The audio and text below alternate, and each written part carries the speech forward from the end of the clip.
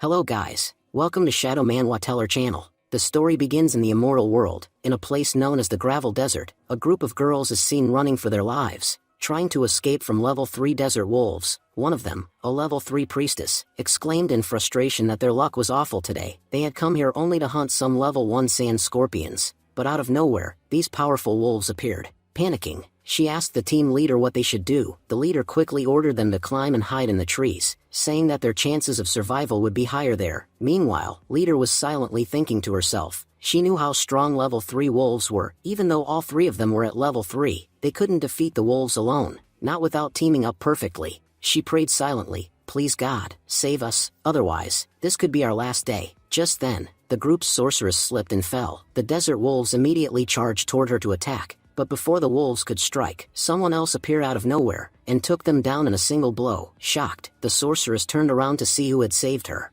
To her disbelief, it was just a level 1 newbie. She muttered in shock, "Did a beginner just save me?" As it turns out, this mysterious guy wasn't just anyone, he was the main character of our story. Looking around at the remaining wolves, the protagonist calmly said, "These level 3 bugs won't take me long to finish." With that, he charged straight at them, and in a single strike, wiped out the entire pack. The girls stood there in stunned silence. Is he really just level 1? Even the leader was amazed. To defeat all those wolves in one attack, this guy is something else. Just as they finally began to breathe in relief, another massive group of wolves appeared. The girls panicked again, shouting that they had to run. They believed the wolves had come to avenge their fallen packmates, and facing this many enemies gave them no chance of survival. The leader shouted to the boy, "Get out of here. These wolves could destroy an entire village. There's no way you can handle them all alone." The boy simply smiled and said, "Is that so?" Then he opened up his system. The system prompted, "Player Lin Yuan, would you like to summon your skeleton warriors?" Without hesitation, Lin Yuan replied, "Soldiers, it's time to wake up." With that, he summoned his undead army. A portal opened, and out marched an entire squad of level 3 skeleton soldiers. Lin Yuan gave them a cold command, "Show no mercy, tear them all apart." Together with his skeletal warriors, he launched a brutal counterattack. In just 15 minutes, they wiped out every last desert wolf. The system announced, "Congratulations, host, you have defeated 16 desert wolves. You've earned 160 experience points, along with their fangs and hides as loot." One of the girls, still in disbelief, asked, "Captain, we're not dreaming, right? He really just took down all those powerful wolves by himself?" As they approached him, the sorceress asked curiously, "Brother, are you a mage? Was that summoning magic you just used?" "To be honest, I'm a mage too, but I've never seen skills like those before." Lin Yuan simply replied, "Who said I was a mage?" She was stunned. "Wait, if you're not a mage, then who or what are you?" That's when Lin Yuan finally revealed the truth. He wasn't a mage, he held a triple S rank forbidden class.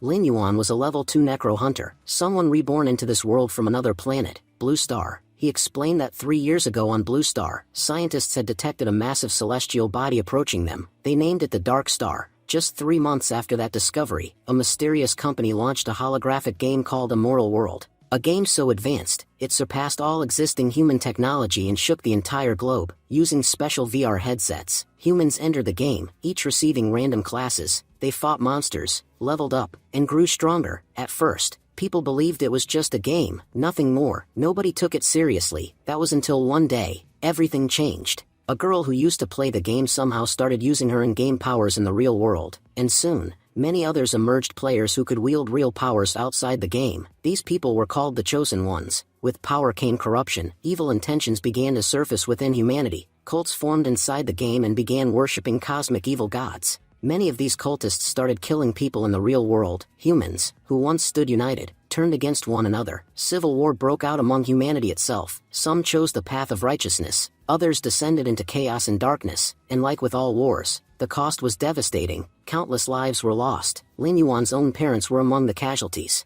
Despite several attempts, humanity failed to defeat the demonic cults. They sent their bravest warriors to fight, but every time, they returned defeated. Lin Yuan was among those warriors. In the final battle against the cult, he too was killed, but somehow, an hour ago, he opened his eyes again. He realized he had returned to the exact moment he first entered the Immortal World game. Only this time, the game didn't give him a regular class. Instead, he was granted a triple S rank forbidden class, Necro Hunter. This class gave him 2 extraordinary talents, Dark Summoning and Gate of the Underworld, both at the highest rank. And this time, Lin Yuan had one goal, to level up quickly, become strong enough to protect his planet and his family, and never let anyone or anything threaten them again. No matter how powerful the danger, it would never surpass him. As the story continues, Lin Yuan activates dark summoning. Suddenly, all the fallen demon wolves begin to rise from the ground. Lin Yuan explained that the best part about his class was not just the overwhelming physical strength, far superior to any ordinary warrior, but also his ability to turn all fallen monster corpses into zombies using his summoning skill.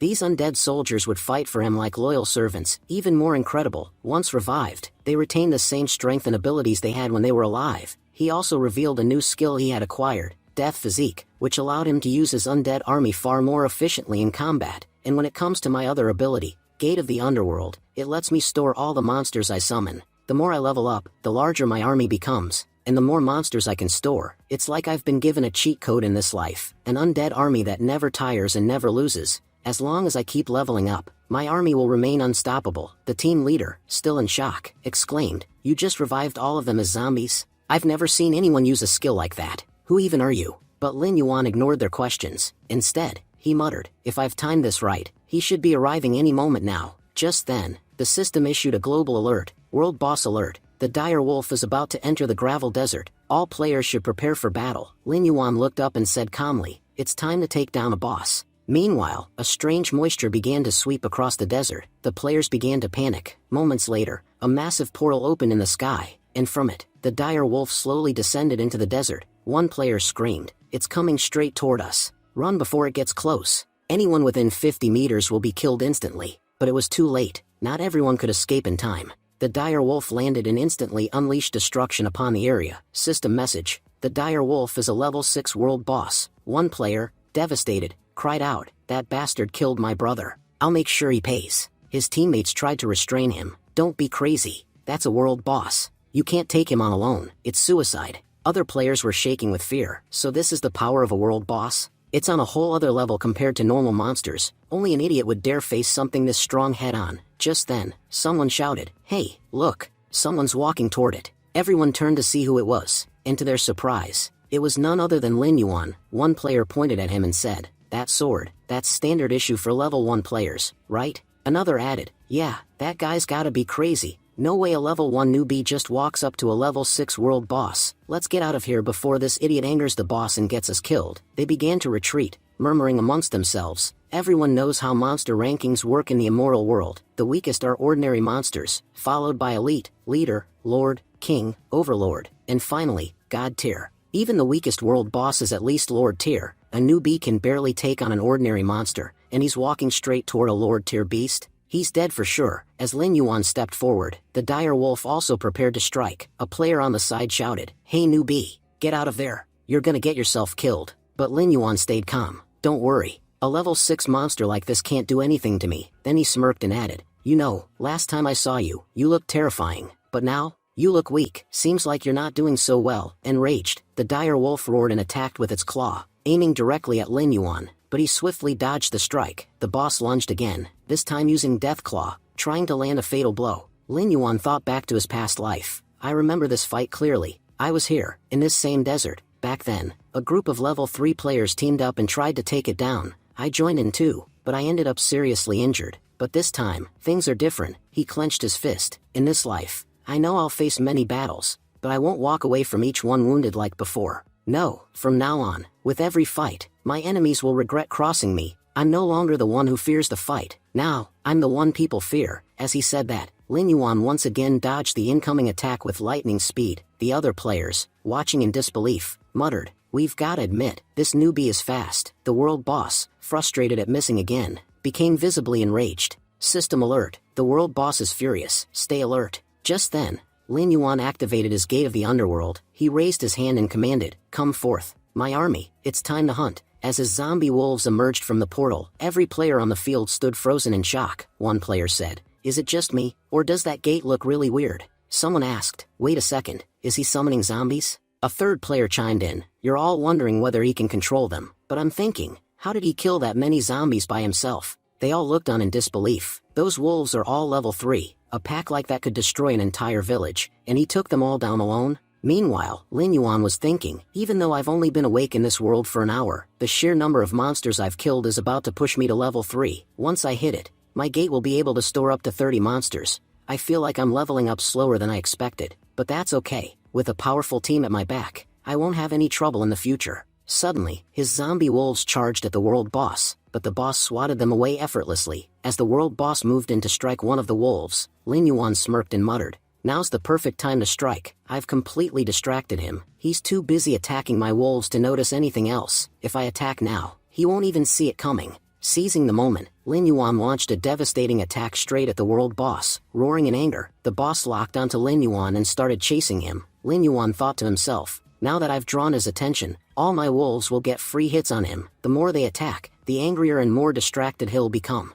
Our levels are still pretty low, so our attacks don't deal much damage. Each of my wolves only hits for 15 damage, and this boss has 3,400 HP. But the good part is, I have a lot of wolves. Their combined damage will slowly but surely wear him down." He kept commanding the wolves to strike, again and again. Watching this unfold, the other players were in awe. "Damn, this guy's actually really good at fighting. Yeah, he doesn't look like someone fighting a Lord-tier world boss. How the hell is a level 1 player this skilled?" Further back, a group of shady players, clearly thieves, were whispering among themselves, "That kid's gonna kill the boss soon, and then he'll get all the rewards. Once that happens, we'll rush in and take everything." Then the scene jumped ahead 5 minutes. The world boss now had only 500 HP left, and just then, Lin Yuan landed a massive hit, dropping its health to just 10. Lin Yuan thought, "This feels amazing. The state this world boss is in now, it's exactly how I felt the first time I fought him. One thing's for sure, this time around is starting off strong." But just then, the thieves made their move.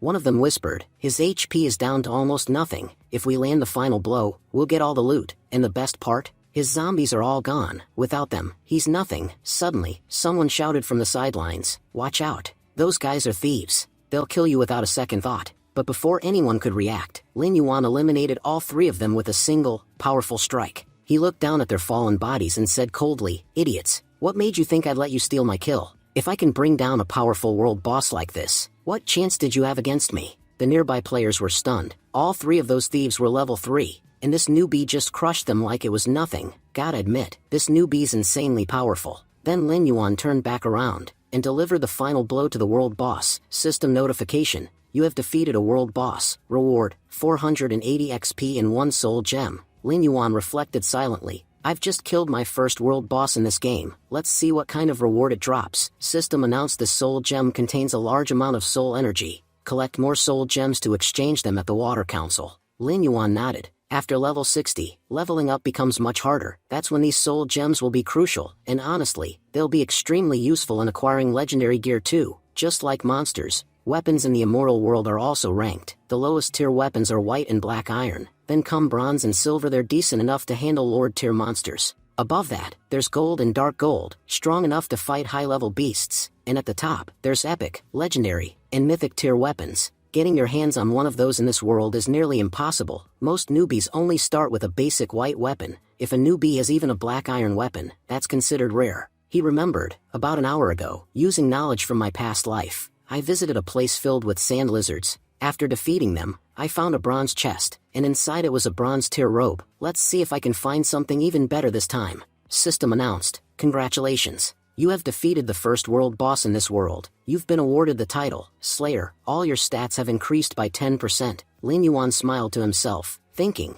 in a mortal world, titles are incredibly valuable. The rarer and more prestigious the title, the better the bonuses. And now I've earned one of the best. This time, the games rewarded me with a silver chest. Let's see what's inside." He opened it, and the first item was the Moonlight Sword, a powerful silver-ranked weapon. Then came the Eye of Death, a silver tier ring, followed by several other rare artifacts. Lin Yuan grinned. "I've really gained a lot from defeating my first world boss." System announced, "By slaying the world boss, you've reached the peak of level 4. You've also received 5 bonus stat points." Lin Yuan nodded. Leveling up is one of the best parts of this game. Each time, your stats increase, making you stronger. I can confidently say that I'm now the highest level player in this desert region. Sure, I lost all my monsters in that fight, but the good news is that I can now store even more in my underworld gate. Its new limit is 40. Pressing forward, Lin Yuan activated dark summoning on the defeated world boss. System announced, "You've summoned a level 6 dire wolf from the world boss's soul. Your HP has increased by 1000 points, and your attack power has gone up by 150.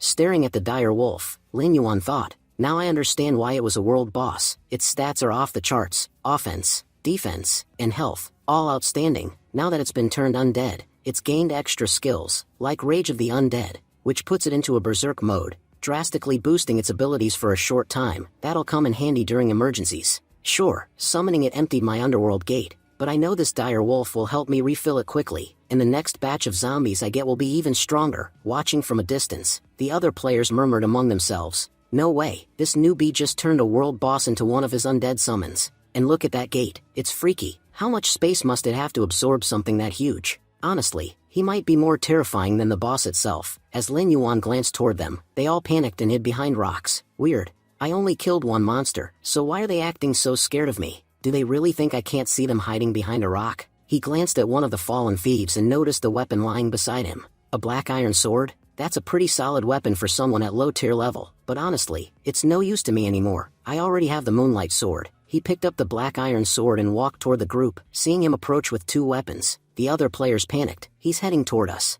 He must be out for more blood after killing the world boss. He's too fast. We can't even run. But Lin Yuan stopped in front of one of them and asked calmly, "You were the one who shouted to warn me about those thieves, right?" The nervous player stammered, "Yeah, that was me." Without saying much, Lin Yuan handed him the black iron sword. "Take it, it'll help you survive." The player was shocked. "You're giving this to me? But why?" Walking away, Lin Yuan replied over his shoulder, "Because I don't need it anymore. Might as well let it be useful to someone else." The crowd stared in disbelief. Not only is he insanely powerful, but he's also got a heart of gold. He just gave away a black iron sword. That thing's worth at least 10,000 yuan in the outside world. The scene then shifts to 10 minutes later. Lin Yuan had walked a considerable distance from the battlefield when suddenly his body jolted. He opened his eyes in the real world and groaned. "I knew it. My VR headset's battery ran out." Now fully back in reality, he muttered, "I need to start saving up more money. If I want to keep playing properly, I'll need a better VR headset and upgraded gaming gear. This setup just won't cut it anymore." Lin Yuan continues, "Immortal World is an ultra-hyper-realistic game. Every country has its own zones,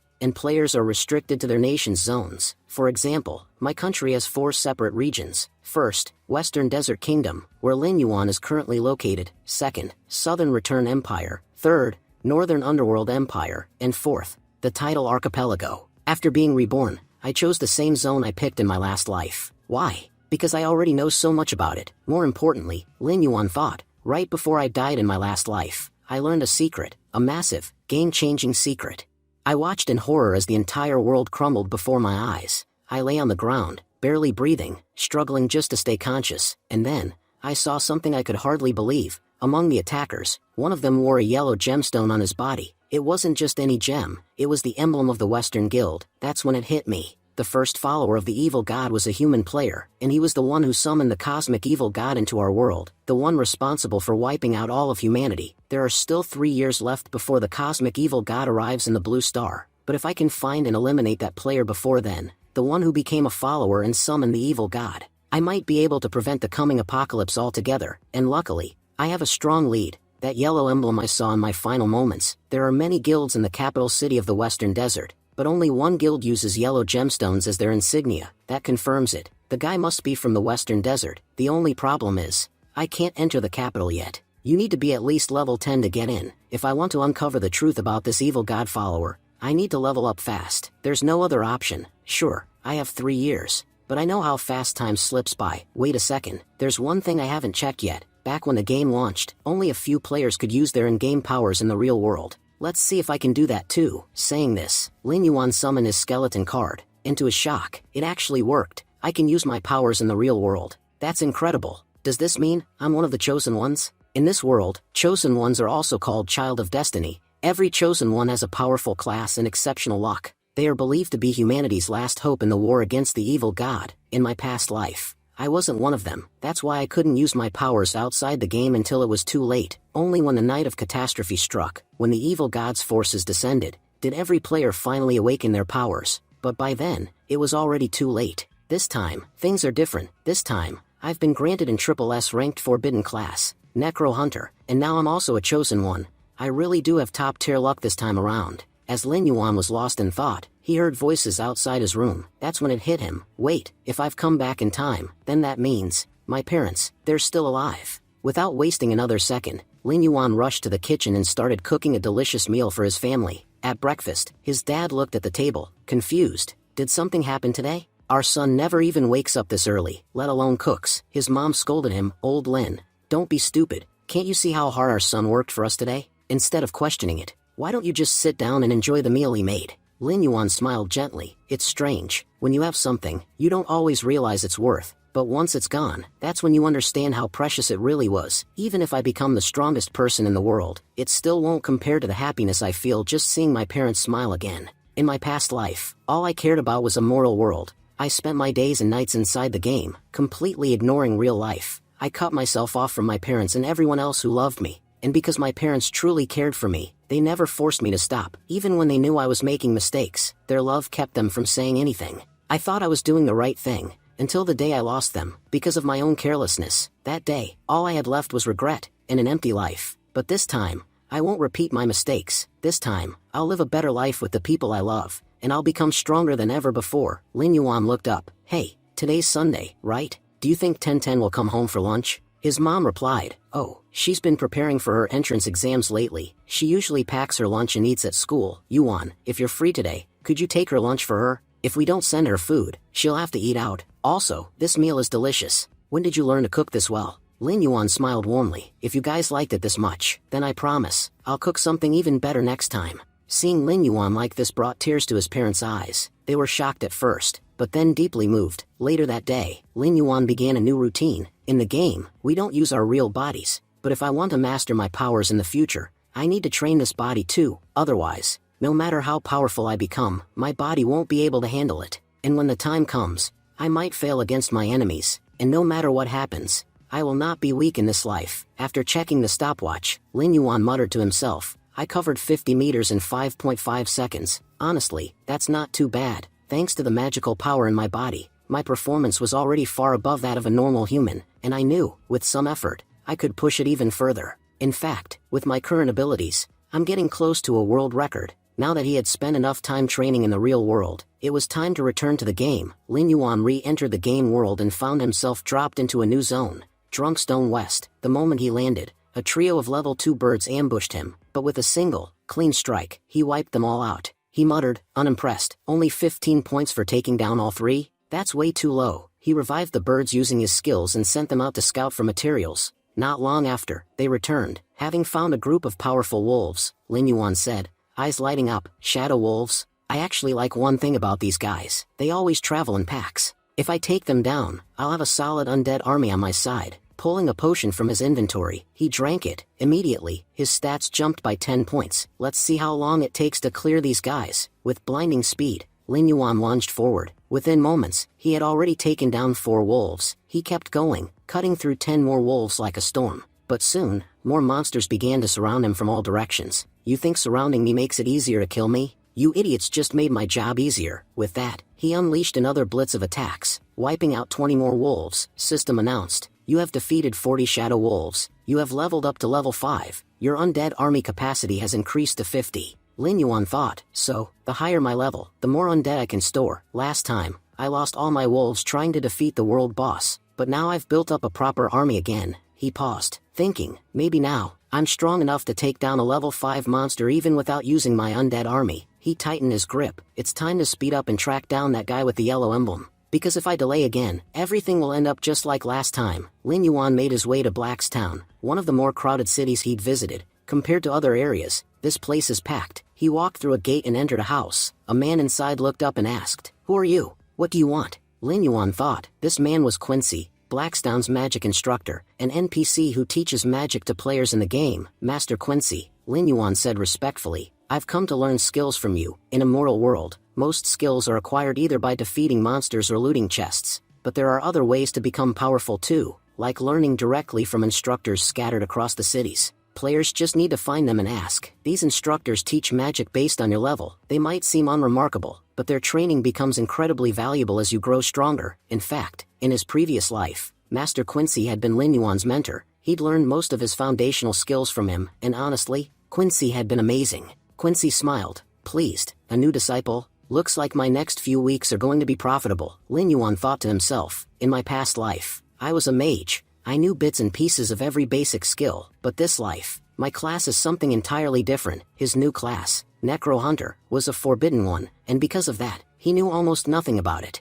He didn't even know which spell types he could use beyond Gate of Underworld and Dark Summoning. Am I a mage? Or a warrior? From what he had observed so far, most of his abilities were magic-based. The physical strength he had seen to be just an added bonus granted by the Forbidden class, and that's exactly why I believe Master Quincy can help me again. Before mastering his Necro Hunter class, Lin Yuan knew he had to first learn all the basic spells, so that more advanced magic wouldn't overwhelm him later. I want to learn Soul Flame, Healing, and Invisibility, Lin Yuan told him. Quincy took the gold and smiled. If you've got the money, I've got no problem teaching you. With a wave of his hand, Quincy transferred the skills to Lin Yuan. System announced, congratulations, host, you've learned 3 mage class skills. First, Soul Flame, an iron rank spell, currently at level 1. Second, Healing, level 1, restores 10% of your HP when used. Third, Invisibility, level 1, lets you vanish for 5 seconds. Lin Yuan was deep in thought, realizing that until now, he had never possessed an attack skill that could strike from long range, but the addition of Soul Flame had filled that gap. He told himself that now, he could attack from a distance with ease, and defend himself up close just as effectively. It was a versatile and powerful skill. He thought that healing could keep both him and his allies alive during combat, while invisibility would be incredibly useful in desperate moments. After all, he knew he wouldn't win every battle. If he ever needed to retreat, invisibility could be a lifesaver. However, he also acknowledged that all 3 of these skills were still at a basic level. In their current form, they weren't very effective.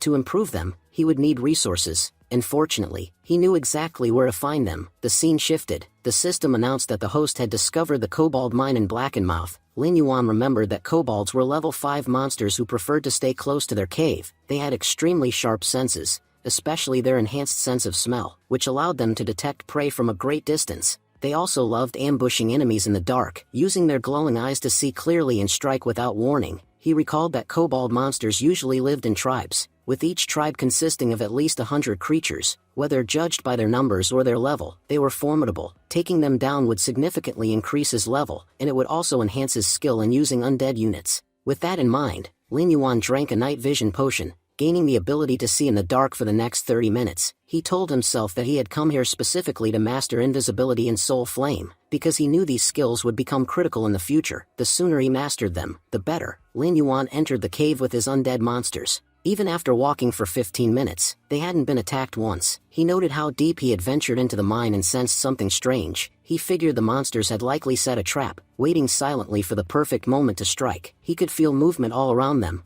just beyond the shadows. Acting swiftly, Lin Yuan hurled his flames forward. The fire illuminated the surroundings, revealing dozens of kobold monsters who had captured some of his wolves. He grinned and thought, finally, I found them, my lovely kobold monsters. Now it's your turn to make me stronger. Stepping forward, he commanded, go, my wolves. Don't let a single one escape. A brutal battle broke out between the two sides. The system notified him that he had defeated 2 kobold monsters. As he fought, Lin Yuan noticed something. These monsters weren't just strong, they were clever. They actively avoided attacks, showing clear intelligence in battle. Suddenly, a group of kobold monsters lunged at him, but before they could land a hit, Lin Yuan vanished using invisibility. He reappeared behind them in an instant and took them all down in a single strike. System announced, you have eliminated the 20 monsters. He thought to himself that after using invisibility once, his mastery had already increased by 5%. If he kept using the skill like this, he was confident he'd master it in no time. However, he realized that the kobolds were still proving too difficult for his wolves to handle. It was time to summon more powerful creatures. With a confident shout, he summoned a horde of kobold monsters under his control. Go forward and show them what level 5 monsters are truly made of.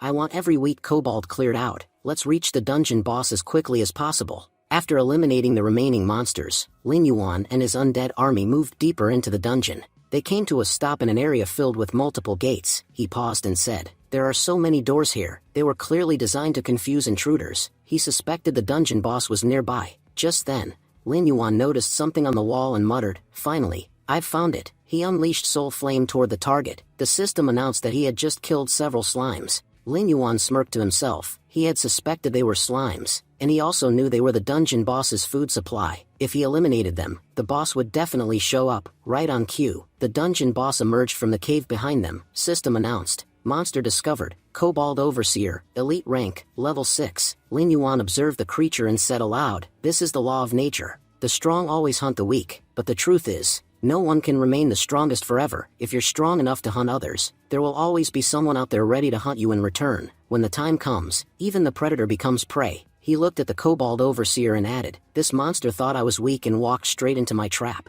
But now, it's my prey." And with that, Lin Yuan lunged forward and grabbed the kobold overseer by the throat. Lin Yuan declared firmly that not everything that looked like prey truly was prey. Sometimes, even the hunter wore the disguise of the hunted. He smirked and called the kobold overseer a fool for falling right into his trap. Without hesitation, he grabbed the kobold and slammed it into the ground. Enraged, the kobold overseer charged forward again. But before it could strike, Lin Yuan had already unleashed a devastating attack. The blow was so powerful that the monster dropped to its knees in a single strike. However, the sight of their leader falling sent the other kobold monsters into a frenzy. They all charged toward Lin Yuan, filled with rage. The system warned him, the enemy boss has activated a special skill. All kobolds are now in berserk mode. Their attack and defense have increased by 40%. Be careful, the next 60 seconds will be extremely dangerous. Lin Yuan assessed the situation and guessed there were about 40 to 50 monsters. A grin spread across his face. He said it was going to be fun fighting them, especially since he had an army of about the same size. He called out to his undead forces, "Come out now. You've all rested long enough. It's time to paint the ground red." With that, Lin Yuan summoned all of his wolves into the battlefield. He turned to his lead wolf and commanded, "World boss, take the lead and show them just how strong your leadership truly is." A fierce battle broke out between the kobolds and Lin Yuan's undead wolves. The world boss skillfully used his powers to eliminate numerous enemies, while simultaneously confusing many with illusions and misdirection. Lin Yuan took advantage of the chaos and shouted to his team, "Now's our chance, move in." Most of them are disoriented and won't recognize your attacks. As the fight escalated, Lin Yuan managed to slay so many kobold monsters that he finally reached level 6. He smiled and admitted it had been a profitable battle. With his newly unlocked slots, he now had room for 10 more minions. It was the perfect opportunity to enslave some of the kobolds. Without wasting time, he reanimated several of the slain kobolds across various levels. Just then, he noticed a few hiding creatures nearby. "So, there's more of you left. You thought I hadn't noticed? Too bad. Your size made it impossible to escape my eyes." He rushed forward and swiftly eliminated the remaining kobolds. As Lin Yuan was clearing out the last of the enemies, a powerful strike suddenly came at him from the shadows. The system issued a serious alert. "Warning, the real dungeon boss is about to appear. Prepare yourself." From the depths of the cave, the true boss revealed itself. A level 7 kobold monster. Lin Yuan narrowed his eyes. "So you're their leader? To be honest, I've been waiting for you for a long time." Before he could make another move, the kobold boss launched a vicious surprise attack. But Lin Yuan reacted quickly and narrowly dodged the strike. Observing the situation, Lin Yuan noticed the boss's weapon had gotten stuck in the ground. It was the perfect chance to counterattack. Without hesitation, he launched a deadly strike, but to his surprise, the attack didn't have much effect. He realized what was happening. This is a boss monster. Naturally, it has far stronger defense than regular ones. Even though I landed a clean hit, my blade couldn't pierce through its body. The kobold boss recovered and lunged at him again. Once more, Lin Yuan dodged just in time. He noted that, unlike the lower-level monsters who followed predictable attack patterns, this boss fought differently, more strategically and aggressively. He concluded, "This one is far stronger than any level 6 monster I've faced. If I want to defeat it, I'll need to keep my distance and focus on long-range attacks." Determined, Lin Yuan ordered all his undead warriors to charge in. The enraged kobold boss roared and began attacking the undead horde without holding back. Lin Yuan watched in awe. This thing is relentless. Even when surrounded, it doesn't hesitate or show signs of fatigue. Still, he was confident, "But I know for a fact it won't be able to withstand a swarm for long." With that, he activated a skill called Wraithhood, which significantly boosted the power of his undead army. His forces surged forward with renewed strength, launching wave after wave of attacks on the boss. This time, the damage began to show. After a short but intense exchange, the boss was forced to its knees. Lin Yuan grinned, "It's time to use my new power." He activated Soul Flame and unleashed a brutal magical attack on the kobold boss. He recalled something important. Kobolds were naturally weak against magic. Even minor magical attacks could inflict heavy damage. That meant Soul Flame would be devastating, and he was right. The kobold boss was severely injured by the single blast. Furious, it lunged at Lin Yuan with all its strength. But just before it could strike, Lin Yuan vanished using invisibility, disappearing from the boss's sight in the blink of an eye. Lin Yuan smirked as he whispered, "Looks like you've been searching for me, but unfortunately for you, I'm already behind you, and by the time you even turn around, it'll already be over." He had been waiting for this moment for a long time. He knew the boss's weakest point was its neck. That's why it had been so protective of it, never allowing anyone to get close. But in its rage, the kobold boss let its guard down. Lin Yuan took full advantage of the opening, and delivered a lethal stab to the monster's throat. The attack only infuriated the boss further, and it launched into another reckless assault. However, Lin Yuan kept dodging every strike using his invisibility skill, slipping through attacks like a ghost. He told himself, if I want to win this, I need to lead my undead army like a true commander. Only by using them strategically can I finish this fight. The kobold boss was clearly weakening now. Even the wolves' attacks were beginning to deal real damage. Lin Yuan sighed. This battle has dragged on long enough. It's time to end it. With that, he activated Soul Flame again and attacked. As the kobold boss's HP began to plummet, the remaining monsters charged once more, furious at the sight of their leader collapsing. Lin Yuan muttered, I never expected this fight to last this long. Honestly, I'm starting to get bored. A fresh battle broke out between the remaining kobolds and Lin Yuan's undead. Amidst the chaos, the heavily injured kobold boss attempted to flee, but Lin Yuan spotted it immediately and blocked its path. Did you really think you could escape while I was watching? My eyes have been on you the entire time, and there's no way I'm letting you leave here alive. The only thing exiting this cave will be your undead corpse. With those words, Lin Yuan sliced through the boss, cleaving its body in two. A system notification appeared. Alert. You have successfully defeated the kobold boss. Reward, plus 50 experience. Due to slaying a high-level monster, you have also leveled up. Current level, 7. Lin Yuan reflected, level 7 already? That was fast. Guess defeating strong monsters really speeds up progress. I'm getting close to level 10 now. Once I reach it, I can finally enter the main city of the Western Desert, and start uncovering secrets from my past life. This fight hadn't just brought him a level up, his skills had also improved dramatically. Both Soul Flame and Invisibility had reached level 2, and he now had complete control over their use. Even the cooldown time had been reduced. He thought to himself, purchasing those core skills really paid off. Just as Lin Yuan was wrapping up, his eyes fell on a chest nearby. So this is my reward for defeating the boss, a bronze chest. He opened it and was thrilled to find a skull mask, shadow gloves, and 20 gold coins. He recalled, back when the Immortal World game first launched, gold coins didn't hold much value.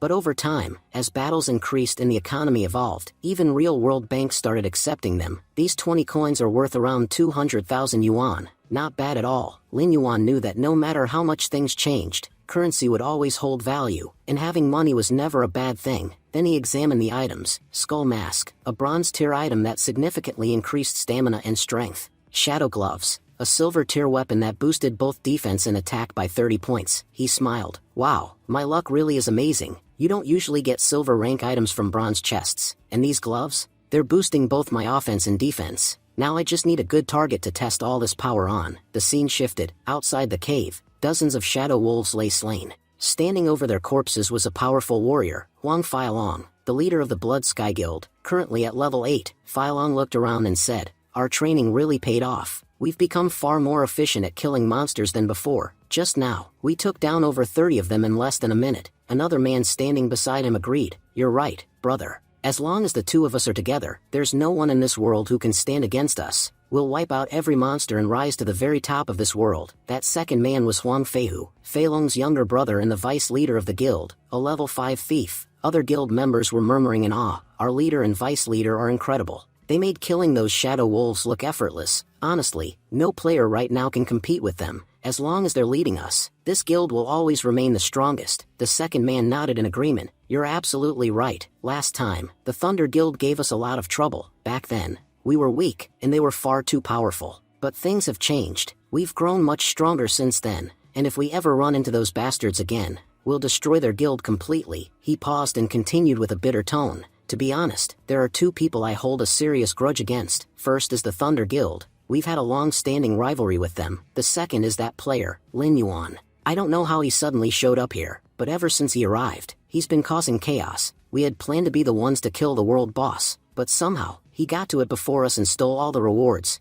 Now even the big guilds don't dare to show off in front of us, yet this guy thinks he can. His expression darkened as he growled, if that bastard shows up in front of me again, I'm not letting him walk away. I still can't get his face out of my head. I'll admit one thing, his luck is insane. The time he killed the world boss, we were also searching for it, but despite all our effort, we couldn't find it, and yet, that bastard managed to kill it while only being level 3. He may not have harmed us directly, but I can't help but feel furious just thinking about him. The next time I see him, I'm going to take out all of my rage on him. Just then, Huang Feilong, the leader, interrupted him. Feihu, calm down. How many times have I told you that in this world, we can't act recklessly? That player you're talking about, He's not someone we should take lightly, you saw it yourself. He defeated the world boss even at level 3, and despite seeing what he's capable of, you're still underestimating him? Listen, if we truly want to rise in this world and become powerful, we need to make allies, not enemies, and having someone like Lin Yuan on our side would be a massive advantage. There's a nearby kobold dungeon.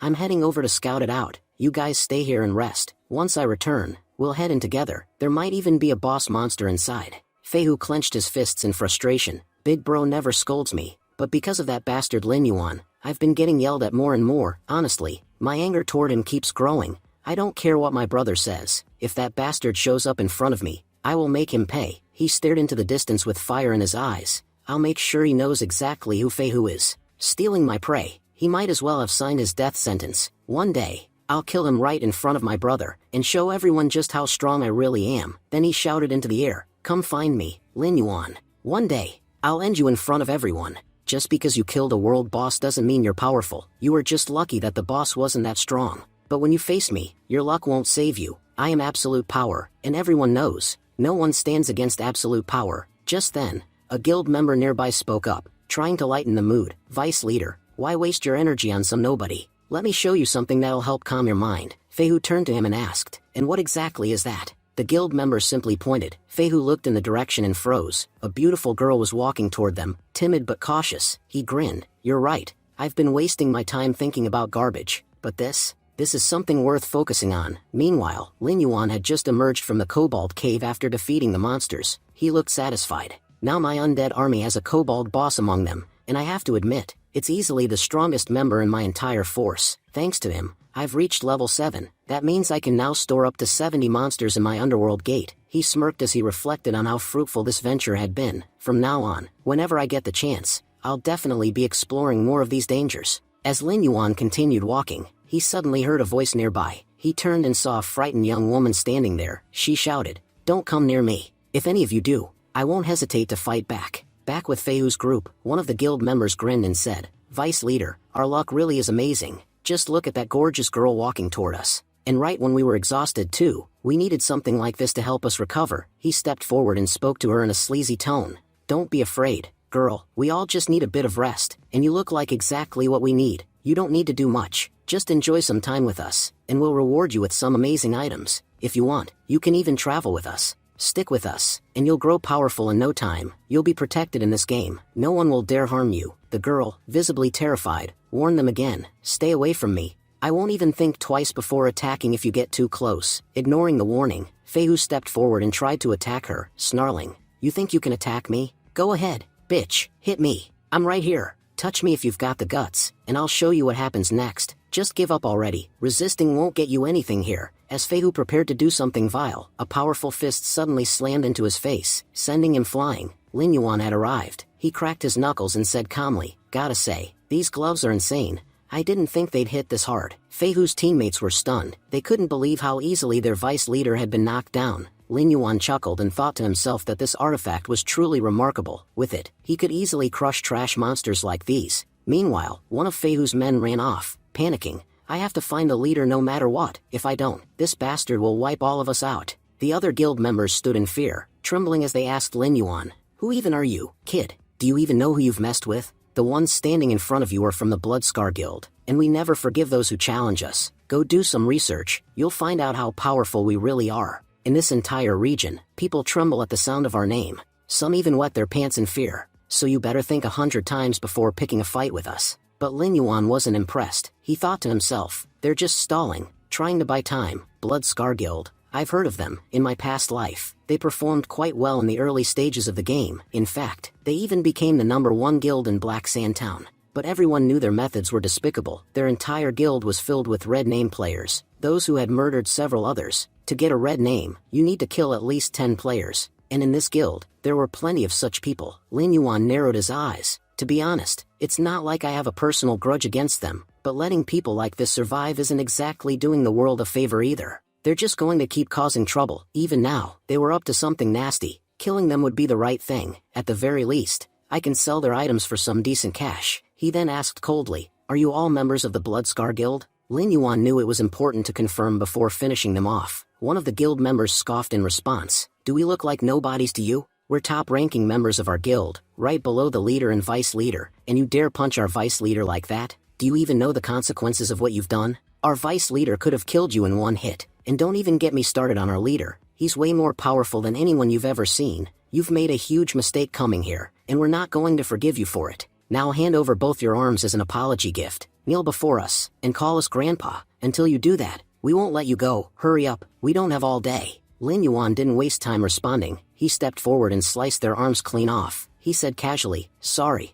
I have trouble hearing sometimes. Did you say to cut off your arms and start barking like a dog? Well, I've taken care of your arms. Now, get to barking." The girl nearby stood frozen in shock, thinking, who is this guy? How is he so insanely strong? He just took them all out like it was nothing. Meanwhile, Fei Hu, lying injured nearby, quickly drank a potion that restored 20% of his health. That bastard attacked me from behind, otherwise, he never would have landed a hit on me. He stood up with fury in his eyes. You made a huge mistake by attacking me from behind. Boy, I'll make sure you die like a dog, or worse. Just then, the guild leader arrived at the scene.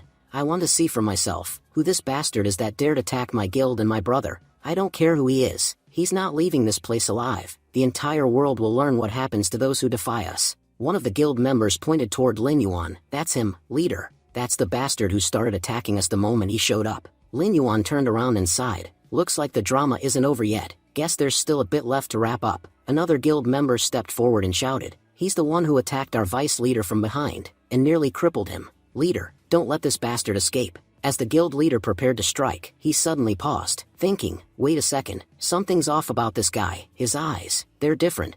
I don't sense even a hint of fear in him, even when we're trying to provoke him. It's like, the whole area is prepared to be our grave. His gaze shows how much confidence he has in himself. I'm a level 8 player, most people tremble at the sight of me, but his eyes, they make me feel like I'm the one who's weak. He then noticed the sword in Lin Yuan's hands, the moonlight sword, that weapon, I've heard of it. It's said to be so sharp, it can slice through even the thickest metal, and if wielded properly, it might even cut through air itself, and he's holding it like it's nothing. His overall presence is terrifying. The guild leader clenched his fists, struggling to breathe. Honestly, even I'm having trouble catching my breath just standing near him. If I were here earlier, I never would have let Fei Hu provoke someone like this. Now, I really don't know what's going to happen to us. One of the guild members pleaded with their leader. Guild master, what are you thinking? We all know you're a kind person, but forgiving someone who hurt your own people, that's not right. You need to show that bastard what you're made of. He then turned toward Lin Yuan and sneered. You were acting all high and mighty earlier, weren't you? Well, I've brought your father figure right here. Try acting tough now. He could crush pests like you in less than 2 minutes.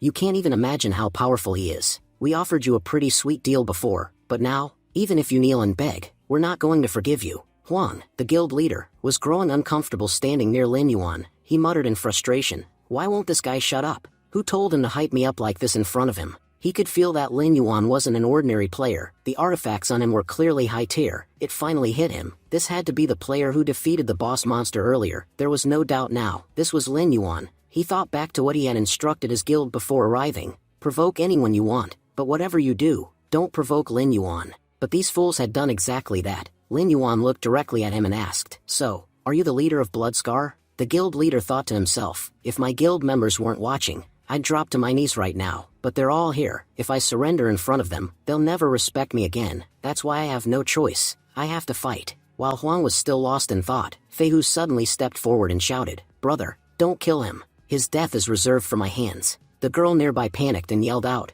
Look behind you. He's charging in to attack from the rear. As Fei Hu lunged from behind, Huang charged from the front, hoping to trap Lin Yuan. He declared, You made a huge mistake messing with us. You had a bright future once. But now, it's over, Lin Yuan, this will be your end. Huang thought this was the perfect opportunity, Fei Hu attacking from the back, and he from the front. Lin Yuan had nowhere to run. Despite both brothers closing in on him, Lin Yuan didn't flinch. Fei Hu was stunned. Is he crazy? We're both right here, and he's not even trying to dodge? Sure, he's powerful, but there's no way he can handle both of us at once. But before they could strike, Lin Yuan summoned his kobold boss. In a flash, the boss landed a devastating hit on Fei Hu, sending him flying across the field. The guild leader stood in shock, watching Lin Yuan's ability in disbelief. I've never seen power like this in my life. Lin Yuan smirked and replied coldly, That's because this is the last time you'll ever see it, because you won't live to see anything else. Without hesitation, Lin Yuan slashed Fei Hu repeatedly, leaving him lifeless on the ground. I thought fighting you would be fun. But honestly, you were just disappointing. As Fei Hu died, a system notification popped up. You have killed 2 players. You've earned 2 sin points. Kill 8 more and you'll be marked as a red name player. Lin Yuan thought to himself, if I don't kill more players within a week, these sin points will expire. Honestly, I'd rather avoid people from now on. I have no interest in becoming a red name. Meanwhile, the remaining guild members saw what happened and started fleeing. The girl turned to Lin Yuan and asked, "Brother, they're getting away. Shouldn't we chase them?" But Lin Yuan simply said, "We've already taken out the guild's strongest. The rest are just insects. Even if they run, it won't make a difference. There's no point wasting time." He turned his attention to the loot from the battle. I have to admit, this Feihu guy was a decent thief. They've never taken down a world boss, yet they've got 2 silver class and 1 bronze class weapon. That kind of gear is rare. No doubt they stole it from others. Lin Yuan thought that if he sold the items in the real world, he'd make a good amount of money. I really need the cash anyway. I'll use the money to help out at home. As he pondered over his loot, the girl walked up to him and said gratefully, "Sir, thank you so much. If you hadn't been here today, I wouldn't have survived. I don't even know how to thank you. I don't even know your name." Lin Yuan looked at her and said, "You want to know my name? Soon, the day will come when my name will be ranked 1 in the top 10 players. On that day, you'll have no trouble remembering it." The girl gasped in shock. "Number 1? That's such a huge goal." She then followed behind him and asked hesitantly, "Can I ask you something? Would it be okay if I followed you in this game? I'm a mage too. Please, let me join you." Later, Lin Yuan arrived in the Wailing Desert and continued moving forward, but soon, he was ambushed by level 6 monsters. He grinned and said, "Thunder Scorpions? Level 6? This shouldn't be too hard to handle." Within moments, Lin Yuan wiped out all the monsters around him. Suddenly, the system notification popped up. "You've eliminated 60 scorpions in this area. Congratulations. You've leveled up to level 8. Excited, Lin Yuan thought to himself, "Finally, I've reached level 8. Honestly, I didn't come here to level up. I was actually looking for herb, but it turns out, coming here gave me a huge advantage." The scene transitioned to 2 days earlier when Lin Yuan had visited an alchemist. The alchemist greeted him eagerly. "Player, I've been waiting for you. The time has come for me to assign your quest." The system then prompted, "You've received a quest from Alchemist Immer. Would you like to accept it?" The details of the quest were then displayed. Head to the Wailing Desert and gather 100 units of the paralysis herb. You must return them to Alchemist Immer within 1 day. Lin Yuan recognized the herb's name and was immediately intrigued. The paralysis herb, that's an incredible find. If I remember correctly, soon the dungeon will open in the main city, filled with monsters that use thunder-based attacks. This herb will become crucial because anyone who consumes it becomes immune to electricity. When that happens, its demand will skyrocket, and whoever owns it will make a fortune. He recalled that in his previous life, a player had hoarded this herb and earned a massive profit from it. That memory sealed his decision. That's why I accepted this quest. Once I return the herbs, Immer will not only reward me with potions but also share the recipe to craft them. Even more interesting was the fact that this was Immer's first day in the game, and it would also be his last. After this quest, he'll retire and disappear from the game entirely. That makes this quest incredibly important. Who knows when I'll be up against powerful thunder beasts? When that time comes, this recipe will save me. Back in the present, Lin Yuan had already defeated dozens of monsters. He reflected, the paralysis herb really is precious. Thankfully, I became much stronger before coming here. These scorpions are no match for me. If I had come before clearing the cobalt mines, this place would have been tough. Finally, Lin Yuan reached the herb. He thought, quest complete. He recalled a skill he'd learned earlier in Black Sun Town, the gathering skill. It's like having a hidden storage pocket. Just like I can store unlimited undeads in the underworld gate, I can store a ton of herbs here. He placed all the herbs inside and smiled. That was easy. Time to head back. But just as he took his first step toward leaving, the ground beneath him began to rumble violently. Suddenly, a massive tail burst out of the earth and whipped toward him. Acting swiftly, Lin Yuan dodged the attack in time. Something powerful is coming. The system chimed. Warning, a mutated monster has appeared. Name, Crystal Demon Thunder Scorpion. Caution advised. Extremely powerful. Lin Yuan's eyes widened. A mutated monster? These aren't regular bosses, but due to mutation, their power rivals boss-level threats. And it's level 10. This is going to be fun. He drew his weapon. I haven't had the chance to fully test my Moonlight Sword. Looks like I finally can. With that, Lin Yuan launched a fierce attack on the scorpion, but to his shock, his blade barely scratched its shell. I attacked with full force, and still couldn't pierce its defense. So this is what makes it a level 10 beast. The system gave another warning. Host, distance yourself. The Thunder Scorpion is about to unleash Thunder Strike. Lin Yuan realized the danger instantly. Thunder Strike? If that even grazes me, I won't be able to move at all afterward. As if things weren't bad enough, the Thunder Scorpion launched a venomous strike next, but Lin Yuan narrowly dodged again, backing off. He analyzed the situation. This thing's power is insane. A direct fight won't work. Looks like I'll have to summon my undead. the scorpion lunged again, but this time Lin Yuan summoned reinforcements. Undead, get out here and show them what you've got. Suddenly, his skeletal warriors charged at the thunder scorpion and landed a powerful hit. Lin Yuan smirked. I activated double damage, and still, its HP only dropped by 200. The thunder scorpion roared and slammed the ground with such force that the earth itself split open. Lin Yuan realized aloud that if close-range attacks wouldn't work, that was fine. He had long-range options too. With that, he launched his soul flame attack at the scorpion. As the attack landed, the creature's HP began dropping steadily. Lin Yuan smirked and thought, what's the matter? Don't have an answer for this attack? Meanwhile, his summoned kobold monsters bound the scorpion in place. The kobold boss charged forward and landed a devastating hit. The system immediately notified, warning, scorpion monster has taken critical damage, HP has dropped below 400. Enraged by the continuous damage, the scorpion roared and effortlessly broke free from the kobold's grasp.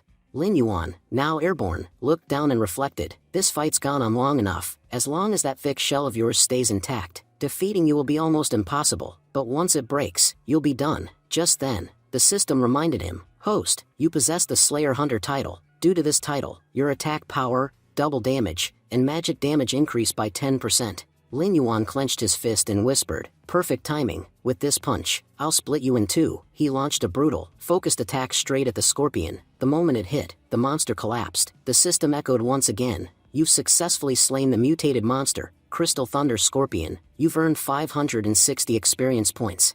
Lin Yuan didn't stop there. He used his necromancer skills and resurrected the Crystal Scorpion as his own servant, a level 10 slave. This is the strongest summon in my army so far. Before he could celebrate, more scorpion monsters began rushing at him from all directions. Lin Yuan chuckled. Great timing. I was just about to head home, but now, I'll take you all down first. He turned toward the resurrected scorpion and commanded, Crystal Scorpion, show them what you can do. The creature unleashed thunderstorm, paralyzing all enemies instantly. Lin Yuan followed up with a clean sweep, wiping out the entire wave. Thanks to that, the system reported back, congratulations, host, you've leveled up twice and reached level 10. Thrilled, Lin Yuan smiled wide. Leveling up twice in one go? That's insane. I can feel how much stronger I've become. As a reward, he also received several high-tier weapons from the silver grade. Looking through the loot, Lin Yuan thought to himself, I've got the lightning spear, Guardian's Grave, Ring of Paralysis, and Phantom Arm Guard. All of these are worth millions, and honestly, I won't be needing most of them. He realized he could sell them and use the money to improve the lives of his family. In my past life, my parents and sisters struggled so much because of me. It's time they got the life they deserve. The system continued, you've cleared the entire surrounding area. As a result, you've received a golden grade skill book. Lin Yuan's eyes lit up as he read the title, Curse of Darkness. A special reward for clearing the area? Let's see. The system explained, this skill book can only be learned by necromancers. Lin Yuan thought, this book is perfect for me. The system further confirmed, the skill has been added to your memory. You have acquired Curse of Darkness. This skill reduces the target's energy by 20% and increases your own energy by 20. Amazed, Lin Yuan said to himself, this is incredible. I can weaken my enemies and boost my army at the same time. He immediately used Curse of Darkness on his newly resurrected scorpion, causing its energy to surge. Now that I've reached level 10, my warm-up phase is over. It's time to head to the city and find my teammates. I won't be alone anymore. As Lin Yuan began walking forward, he suddenly felt a hand on his shoulder. Confused, he murmured, is someone trying to wake me up? When he opened his eyes, he saw his mother standing beside him. Lin Yuan, your father's hurt his back. Can you please come help? He quickly helped his dad sit down and asked, Mom, how did he get hurt? She explained with a sigh, our AC broke down. I told him to call a technician, but he decided to play Superman and climb the wall to fix it himself and fell. His father added with a pained chuckle, I just wanted to save some money. Last time, the washing machine broke, and I fixed that too. Lin Yuan and Lin Ten are growing up. We need to save every bit we can. It's just a minor injury anyway. I'll sleep it off. I still need to go pick up Lin Ten later. Hearing all this, Lin Yuan's thoughts turned serious. I need to change things. They've suffered so much. It's time I made things better for them. The scene then transitioned to the next morning. His parents were still sleeping when they were startled awake by loud noises outside. As Lin Yuan's mom stepped outside, she called out in surprise, Lin Yuan, is that you? What in the world are you doing out here to make so much noise? But the moment she looked around, both she and her husband were stunned. Their entire house had changed. Everything inside looked brand new. A deliverman stepped forward and greeted them. You must be Mr. Lin. Mr. Lin Yuan purchased all these items yesterday, and we're here today to install them. Please confirm the delivery. The payment has already been made in full. Lin Yuan's mother blinked in disbelief. Are we dreaming? Everything in our house looks completely different, and Lin Yuan paid for all of it? But he doesn't even have a job. How could he afford this? The scene then shifted to Lin Yuan, who was working out at the gym. Nearby, a group of girls shyly admired him from a distance, whispering about how handsome and fit he looked. One of the gym employees walked over, politely saying, "Sorry to bother you, but I wanted to ask if you'd be interested in purchasing our VIP membership package. You'd need to pay the full year's fee up front." Without hesitation, Lin Yuan handed her his card and said, "Sure, just deduct whatever's needed from this." Internally, Lin Yuan reflected, "After selling all the extra gear I got from the dungeon, I had a decent amount of money. I used it to renovate our home and now I'm buying a full-year family gym membership. Honestly, my parents in 1010 need this more than I do. They need to be in good shape if they're going to adapt to the changes in this world. Right now, their bodies are too weak. They wouldn't be able to handle powers if they had them." Meanwhile, the gym girl was still thinking about him. "This guy's incredible. He showed up at 5 a.m. and has been working out for 3 hours straight.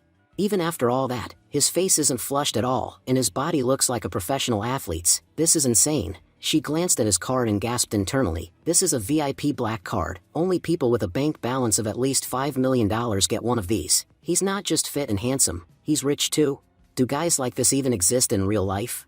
Elsewhere, Lin Yuan called his mother and reassured her, "Mom, all the new stuff in the house, I paid for it using the prize money I won from a competition. Seriously, don't worry about money anymore. Also, from now on, neither you nor Dad are going to work. Just relax at home. I'll go pick up 1010 from school." The gym employee, still nearby, watched him with admiration. He's so young, yet so responsible, not just for himself but for his entire family. What an amazing person. The scene transitioned to Jishu High School. School had just ended, and students were walking home. Lin Yuan's little sister, Lin Ten, stepped out of the school gates with her classmates. A girl behind her was chatting excitedly. "It's my birthday today. My brother promised he'd bring me an amazing cake."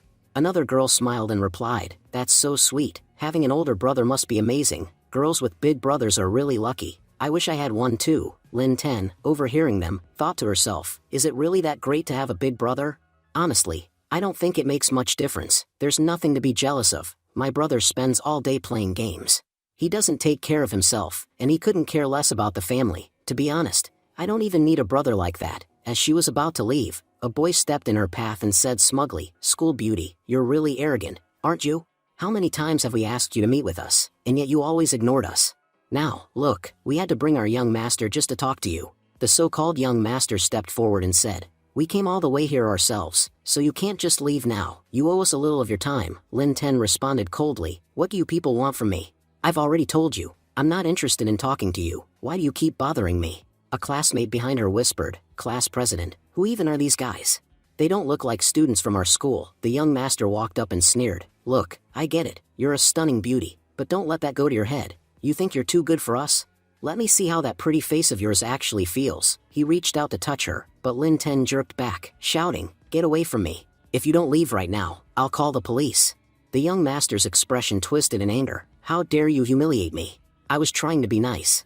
Now I'll show you who I really am. Go ahead, call the cops. I want to see who dares come help you." Without warning, he struck her, and Lin Ten collapsed to the ground. The young master stepped forward once again, his voice filled with fury. "You've insulted me enough.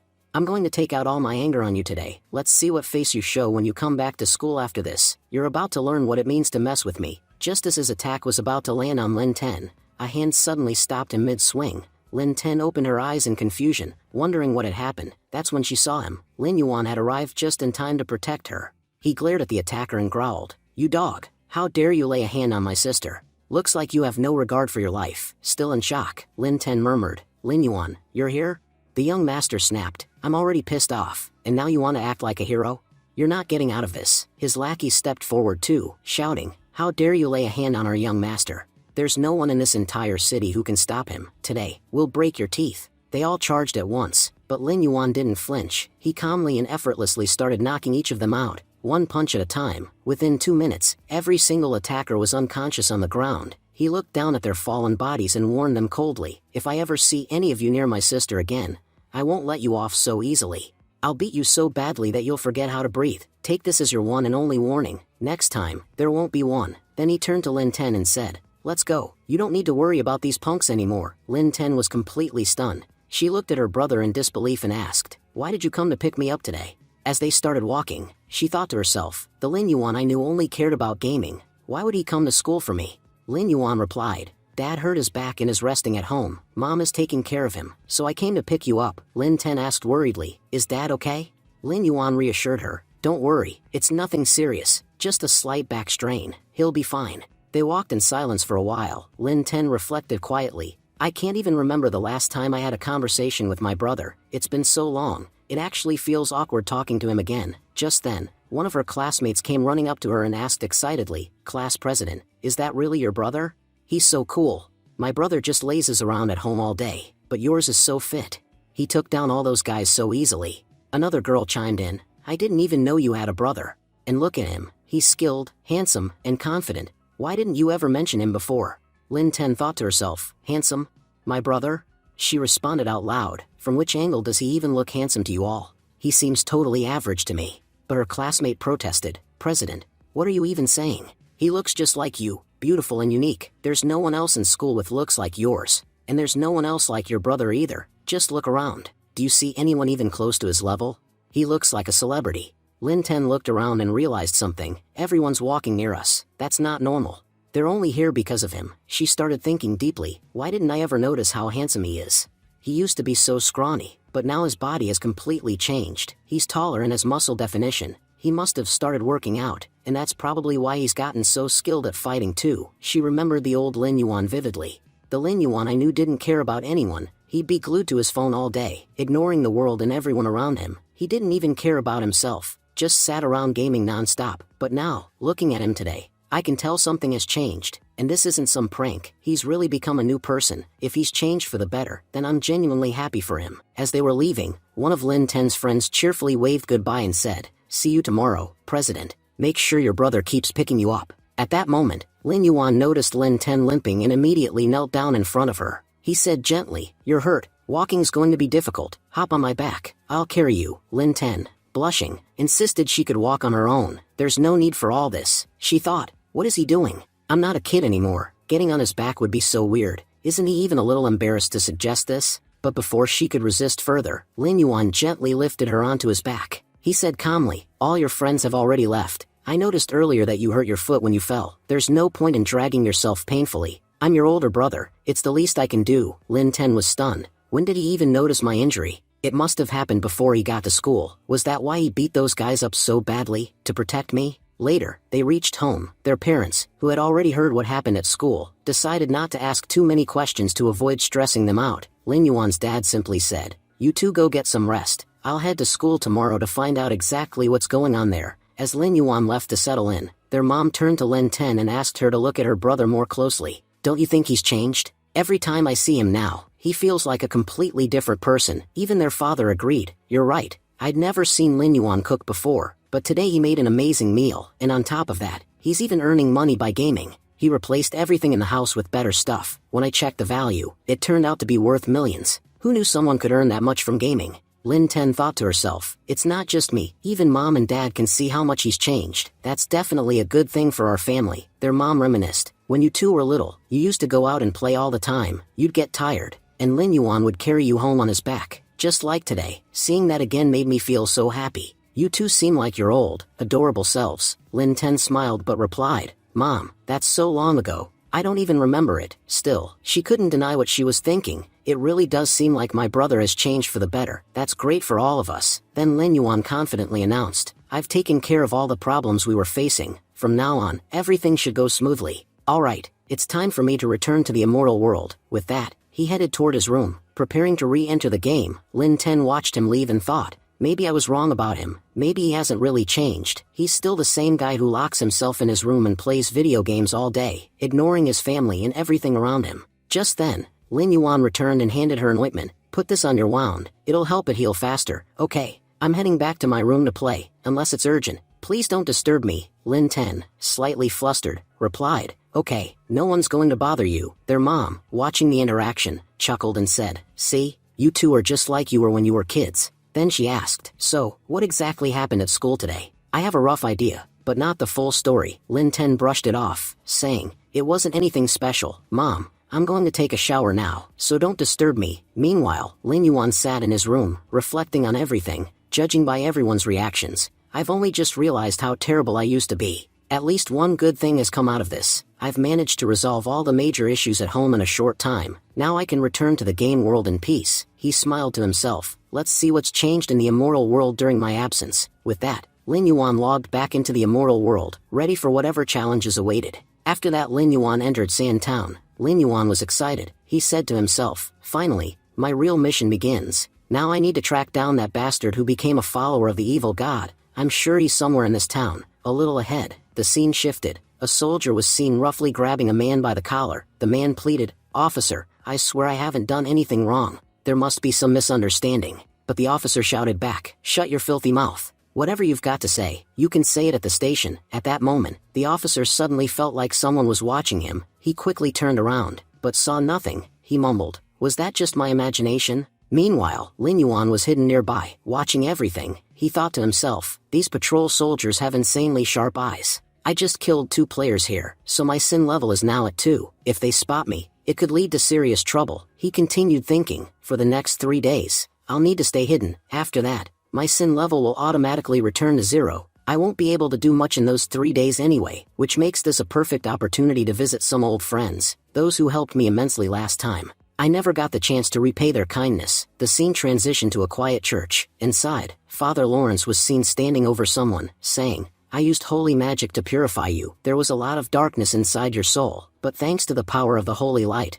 I've cleansed it. From now on, walk the path of righteousness. If you stray again, your soul may be destroyed for good. Just then, Lin Yuan arrived and greeted him. Father Lawrence, I'm here to help. I heard there's a patient in critical condition. I believe I have a way to heal him. Please, take me to him right away. Father Lawrence looked surprised and asked, You can really help him? But you do realize we're talking about Night Doug's illness, right? No one has ever been able to cure it. Most people have already given up hope. Lin Yuan replied confidently, Yes, that's exactly what I'm here for. Just take me to him. I'll handle the rest. As they walked, Lin Yuan recalled who the patient was. Doug Wayne, a legendary and powerful knight. He thought to himself, Doug Wayne is one of the strongest knights of the Lion Knight Order. In the Western Desert, you can afford to make enemies with anyone, except a Lion Knight. Mess with them, and you're as good as dead. He continued reflecting, back in my past life, when I was stuck at level 15 and falling far behind everyone else, Doug Wayne was the one who stepped forward to help me. He gifted me a golden tier weapon for free. That weapon was the turning point that helped me rise in the game. If I hadn't had it, I probably wouldn't have survived even my 3rd battle. I owe my life to him. Now, with a chance to repay that debt, Lin Yuan was determined not to waste it. The scene shifted again. Lin Yuan stood next to the ill Doug Wayne and said warmly, Mr. Wayne, don't worry. I'm here to cure you. We'll get all that poison out of your body. Wayne slowly opened his eyes, squinting at the stranger. Who are you? Then, seeing Lin Yuan's level, his expression changed to disbelief. He sat up with difficulty and snapped, Are you joking? I'm dying, and you send me a level 10 newbie? Do you even know how dangerous my condition is? The soldiers in this city have way higher levels than you, and even they couldn't do anything, and you think you alone can fix me? Don't waste my time. Get out of here. Just then, he began coughing up blood. Lin Yuan said calmly, I'm not the one wasting time. You are. Maybe you don't realize how dangerous this poison is. You're surviving only because you're absurdly powerful, but even your strength won't be enough to save you. At best, you have 1 month left. After that, the poison will completely destroy your body from the inside. No one will be able to save you, not even the gods. He continued, You have only 2 options. Accept your death in a month, or accept my offer. If you let me treat you, there's a high chance you'll survive. Life or death, it's your choice. Doug Wayne stared at him and asked, Kid, do you even know what you're talking about? Then he admitted quietly, Yes, I know I'm going to die in a month, but there's nothing I can do about it. He explained, the only known cure for this poison is one thing, 1,000 grams of fat from a rotten kill fish. Without it, there's no hope. But that fish, it's nearly impossible to catch. I already sent many of my men to find it. Not a single one returned alive. He looked Lin Yuan straight in the eye. If you've got a death wish, then go ahead. Try your luck in the muddy clay. You'll soon find out why no one's come back with that fish. Just then, a system notification popped up. You've received a request from Doug Wayne. Do you want to accept it? Lin Yuan smirked and thought to himself, That's exactly why I provoked him, to get this request. What are we waiting for? Of course I accept. The system announced that this was the gold development quest. In order to heal Wayne's body, the player would need exactly 1,000 grams of rotten gill fish fat. It warned that there was only 1 month to complete this task. Lin Yuan, however, confidently claimed that a month was too long. He could finish it in just 5 days. Shortly after, Lin Yuan arrived at Muddy Clay, where numerous fish were swimming around. The system alerted him that these were level 15 rotten gill fish, elite rank monsters. Elsewhere in the desert, a group of players was seen struggling to fight the fish. Their captain warned the others that the fish had extremely sharp teeth. Even a single bite could split a body in two, he said, and stressed the importance of staying far from their mouths. Suddenly, one of the fish lunged and attacked the captain. Injured and overwhelmed, the captain began to scream in pain. His team pleaded for help, shouting that the muddy clay terrain was trapping them, making it impossible to move, and the fish were closing in fast. As the captain was about to be devoured, he thought to himself that no one could save him now. He regretted that despite warning others to stay cautious, he was the one falling into danger. It felt like his end was going to be painfully tragic. Just then, Lin Yuan appeared and threw the captain aside, saving him at the last moment. Lin Yuan told him not to get in his way as he had important work to do. Using Soul Flame, Lin Yuan launched a powerful attack on the fish. He asked mockingly why they even bothered fighting such a monster if they couldn't attack from a distance. Only a fool would try to fight this fish with a sword. The captain, stunned, wondered who this mysterious warrior was. He had already accepted his fate, yet this stranger saved him effortlessly. He concluded that Lin Yuan was no ordinary man. He had to be a great hero. As the captain turned around to thank him, Lin Yuan had already moved ahead to attack. The knight whispered in awe that this man truly was a great hero. Just a moment ago, he stood beside him, and now he was already face to face with the monster. He felt lucky that this hero had arrived in time to save them. Meanwhile, Lin Yuan was thinking to himself that the man was overreacting. He hadn't saved him out of heroism, he was simply in the way. He didn't consider himself a great hero. He was just doing his job. Using more soul flames, Lin Yuan launched a large-scale attack that reduced all the fish's HP by 50 points. The enraged fish all targeted him in retaliation. Lin Yuan smirked and said that this was exactly what he wanted. The foolish fish were walking into his trap. They didn't realize that he wasn't prey, he was the predator. The captain shouted a warning, calling him a great hero again and urging him to be careful. He reminded him that the fish's teeth were extremely dangerous and could paralyze if they bit into his body. But Lin Yuan effortlessly dodged their attacks. He muttered to himself, annoyed, wondering why the man was yelling so much. He could see the fish approaching. The shouting was just making him more anxious. Lin Yuan summoned his sword and remarked that killing the fish one by one was a waste of time. He decided it would be faster to eliminate them all at once. He began slaying the fish rapidly. The captain watched in disbelief, thinking that something insane was happening. Despite having a team of 8, they couldn't defeat even one fish, yet this man was slicing through them like radishes and carrots. Still, the captain reflected, there were a lot of fish here. Even with such immense power, handling all of them alone would be difficult, especially since they could use group attacks, which even powerful warriors struggled to withstand. At that moment, the monsters began forming a group to launch a combined assault. Lin Yuan noticed and said mockingly, "Oh, so now you're going to group up on me?" He laughed, calling it cheating, but if it was a team battle they wanted, he also had a team. He then summoned Giant Wolf, saying it was time to teach them a lesson. He commanded the wolf to use its skill, Howl of the Hungry. As the wolf began howling, the fish around them started becoming paralyzed. Lin Yuan declared that it was now time to finish them, but first, he needed to wear a mask. Without it, getting too close would be dangerous due to the toxic gas emitted by the fish. The system confirmed that the mask was being activated. As long as he wore it, no toxic gas could harm him, but the mask could only be used once. With the mask on, Lin Yuan lunged into battle again, targeting the fish's vital points and killing them rapidly. He remarked that everything was much easier now, and the fish were completely helpless before him. Within moments, most of the fish were dead. One of them tried to escape. Watching it flee, Lin Yuan remarked that its speed was far too slow to run away. If it had been faster, maybe it could have made it, but now, because of its poor speed, death was inevitable. With that, he hurled his sword and finished it off instantly. The observers standing nearby were left stunned. They questioned who this powerful player was, amazed that he had effortlessly wiped out so many monsters. Just as one of them started celebrating, another warned that it was too early to be happy. More monsters were still approaching, and escaping this place while fighting them off would be extremely difficult. At that moment, Lin Yuan ordered his Thunder Scorpion to begin its attack. The Scorpion activated its lightning skills and unleashed a barrage of electric strikes, wiping out multiple fish at once. A shocked onlooker exclaimed that he couldn't believe what he was seeing. He hadn't expected any of this. The level gap between the fish and human players was immense. No normal human should have been able to take them down so easily. As Lin Yuan approached them, he asked who told them he intended to fight all these monsters. He explained that he knew defeating them all would take way too long,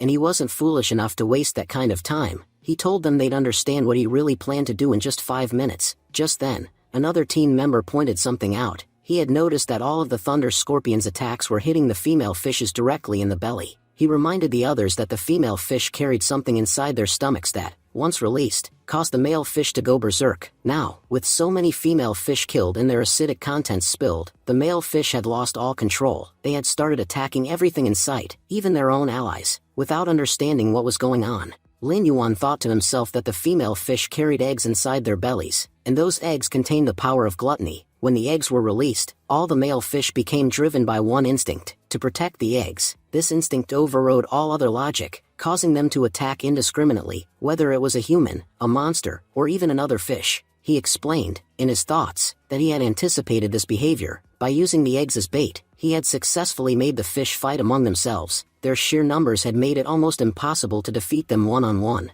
But with clever planning, he had turned the tide. Suddenly, a massive female fish charged toward Lin Yuan. The others shouted in panic, warning him to be careful. The fish seemed particularly furious because of him, and it was much larger than the others. Lin Yuan calmly said he had been waiting for her to show up. Now that she had come out of the mud, he finally had a worthy target. He sent his ghost wolf to attack her, mentioning that he had already dispatched 6 wolves to take her down, but she had still managed to escape their assault. It was a good thing she had come above ground. If she had stayed below, the wolves might never have stopped her. This was the kind of opponent he had been waiting for, someone strong and challenging. Eventually, Lin Yuan sliced the giant female fish into 2 pieces, and safely collected all the eggs from her body. Seeing this, the other players asked in confusion what he intended to do next. Lin Yuan warned them to step away from the rock they were hiding behind and instead take cover near the large boulder behind it. He told them he was about to do something extremely dangerous. As they moved away, the giant wolf placed all the collected eggs on top of a cliff and let out a loud roar, drawing the attention of all the male fish nearby. The moment their attention shifted, they completely lost control and charged toward the cliff. Lin Yuan thought to himself that everything was unfolding exactly as he had planned. The fish, acting without thinking, were rushing toward the eggs, and once they were all out in the open, eliminating them would be much easier. One of the players standing behind finally understood the strategy. He realized that Lin Yuan had used the female fish's eggs to lure all the male fish toward the cliff. Now, with them gathered in one spot, they could be wiped out all at once. He praised the great lord, calling him not just a brilliant fighter but also a strategic genius. Lin Yuan declared that now that the male fish were out in the open, he didn't even need to get involved directly. He ordered the kobolds to attack and finish them off. We then saw the kobolds swiftly killing the grounded fish. A shocked knight pointed out that the fish hadn't given up yet. They were releasing poison from inside their bodies as a final act of retaliation. Lin Yuan explained that this was exactly why he had told everyone to stay away. The air was already contaminated with poison, and now the male fish were releasing even more. The atmosphere had become toxic and extremely dangerous for humans. He warned that if any of them accidentally entered within a 5-meter radius of the fish, they'd definitely be affected. The most interesting part? Lin Yuan noted that the fish's blue poison was so dangerous that even they weren't completely immune to it. The poison they had released to kill others would eventually end up killing them too. Filled with relief, the remaining players rejoiced. Just a short while ago, they had believed they had no chance of survival, but thanks to the Great Lord, they were all still alive. Every fish in the area had been completely wiped out. As Lin Yuan continued walking forward, he muttered to himself that he only had one task left in this place, completing his quest and gathering loot. He also thought it was time to remove his mask since it had already helped him enough. At that moment, Lin Yuan took out his absorbing pot, thinking to himself how expensive it had been to purchase it. The unfortunate part was that he could only use it once. Still, he consoled himself by saying it would be worth it to fulfill Doug Wayne's request. The system notified him, "You have collected 100 grams of rotten gill fish oil." It explained that the oil had extraordinary healing effects. It could heal the body even after severe positive attacks. Lin Yuan admitted he had completely forgotten that killing these many fish would result in a reward. He was soon informed by the system that he had received an item called the Joker's Nose,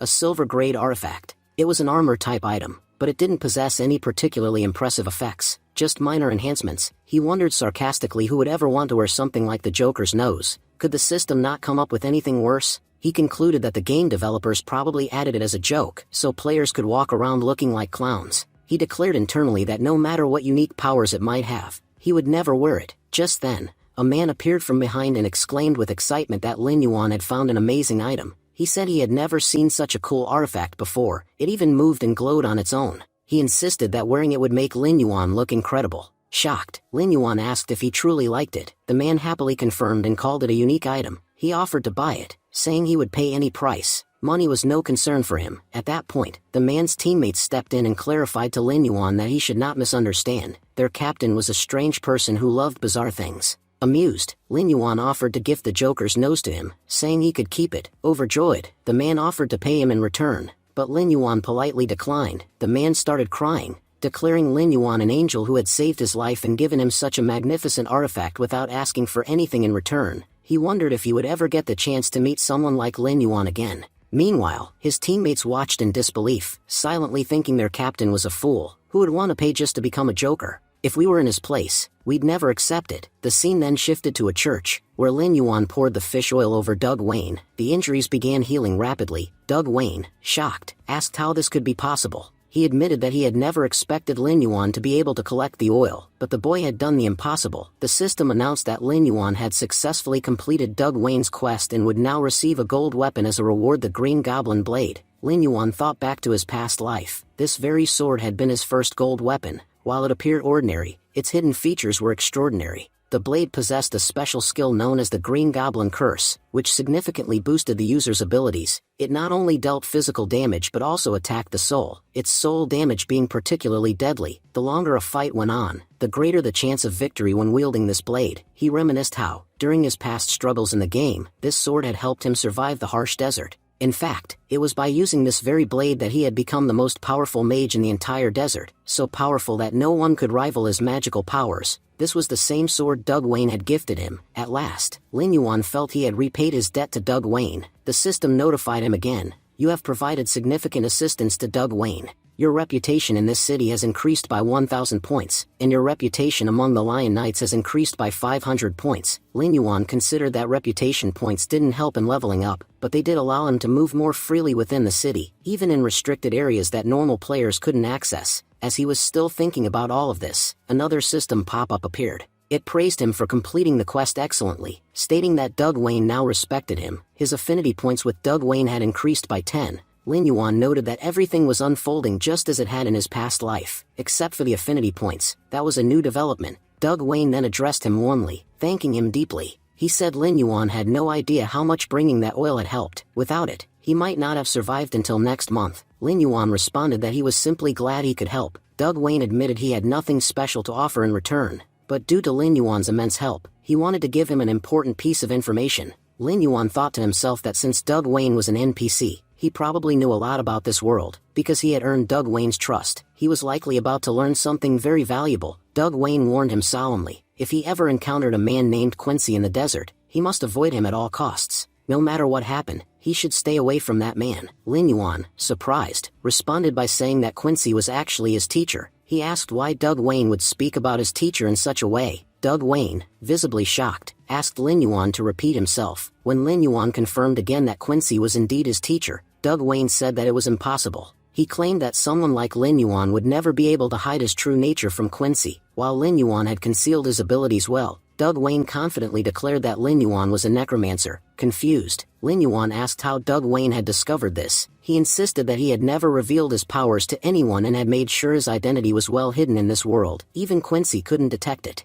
So how could Doug Wayne have known? Doug Wayne explained that before he was poisoned, he used to work for a group called the Lion Knights. The Lion Knights were directly commanded by the Emperor himself, and no one else had the authority to issue them orders. They carried out several secret missions for the country, one of which was to eliminate necromancers. To aid in this task, they were taught a special skill called darkness perception. This ability allowed them to detect the dark aura inside necromancers whenever one passed nearby. The closer a necromancer was, the more clearly they could sense them. Doug Wayne said that because Lin Yuan had been standing very close to him recently, he had been able to clearly sense the dark energy emanating from him, which confirmed that Lin Yuan was a necromancer. Lin Yuan then realized something. This meant Doug Wayne had known his secret identity for some time. He asked why. Even though he had been near him a few days earlier, Doug Wayne hadn't mentioned anything back then. Thinking to himself, Lin Yuan admitted he had never even heard of darkness perception. He had no idea that such a skill existed in this world. He was even more shocked to learn that necromancers were hunted in this world. As far as he knew, no other class was treated this way. Now, he was determined to find out why being a necromancer was considered such a threat. Doug Wayne responded calmly. He said that during Lin Yuan's earlier visit, he had been too weak to use his powers properly due to the poison,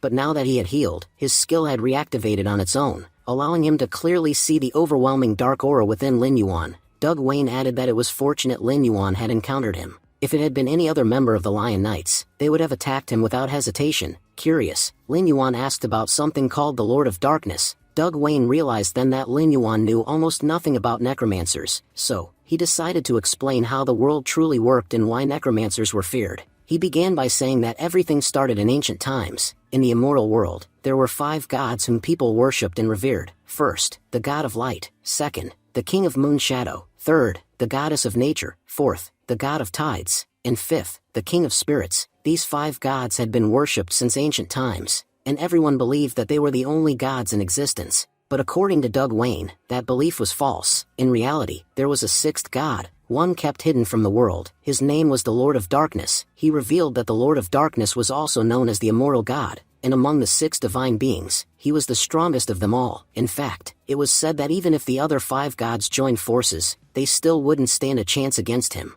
Doug Wayne explained that whenever someone possessed such overwhelming power, they naturally did whatever they pleased. The Lord of Darkness was no different. He was immensely proud and arrogant about his power, and in this world, he acted solely according to his own will. The other gods were not nearly as powerful, and as a result, neither were their followers. But the Lord of Darkness loved his followers deeply. He blessed his most loyal servants with immense dark power so potent that they could dominate other sources of magic. That was how a new class was born, necromancers. Unlike any ordinary class, necromancers had unique abilities. They possessed physical power like warriors and could also perform magic like mages. However, the dark powers they harbored eventually corrupted their souls. They began to see themselves as gods and acted with unchecked arrogance. Doug Wayne said the world had suffered greatly because of the followers of the Lord of Darkness. The bizarre powers of the necromancers had caused mysterious diseases to spread, plagues that killed countless innocent people, and to make things worse, the necromancers themselves became increasingly violent and destructive. They didn't just kill people, they enslaved their souls. They turned them into undead beings to serve them. Because of this, their very existence brought disaster after disaster upon the world. Humanity was falling apart. Eventually, the kingdoms realized that while the Lord of Darkness gave people great power, if the common masses began to follow him, it would lead to the world's destruction.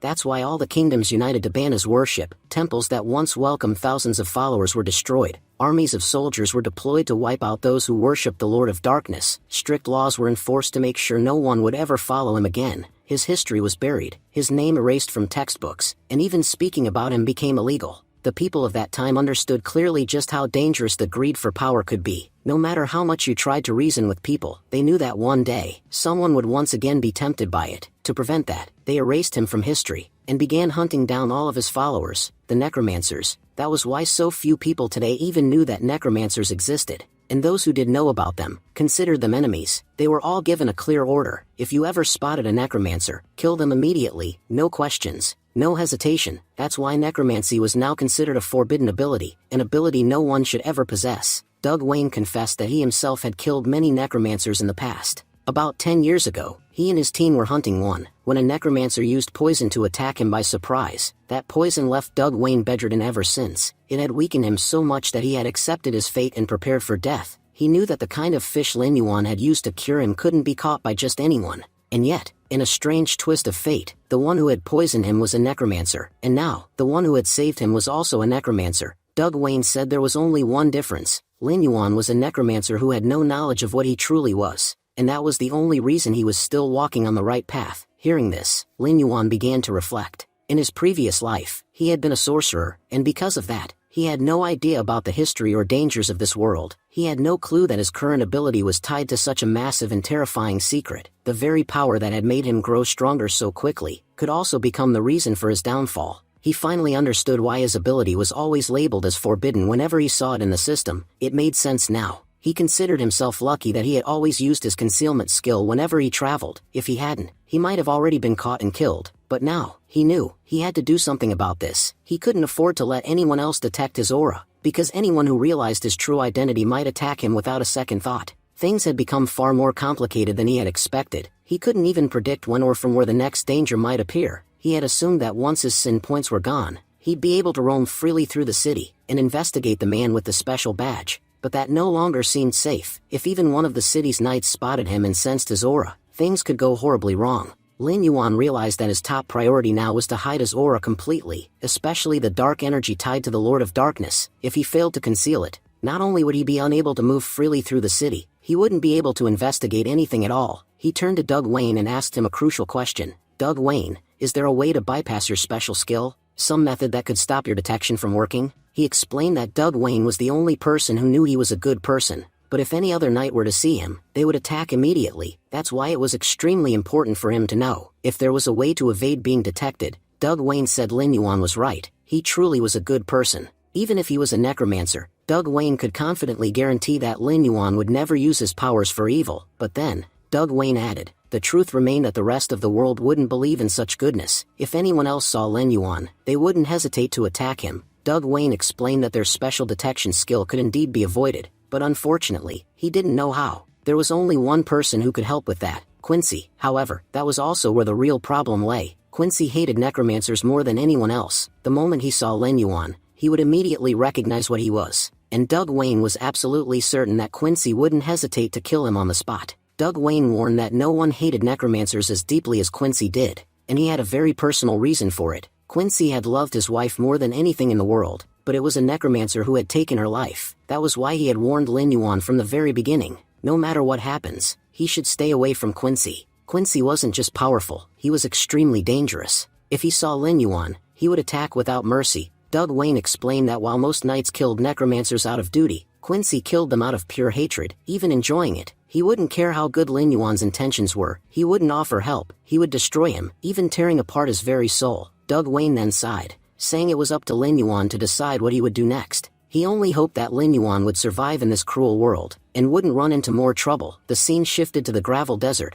Walking through the desert, Lin Yuan remembered Doug Wayne's words. Doug Wayne had said, Lin Yuan, don't be crazy. I already warned you, but you're still going to Quincy. I'm not joking. He's extremely dangerous. The moment he finds out you're a necromancer, he'll tear your soul in half. All of us knights used to kill necromancers because it was our job, but Quincy did it out of deep personal trauma. No matter how good your reason is, he won't help you. Lin Yuan replied that he had no other choice. He was already standing at the crossroads between life and death. At this point, he might as well try at least once, before dying. Back in the present, Lin Yuan then reflected on the dark energy within his body. Because of it, he couldn't enter any city freely. Every city had numerous knights, and he had no way of knowing when or where one might spot him. The real issue was that he couldn't even leave the desert and enter a new region. If his forbidden class was causing problems here, there was a good chance it would cause even worse problems in other maps too. That's why he had to solve this matter as quickly as possible. He didn't have any time to waste. If he kept wasting time on these distractions, when would he finally become powerful? He didn't know what the man with the mysterious badge was doing, or how powerful he had become.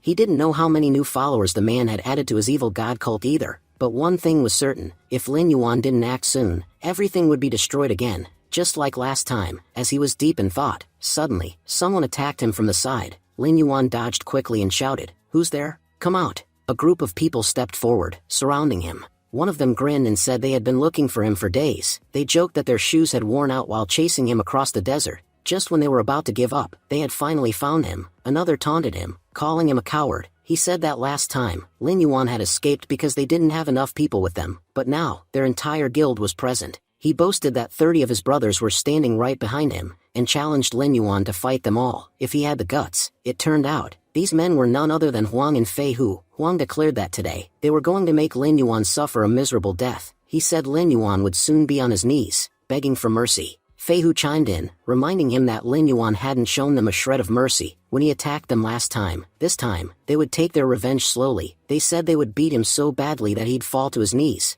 crying and begging for forgiveness. He would plead for them to end his life. And the worst part? They wouldn't kill him. They would make sure Lin Yuan experienced a pain worse than death, something he could never have imagined. As he said this, Fei Hu began live streaming the fight. Meanwhile, in real life, viewers were commenting that it looked like the Bloodstained Guild was streaming again. One remarked that someone was definitely going to get killed by them today. Fei Hu addressed his viewers, claiming they were about to witness how his guild exacted revenge. He announced that they were about to tear a man into 1,000 pieces. As soon as he said this, the viewer count started increasing rapidly. Those watching the stream assumed that the Bloodstained Guild had found a newbie to bully. With 30 guild members ganging up on one person, many believed the newcomer stood no chance. No matter how strong he was, they called it unlucky for someone so handsome to get caught in this situation. A few even said that such a good-looking guy was about to die for no reason. Lin Yuan then calmly responded that both Huang and Fei, who had been beaten like dogs the last time, he had thought they'd learned their lesson, but apparently not. He remarked that someone had rightly said, "Spare the rod and spoil the child." Lin Yuan said that he had cut off 2 empty-headed fools that day, and now, he'd have to take down 30 more. He smirked, saying it wasn't a problem, at least he'd finally get a warm-up, which he hadn't had in a while. Stream viewers were surprised by Lin Yuan's attitude. Despite knowing he was about to be killed, he was still acting cool and showing no signs of fear. Huang yelled at his men,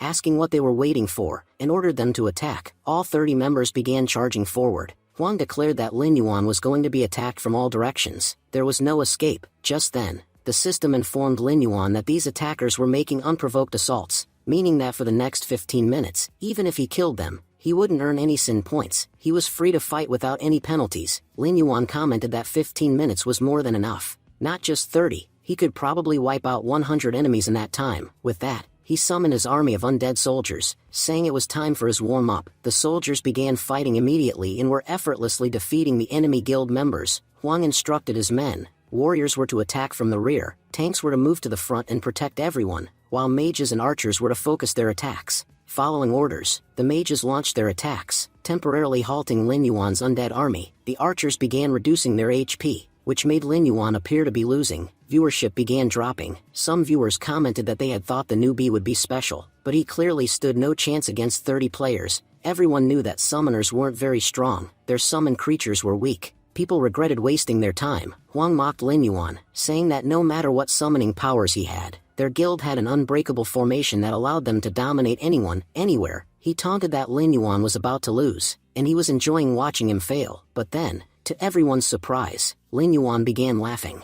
He asked sarcastically if they were really waiting for him to lose, because they might be waiting forever. Huang was confused. Despite clearly losing, Lin Yuan was laughing. That's when the ground beneath the mages began to crack and collapse. The mages panicked, asking what was happening, realizing something underground was pulling them in. Suddenly, Lin Yuan's summoned kobolds erupted from beneath the earth, launching surprise attacks and taking down Fei Hu's men from all directions. Huang and Fei Hu were stunned. Just moments ago, they had been clearly winning, but now they were being overwhelmed by Lin Yuan's undead forces. The viewers were just as shocked. They wondered if these undead could think for themselves. When the frontal attack failed, they counterattacked from below with perfect coordination, better than what most elite guilds could manage. It became clear to them, Lin Yuan was no newbie. The Bloodstained Guild had seriously messed with the wrong guy. They had talked about killing him. Now it looked like they would be the ones dying today. As Lin Yuan began dominating, the viewer count started climbing again. Some mages commented that Lin Yuan's attacks were insanely dangerous. His weapons were even reaching behind their defenses. They needed to heal immediately or else they'd all be dead within moments. As they began to heal themselves, Lin Yuan attacked again, catching them off guard. He reminded them that he wasn't there for a party, he was there to kill them. Just then, an invisible assassin tried to sneak up on him, but Lin Yuan noticed, and before the enemy could strike, he launched a deadly counterattack. As the enemy emerged from the shadows, he said, "How did you know I was behind you?" Lin Yuan calmly replied that only a fool would try to hide in the sand and think they were invisible. Everyone knew that stealth was useless in such terrain. Meanwhile, the battle was clearly turning in undead's favor. Members of the guild began to panic. They were exclaiming how powerful the enemy was, stronger than they had ever expected. Every tanks had already been killed, and now, fewer than 10 of them remained standing. Frustrated, Fei Hu spoke up angrily. He said that last time, they didn't have much manpower, so even after losing, it didn't feel too bad. But this time, if I lose even with so many of us here, how will I ever face the world? Determined not to be humiliated, he declared he wouldn't go down without a fight. He would battle Lin Yuan himself. Fei Hu charged forward, shouting that today, he would personally sever Lin Yuan's head. Unfazed, Lin Yuan unsheathed his sword and said coldly, "Let's see who actually ends up killing whom today." He launched a green goblin curse attack toward Fei Hu. Taken aback, Fei Hu yelled in shock. He had never seen anything like it.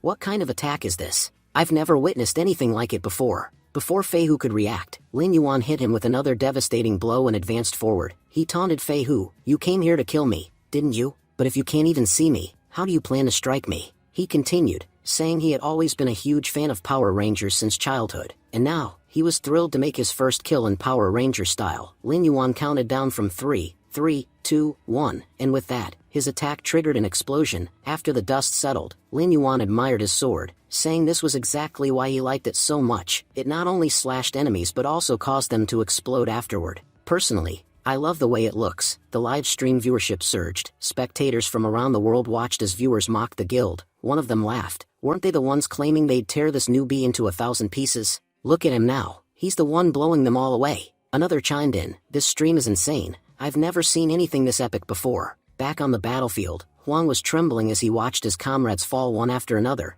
He said he couldn't believe what was happening. His entire guild, which he had built so carefully over time, was being decimated by a single player. He muttered in disbelief. I met him just a few days ago. Sure, he was powerful, but not powerful enough to defeat us all. What's happening in this game world? How can one person be so strong? Fei Hu added that it didn't even feel like he was fighting a player. It's like I'm facing the strongest demon from hell. He doesn't care about anything. He just kills. Just then, Lin Yuan turned toward Huang, who immediately panicked. He pleaded for his life. Please, don't kill me. I'm sorry for bothering you. From now on, my guild and I will never cross paths with you again. Please forgive us, just this once. But Lin Yuan didn't stop. He walked straight toward Huang and drove his sword into his head. He coldly said, You liked seeing others tremble in fear, didn't you? You enjoyed killing them, so tell me, how does it feel now to be on the receiving end? If you enjoyed watching others suffer, you must be enjoying this too. And with that, he finished Huang off. Lin Yuan then looked down at him and muttered, People like you, it's better if you're not powerful. Otherwise, you'd just become a threat to humanity. As he scanned the area, Lin Yuan noticed a bee-like bot still live streaming the entire event. Oh, I almost forgot. We have an audience. Honestly, I'm not a fan of attention. I prefer peace and quiet. Then, without hesitation, he destroyed the bot as well. Now this place finally feels better. This is the kind of peace I like. The scene shifted to a massive building where people were still buzzing about Lin Yuan. They were amazed. That guy was so cool. After destroying the guild, he even took down the streaming bot. And did you hear what he said at the end? He just wanted peace. Another remarked, The most incredible part is that such an amazing player has appeared, and yet we know nothing about him. A few others recalled that they might have seen this player before. Isn't he the one who defeated the first world boss of the game? No doubt about it. He's the hero of Gravel Desert. Many were becoming his fans. Someone even mentioned that the mercenary guild had sent him a S-rank invitation to join. The scene shifts, and we see a guy who is reading the game stream's chat. He whispered, Lin Yuan, I'll remember you. We'll meet very soon. Scene shifts to Gravel Town.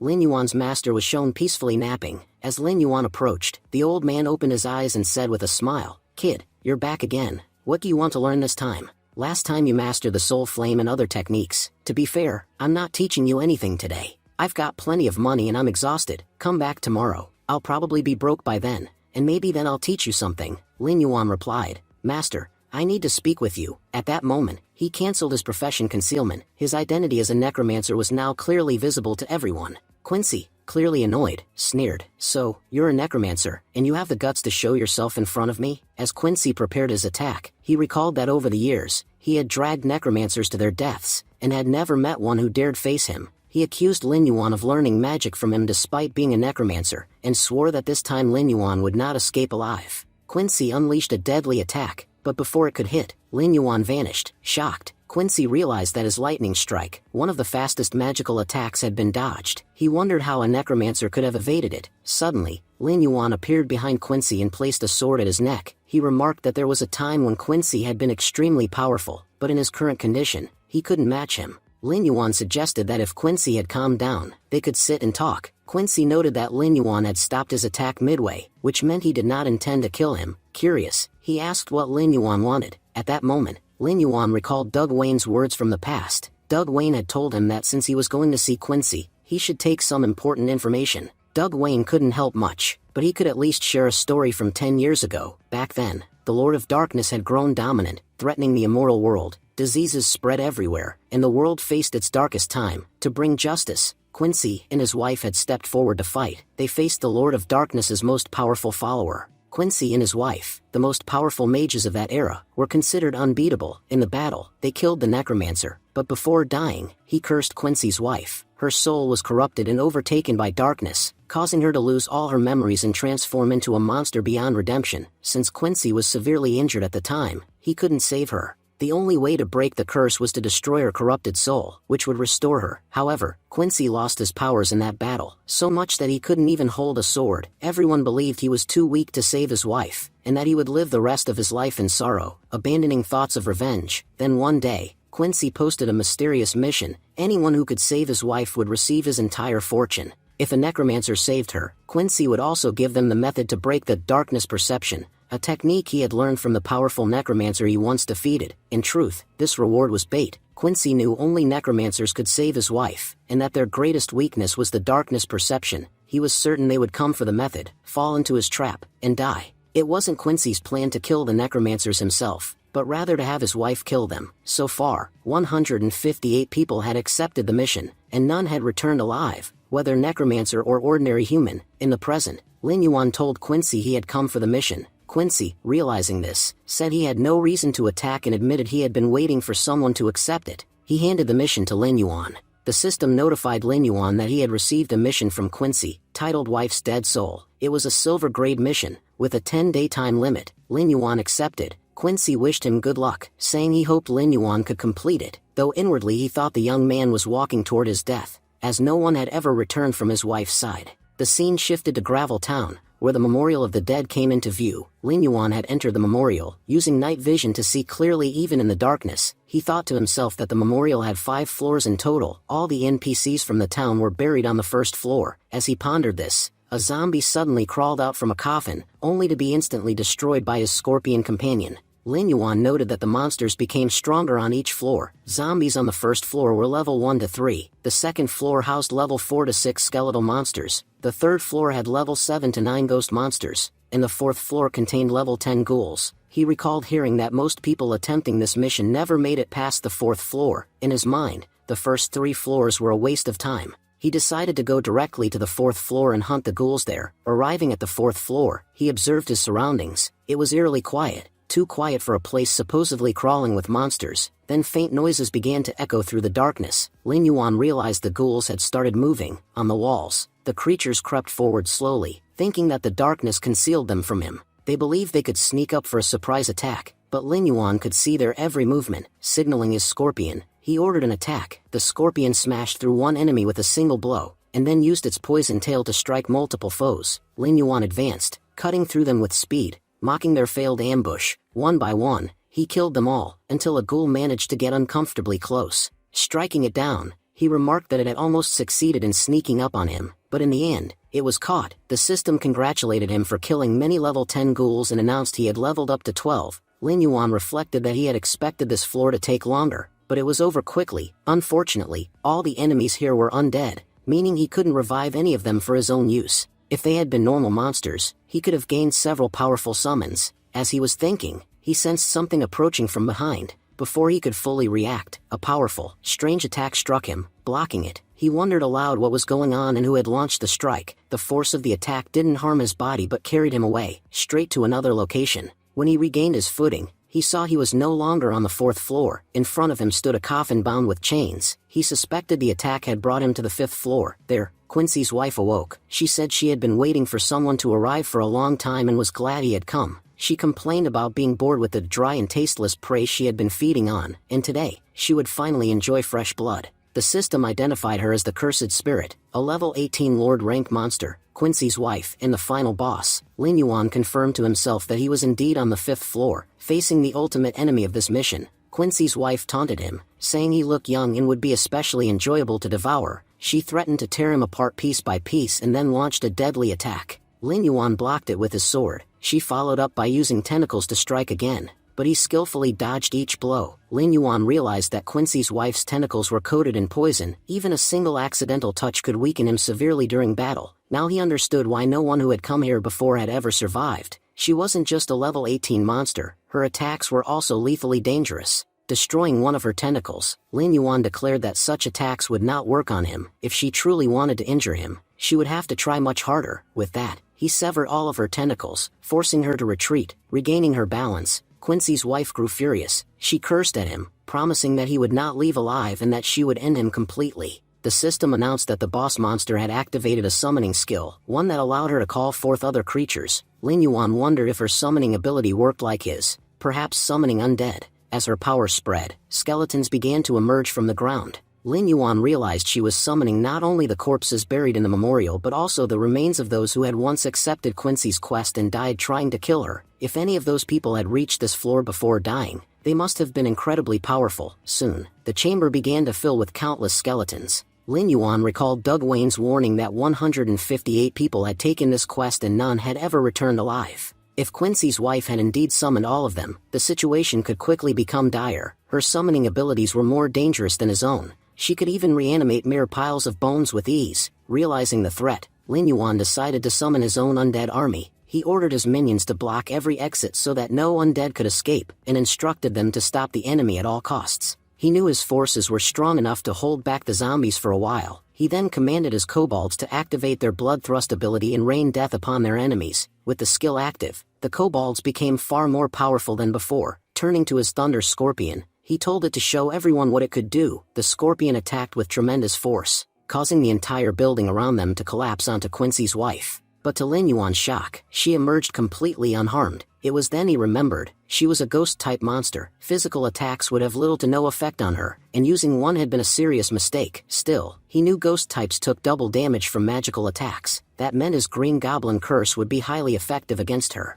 With that thought, Lin Yuan unleashed the Green Goblin Curse at Quincy's wife, but she dodged every strike with incredible speed. Lin Yuan realized something was wrong. His attacks weren't landing, even though in their earlier encounters her speed hadn't been this high. It seemed she had grown much faster, now evading everything effortlessly. He worried that his Green Goblin Curse might not affect her at all. Meanwhile, his undead soldiers were barely holding back the zombie monsters outside. If even one door broke and they poured in, fighting here would become impossible. He knew he had to defeat Quincy's wife before that happened, because if she fell, the rest would automatically collapse. Determined, Lin Yuan pulled out a ring he had received after killing the Thunder Scorpion. Back then, he hadn't known what use the Thunder Ring would have, but now it seemed invaluable. The system informed him that the ring could paralyze any enemy for 5 seconds. Lin Yuan thought that 5 seconds would be more than enough. He clenched the ring in his fist, activated his venom, and struck Quincy's wife with a fierce blow. She had expected a physical attack and didn't bother to dodge. Her greatest mistake. The system confirmed that the target was paralyzed. Seizing the moment, Lin Yuan ordered his Green Goblin Curse forward. The curse hit her squarely, sending her flying and inflicting heavy damage. For the first time in a long while, Lin Yuan felt he was finally winning.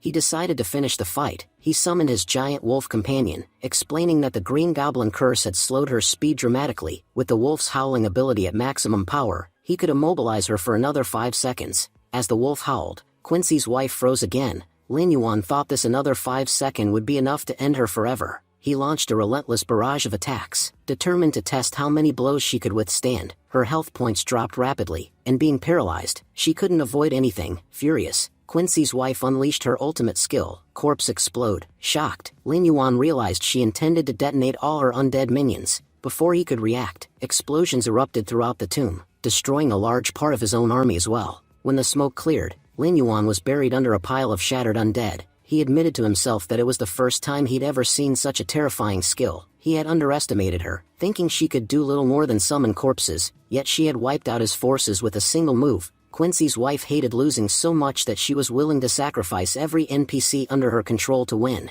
After the blast, only 3 of Lin Yuan's soldiers remained alive, the strongest of their class. Every weaker unit had been annihilated. He reflected grimly that this battle had cost him dearly, and if he didn't gain something worthwhile by killing her, his losses might never be recovered. As the fight continued, Lin Yuan urged Quincy's wife to give up, saying there was no point in struggling any longer. He admitted he knew she still had a pure soul within her, and for that reason, he asked her to calm down and accept her end. For her own good and for everyone else's, Lin Yuan unleashed the Green Goblin Curse once more, and this time, all his attacks struck Quincy's wife directly. Her health points began to plummet rapidly. The system announced that the boss monster had taken heavy damage, and had only 300 HP remaining. Moments later, the system updated again. Her HP had fallen to 200. Finally, after another round of attacks, her health reached 0, and she collapsed on the spot. The system congratulated Lin Yuan, declaring that he had defeated the tomb boss, and awarding him 800 experience points as a reward. Looking around at the battlefield, Lin Yuan reflected that everything was finally over. The place, which moments ago had been a war zone, now lay in ruins. Just then, he noticed something behind him. The true spirit of Quincy's wife appeared. She thanked the young hero for freeing her soul, saying he had done her a great service. Her spirit transformed into a ring. The system identified it as the ring of a loved one, explaining that it could never be sold because it was Quincy's engagement ring. Lin Yuan wondered aloud whether this was truly his reward. After such a long and dangerous fight, after risking his life so many times, was this all he had gained? He admitted he had expected something far more valuable. What practical use could such a ring even have? But then, a book materialized before him. Seeing it, Lin Yuan smiled, realizing that a quest this difficult could never have such a trivial reward. The system revealed that it was a gold-level skill book called Corpse Explosion, a technique that only a necromancer could learn. Lin Yuan was astonished. This was the same skill Quincy's wife had used to obliterate his undead army. He thought that if even one of her zombies had been close to him during that blast, he would have suffered serious injuries as well. He admitted that it was an extraordinary ability, one of the best he had ever seen. Reflecting further, Lin Yuan pointed out that he himself was a necromancer, yet he didn't possess such a skill. He recalled Quincy saying that the man he had killed was an important servant of the Lord of Darkness. Perhaps this explained why she had been granted such a rare and powerful ability. The system announced that the skill book was being imprinted into Lin Yuan's memory. He now possessed the corpse explosion skill, which could be used every 10 seconds. At the cost of 100 mana per use, Lin Yuan reflected that although using the skill would require sacrificing his own soldiers, it would be extremely useful against powerful enemies. He admitted to himself that this journey had been highly profitable. Later, Lin Yuan returned to Gravel Town and showed Quincy the ring he had obtained. Shocked, Quincy recognized it immediately as the engagement ring he had once given to his wife. He explained that when a soul is sealed, it loses all memories, but the fact that Lin Yuan now held this ring meant that Quincy's wife had been freed, and she must have personally given it to him. With visible sadness, Quincy regretted that he hadn't been able to witness his wife's soul being set free. Still, he found comfort in knowing that she was no longer suffering after years of torment. Lin Yuan reassured him that her soul was at peace, likely resting in heaven. Moved to tears, Quincy thanked Lin Yuan deeply. He admitted that he had never imagined bowing his head to a necromancer, a class he had always despised. Every time he encountered one, he had felt an urge to kill them, but fate had turned things around. This very necromancer had helped him resolve the greatest regret of his life. Quincy promised never to forget Lin Yuan's kindness, and swore that if Lin Yuan ever needed help, he would be there. Keeping his word, Quincy opened a box and presented Lin Yuan with a special item. As promised, it was something that would help him conceal his identity. The system identified it as the Crown of Darkness. Once worn, it would completely hide Lin Yuan's sin value and suppress any trace of his dark aura, rendering him undetectable by others. Only necromancers could use this item, and it could not be sold. Lin Yuan was astonished. Although the crown wouldn't make him stronger directly, the ability to mask his presence was a tremendous advantage. With it, he no longer had to fear knights recognizing him. Even in the main city, he would be able to move freely without being exposed. The system asked if he wished to equip the Crown of Darkness. Lin Yuan agreed immediately and placed it on his head. With a determined expression, he resolved to enter the city and gather information about the followers of the evil god. The scene shifted to Lin Yuan finally arriving in the main city. He observed that the place had countless guilds, some so powerful that entering them was nearly impossible, while others would recruit anyone passing by on the street. But, as he reasoned to himself, joining weak guilds was meaningless. If he were to join a guild at all, it had to be one of the top 10, as those were the true powerhouses. He speculated that the person he was searching for might be hiding inside one of these 10 guilds. Reaching that person was crucial, because Lin Yuan already knew what this man was planning to do in the next 3 years. Stopping him early would be far better for all of humanity, but Lin Yuan was also aware of how things looked from the outside. To the people of this city, he was a complete newcomer who had only arrived hours ago. Getting into a top guild wouldn't be easy. As far as he knew, those guilds held periodic competitions to recruit new members. He decided he would have to wait for such an opportunity. Just then, something unusual happened. Lin Yuan sensed that someone was following him through the crowded streets. He quickly slipped away from the crowd and thought to himself, "Who's the rat tailing me?" The pursuer followed him into a narrow alley, only to find that Lin Yuan had vanished. In the next moment, a sword pressed against the man's neck. Lin Yuan demanded coldly, "Tell me quickly, who are you, and why are you following me?" The man exclaimed in relief, saying, "Finally, after searching for so long, I've found you, God Yuan. You have no idea how much effort I put into finding you." Lin Yuan narrowed his eyes. "So it was you trailing me? I suspected someone was on my tail." The stranger admitted openly, "You were right. I've been following you for the past 5 minutes, and I can't tell you how happy I am that you remember me." Lin Yuan asked, "How do you even know my name?" "As far as I recall, when I saved you last time, I never mentioned it." Standing up straight, the man explained, "It's not just me. A lot of people know who you are now. Anyone who loves this game can't possibly be unaware of you. Everyone saw how you cut down the Bloodstained Guild members like they were nothing. I even watched that live stream myself. People were shocked by your strength, but I knew you were holding back. You could have wiped them out in no time if you'd wanted to. You can't imagine how much effort I put in to find you. Ever since that day, I've been watching streams non-stop, hoping you'd appear again.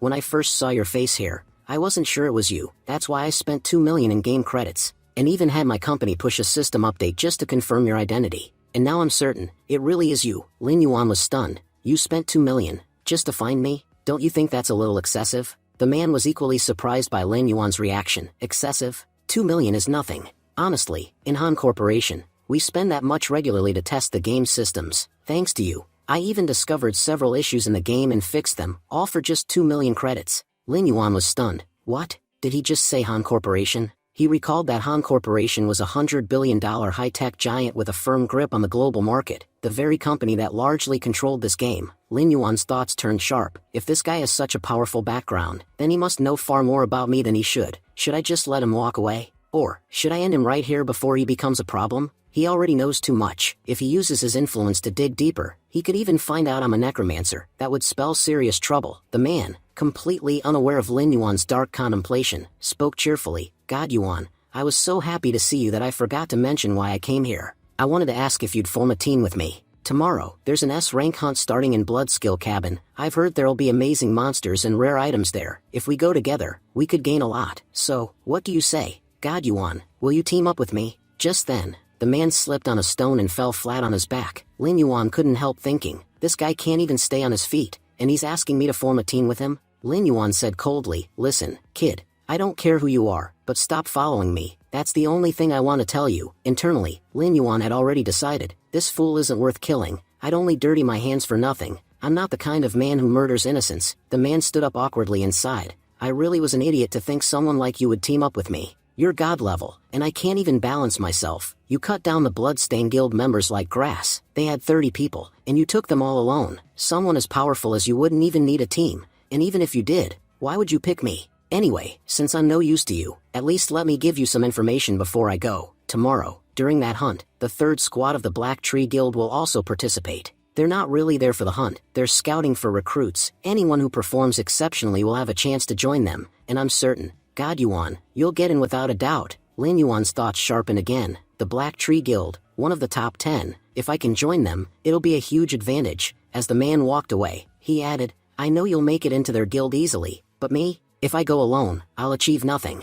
Still, if you join too, I'll be happy just to see you there. Lin Yuan suddenly asked, when does the hunt start? Give me the exact time. The man froze in disbelief. God Yuan, what did you just say? Could you repeat that? Lin Yuan repeated calmly. I said, when does this S-rank hunt begin? Overjoyed, the man practically threw himself at Lin Yuan's feet. It starts tomorrow morning at 8. God Yuan, does this mean we're a team now? Lin Yuan replied firmly, first of all, I'm not God Yuan. My name is Lin Yuan, call me that. Second, before we head out for the hunt, we need to make some preparations. The man was stunned. In his head, he wondered, preparations? Is he talking about buying weapons here? Just then, the scene shifted to the Vulture Bandit camp. As soon as Lin Yuan arrived there, Lin Yuan begins wreaking havoc. Within seconds, he eliminates several vultures. Lin Yuan remarks that even ordinary vultures here are at level 12. He recalls losing his army in the last battle and says that he has come here to gather a new force. Calling out to them, he says, arise, my new soldiers. At his command, a large number of vultures rise to their feet. The system announces that these are vulture bandits, and every single one of them is at level 12. Lin Yuan then says it's time to move forward,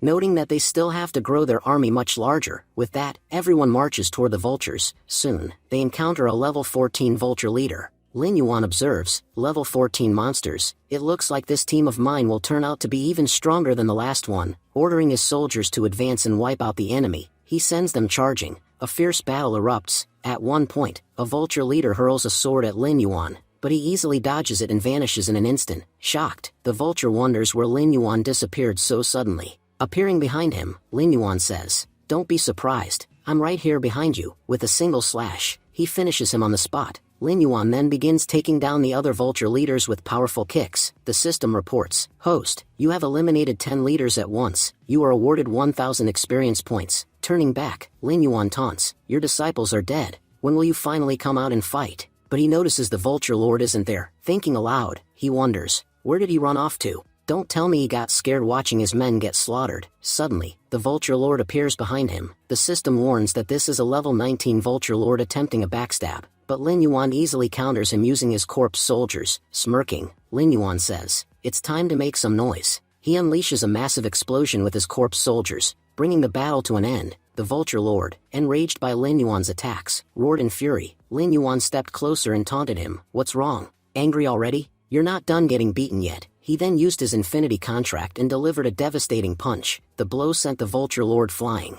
The system chimed in, host, you've killed the vulture lord. Lin Yuan laughed. Now that's power. Just one punch and the fight is over. The system continued, Killing the Vulture Lord has leveled you up to level 13, your Green Goblin Curse is now level 3, and your Chaos Explosion skill has reached level 2. Looking over his skills, Lin Yuan thought, this is incredible. I didn't expect so many rewards just for killing the Vulture Lord. I only came here to recruit some soldiers, but I got much more than that. Tomorrow's hunt is going to be easy. My skills have leveled up, and now I've got an army of over 100 soldiers. The system confirmed. Host, you currently command 130 soldiers, all above level 10. Lin Yuan thought, all my troops are level 10 or higher, and they're being led by a level 19 Vulture Lord. For now, I'd say this is a perfect team. The system added, the Vulture Lord has acquired a new skill, Poison Hand. Lin Yuan realized, so after turning him undead, he gained an extra skill. Last time, the giant wolf I revived got Wrath of the Undead, which boosted his power by 20%. Regular monsters don't gain any new abilities when revived, but every Lord rank monster I've killed so far has unlocked an extra skill. If I kill and revive monsters even stronger than these lords, will I gain even more benefits? This is getting interesting. Just then, the system announced, Host, the S-rank hunt will restart in 2 hours. Smiling, Lin Yuan said, in that case, let's get moving. Scene shifted to Blood Cave. Lin Yuan asked, what on earth are you wearing? Why are you dressed so flashy? Han replied proudly, God Yuan, this is my new armor. What do you think? I spent 50 gold coins to get this made. I even hired the best blacksmith in the capital to forge it. Don't worry, I'll be a big help in the fight today. I won't just stand around like last time. Suddenly, Han's belt snapped, and his pants fell down. Lin Yuan smirked. Han, is this some special feature of your super armor? Honestly, I've never seen armor that takes itself off. This is the most unique armor I've ever seen. Han laughed awkwardly. The blacksmith said this is the latest model, so maybe it has a few glitches, but aside from that, it's amazing. Then Han's helmet slipped off. He panicked. God Yuan, help me. Some monster has blocked my senses. I can't see a thing. Where are you? Please, help me. Stumbling around, Han bumped into someone. Looking up, he said,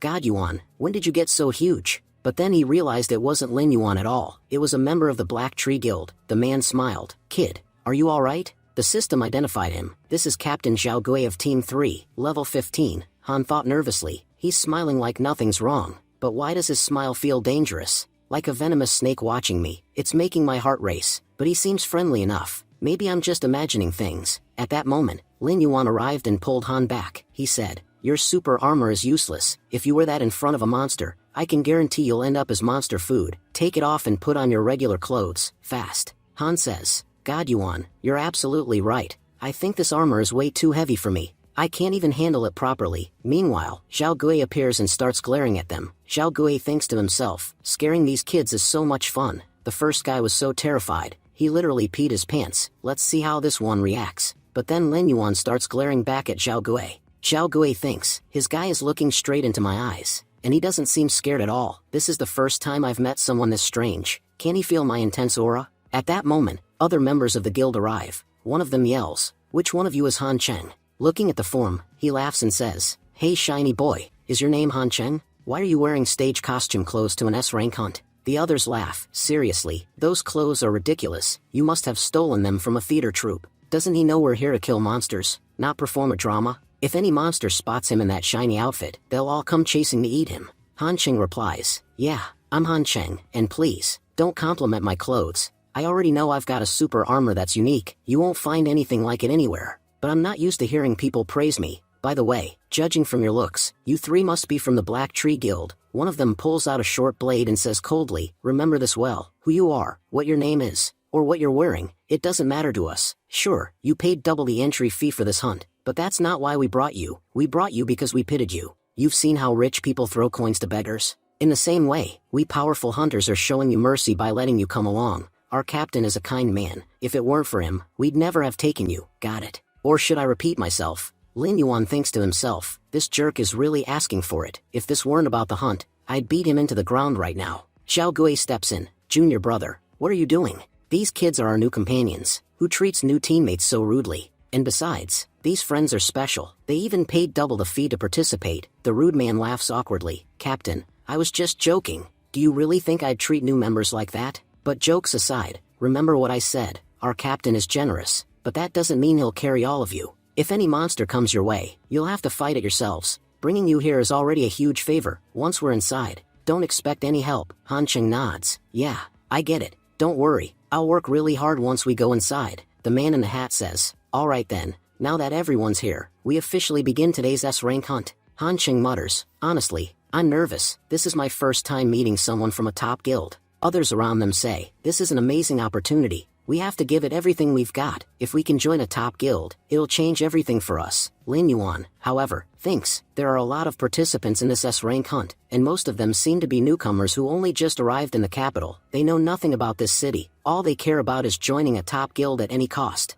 But what they don't realize is, not every guild is good. You have to be very careful before you join any of them. Then Zhao Gui says, alright then, let's go. None of you need to worry about monsters. As long as we're here, nothing can touch you. Just then, Han Cheng suddenly pulls out a flag. Shocked, another guy wonders, what on earth is he doing here? Han Cheng shouts, God Yuan, hurry up. You know there are a lot of glowing slimes inside this cave, so we won't have any trouble seeing. But if we fall too far behind the team, it'll be really hard to catch up to them. As they move forward, the other guy mutters, seriously, this guy is an idiot. Why did he even come with us? Lin Yuan says calmly, Han Cheng, there's no need to rush. I can already see from here that something interesting is going to happen inside. As they head deeper into the cave, they find 3 branching paths. Everyone says in surprise, wait, there are 3 paths here? We've already gone pretty deep, but no monster has attacked us yet. Aren't hyena monsters supposed to live in this cave? Someone calls out, Captain Zhao, there are 3 paths ahead. Which one should we take? Zhao Gui answers,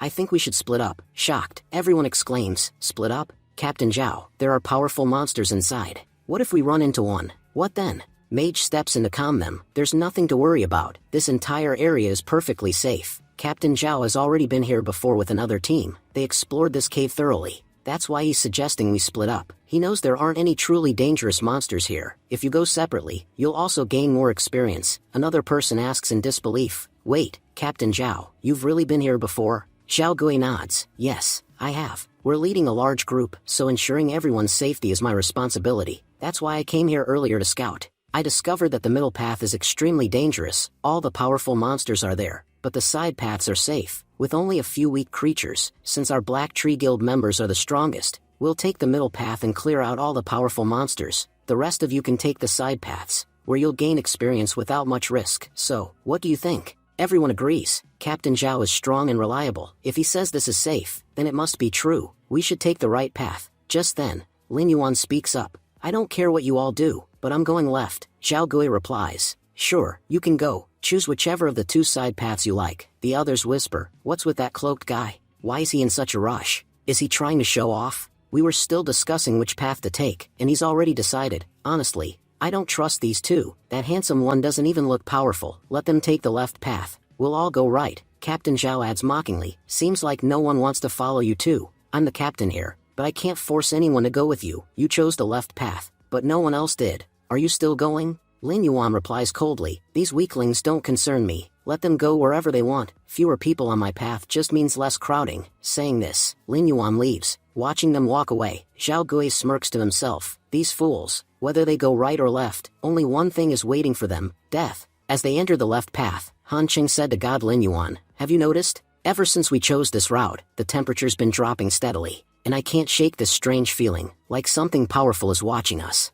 Lin Yuan smirked. So you finally realized it. You're right. A very strong monster has been stalking us since the moment we entered the cave. Han Cheng grew nervous. Wait, you mean a monster's watching us? But Captain Zhao said he already scouted the path and it was completely safe. How could there be monsters here? Lin Yuan chuckled. Han Cheng, are you seriously trusting that bald guy's words? Think for a second. This is a S-rank hunt. Why would he bring newbies into something so dangerous? He's not your tour guide. He's just using us as bait. I can't believe none of you figured that out. Han Cheng hesitated. But, God Lin Yuan says, I know what you're thinking. You're probably wondering why I didn't expose Captain Zhao if I already knew all of this. Lin Yuan tossed a slime forward to clear the path and replied, because I wanted to come here myself and see what kind of interesting creatures were waiting inside. Just then, packs of elite-ranked hyena monsters appeared from deeper within the cave. The scene shifts to the Black Tree Guild. They were effortlessly slaughtering hyenas with their powers. One swordsman laughed. These things are fun to kill. Captain Zhao grinned.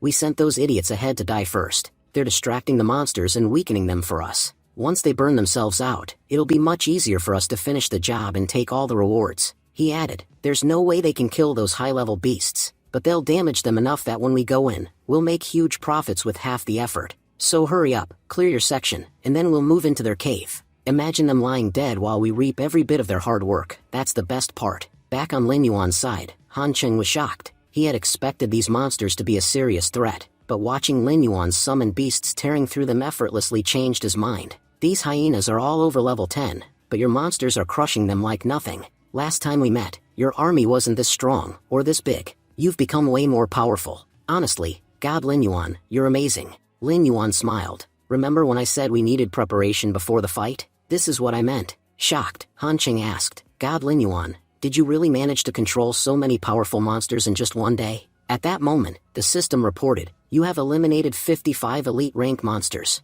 Lin Yuan replied calmly, we've worked hard enough. Now it's time to reap the rewards of that effort. With tears in his eyes, Han Cheng said, God Lin Yuan, to be honest, I'm jealous of you. I know I'll never be able to reach your level of power. Just then, Han Cheng felt the ground trembling. What's going on? Is the earth shaking because of God Lin Yuan? But when he looked over, Lin Yuan was completely absorbed in summoning materials and seemed unaware of the quake. He's too busy. I shouldn't disturb him. I'll go check it out myself. Besides, I haven't been of much help in fighting monsters so far. At least I can take a few down on my own. He followed the source of the tremors and arrived at a spot where the shaking was strongest. But suddenly, the ground went still. What's happening here? Then, without warning, the earth split open and an enormous tongue shot out, lashing toward him. Terrified, Han Cheng thought, what is this thing? Before he could react, the tongue wrapped around him, pinning him tightly. I can't breathe. What should I do? Splitting off from God Lin Yuan was a huge mistake. No one's coming to help me here. But at that very moment, Lin Yuan appeared, slashing the monster's tongue into pieces and pulling Han Cheng to safety. Gasping for air, Han Cheng cried, God Lin Yuan, that monster was huge. We should get out of here immediately. If it comes back, we're done for. As he spoke, the ground cracked apart again, and the massive creature emerged, an iron hyena of Lord rank. Han Cheng shouted, what? A Lord rank monster? Before coming here, I read everything about the Bloodskill Cavern. It clearly said there were only elite rank monsters inside. How could a Lord rank beast appear here? Han Cheng clenched his fists. God Yuan, this is all my fault. That monster came because of me. It's too powerful for us to handle. Listen, leave this place. I'll hold it off for at least 5 minutes. You go. Lin Yuan only laughed. What did you just say? You think this thing is dangerous? This isn't a threat, it's prey. A perfect hunt. Stunned, Han Cheng said, God Lin Yuan, are you serious? That's a Lord rank monster. Lin Yuan grinned. Exactly. And that's what makes it fun to kill. Just stay here for 2 seconds. I'll finish it off. Summoning several vulture leaders at once, Lin Yuan ordered, everyone, throw your sword. Let's see how tough this hyena really is. But the beast used its iron hide to deflect every attack. Lin Yuan thought, it's distracted now. This is the perfect time to strike. He unleashed his green goblin curse, hitting the hyena directly. He thought, after this attack, it shouldn't even be able to stand. But to his surprise, the monster barely showed a scratch. What? My powerful attack barely harmed it. These small moves won't work. If I want to kill it, I need to use something far more powerful, something that ends it in one blow. Angered by Lin Yuan's assault, the iron hyena roared and exhaled a poisonous breath toward him. Han Cheng cried out, God Yuan, dodge it. That breath is deadly. If it even grazes your body, you'll be paralyzed for 5 seconds, and your power will be cut in half. As Lin Yuan quickly retreats, he narrowly dodges the attack. He thinks to himself, this poison spray is seriously dangerous. There's so much venom in it that it even burned the ground. I definitely can't take this monster lightly. Just then, the hyena lunges at Lin Yuan with an iron tail strike. Stepping back, Lin Yuan says, the stronger you are, the happier I am, because I know the more powerful you are, the stronger the summon I'll gain. Come on, Vulture Lord, show him what you can do. Vulture Lord charges forward and attacks the hyena head-on. The collision of their blows releases massive bursts of energy. Han Cheng watches in awe. Could this new monster also be one of God Yuan's summons? Just how many powerful creatures does he have? Seriously, God Yuan, you're incredible. I've never seen anyone stronger than you. Meanwhile, the Vulture Lord uses backstab to slip behind the hyena and lands a fierce strike with his claws. The system announces, this attack will slow the hyena's body for 10 seconds. Infuriated, the hyena lashes out with its tail. Lin Yuan warns, careful, that attack is deadly, but Vulture Lord can't dodge. He's slammed backward through the air. Alarmed, Han Cheng shouts, this monster is insanely fast. Even though the Vulture Lord was moving at incredible speed, the hyena still managed to hit him. Does it have eyes on its back or something? How is it seeing everything behind it? I told God Lin Yuan to leave this monster to me for 5 minutes, but honestly, I couldn't even last one. Lin Yuan narrows his eyes. No, it doesn't have eyes on its back, but now I understand how it blocks every single attack. The Vulture Lord is a level 19 ultra-fast monster. Tracking its movements isn't easy, yet this hyena has countered every strike and launched lethal ones in return. There's only one reason for that. It's hidden inside its body. These hyena monsters are an evolved form of lizard monsters. Their eyes aren't normal, they have dynamic vision. If humans see this world like a 1080p screen, they see it in full 4K. On top of that, their hearing and sense of smell are extraordinary. Even with their eyes closed, they can easily track an enemy's movement. Some even have infinite sensing. They can detect opponents just from body heat and track every motion precisely. That's why a creature like this is incredibly sensitive compared to human opponents. Compared to humans, who aren't particularly fast, this would naturally be very quick. But now that I know exactly what abilities it uses, defeating it will be easier. I just need to set the perfect trap and lure it in. Lin Yuan unleashes a barrage of attacks using Soul Flame. Let's see, if your body is tougher or my fireballs are hot. The hyena roars and charges toward him. Lin Yuan sprints away, grinning. Perfect. Just as I thought, it's completely losing its cool. My attacks have frustrated it so much that it's ignoring everything around it. All of its focus is on me, and it's chasing me like a mad beast. Han Qing frowns. Why is God Lin Yuan running? Is he in danger? Well, that hyena is a lord-level monster. Fireballs won't do much against it anyway. But, if he's really in trouble, why isn't there fear in his eyes? God Lin Yuan is seriously insane. No one spends money like Mr. Beast, and no one shows courage like Lin Yuan. Wait a second, where's he even going? That direction is full of hyena monsters. What is he planning? But Lin Yuan kept sprinting and got dangerously close to the hyenas. Smirking to himself, he thought, this is exactly where that fool is going to lose. He doesn't even realize he's running straight to his death. In the next moment, Lin Yuan used Flash Step to sidestep instantly. The hyena barreled ahead and collided with a group of its own kind. Lin Yuan taunted, "You're big, you're powerful, but you're also incredibly stupid. Trapping you is as easy as giving candy to a child. Even with the monster right in front of you, you chased me straight into this spot. Now you'll find out what happens when things explode." As the hyena lunged at him, Lin Yuan sneered, "You're too late to chase me now." He used his hyena corpses to grab Iron Hyena and unleashed a massive explosion. Lin Yuan said coldly, "I heard something crack. Looks like that armor protecting you just shattered in the blast. Now who's going to save you, monster?" Furious, the hyena attacked again. Lin Yuan laughed, "You're angry. You should be. But anger won't save you. Your death has already been written." Leaping high, Lin Yuan summoned his Vulture Lord. He commanded, "Attack from the left." Lin Yuan himself flanked to the right, thinking, lizards have an amazing sense for detecting their surroundings, but their minds aren't fast enough to track two simultaneous attacks. If both of us strike together, this hyena won't stand a chance. It'll see us coming, it'll track our movements, but it won't be able to do a thing. The Vulture Lord rained arrows, distracting the beast. Lin Yuan praised, "Good work. All we needed was to distract this idiot, and that was too easy. Time to finish this with one final strike. This attack will tear through its health completely." Lin Yuan unleashed a deadly blow. The system confirmed, critical hit on Hyena Lord. HP reduced to 0. You have leveled up and reached level 14. Grinning, Lin Yuan muttered, "Even in death, this hyena gave me a huge profit. Coming here was definitely worth it." After a brief 5-minute break, Lin Yuan's undead army fully recovered its HP. He thought, during the fight, their health dropped significantly, but just a few minutes of rest restored them completely. And now, my Green Goblin Curse has reached level 3, granting me a new ability. If I deal 20% damage to an enemy, I recover 20% of my power, and I no longer need to wait 10 seconds between uses. I can trigger it every 6 seconds. Just as I suspected, killing a Lord-ranked monster gives massive rewards. Lin Yuan continued reflecting, my Green Goblin Curse has also leveled up. If I fight another powerful monster, it might soon reach level 4, then battling these creatures will be even more fun. He admitted there was a downside. I destroyed most of the hyenas I had captured because of the corpse explosion, but it's no big loss. I gained a Lord-ranked monster in return, and this one's level 20. With all its skills, it'll make an excellent shield. For offense, I've got the Vulture Lord. Its speed and precision let me strike anyone. And now, with this hyena, I can defend against any attack. Day by day, my undead army is becoming perfect. All I need now are some powerful healers and support soldiers, and then my army will be complete. Just then, from the side, Han Qing spoke up. "God Lin Yuan, look at this. After killing so many monsters, we've collected some incredible loot. You know, this is the first time in my life I've seen such amazing treasure. I'm telling you, we should pack it up and leave. If we sell this outside, we'll make a fortune. I've never earned this much profit from a single hunt." Lin Yuan replied calmly, "What's the rush to leave? Selling it won't give us nearly as much benefit as staying here. Besides, a few rats are still hiding in their holes. We're not leaving until we wipe them out." The scene then shifts to the central cave. There, members of the Black Tree Guild had already slaughtered a large number of hyenas. Xiao Gi laughed, "This is incredible. We've never killed this many monsters in one hunt before. Honestly, I feel a whole new level of confidence after today, and the best part is, this is only the beginning. Everything we've earned so far is just from our own efforts. The real profit from others' hard work is still waiting for us." Another guild member said proudly, "Captain, you're amazing.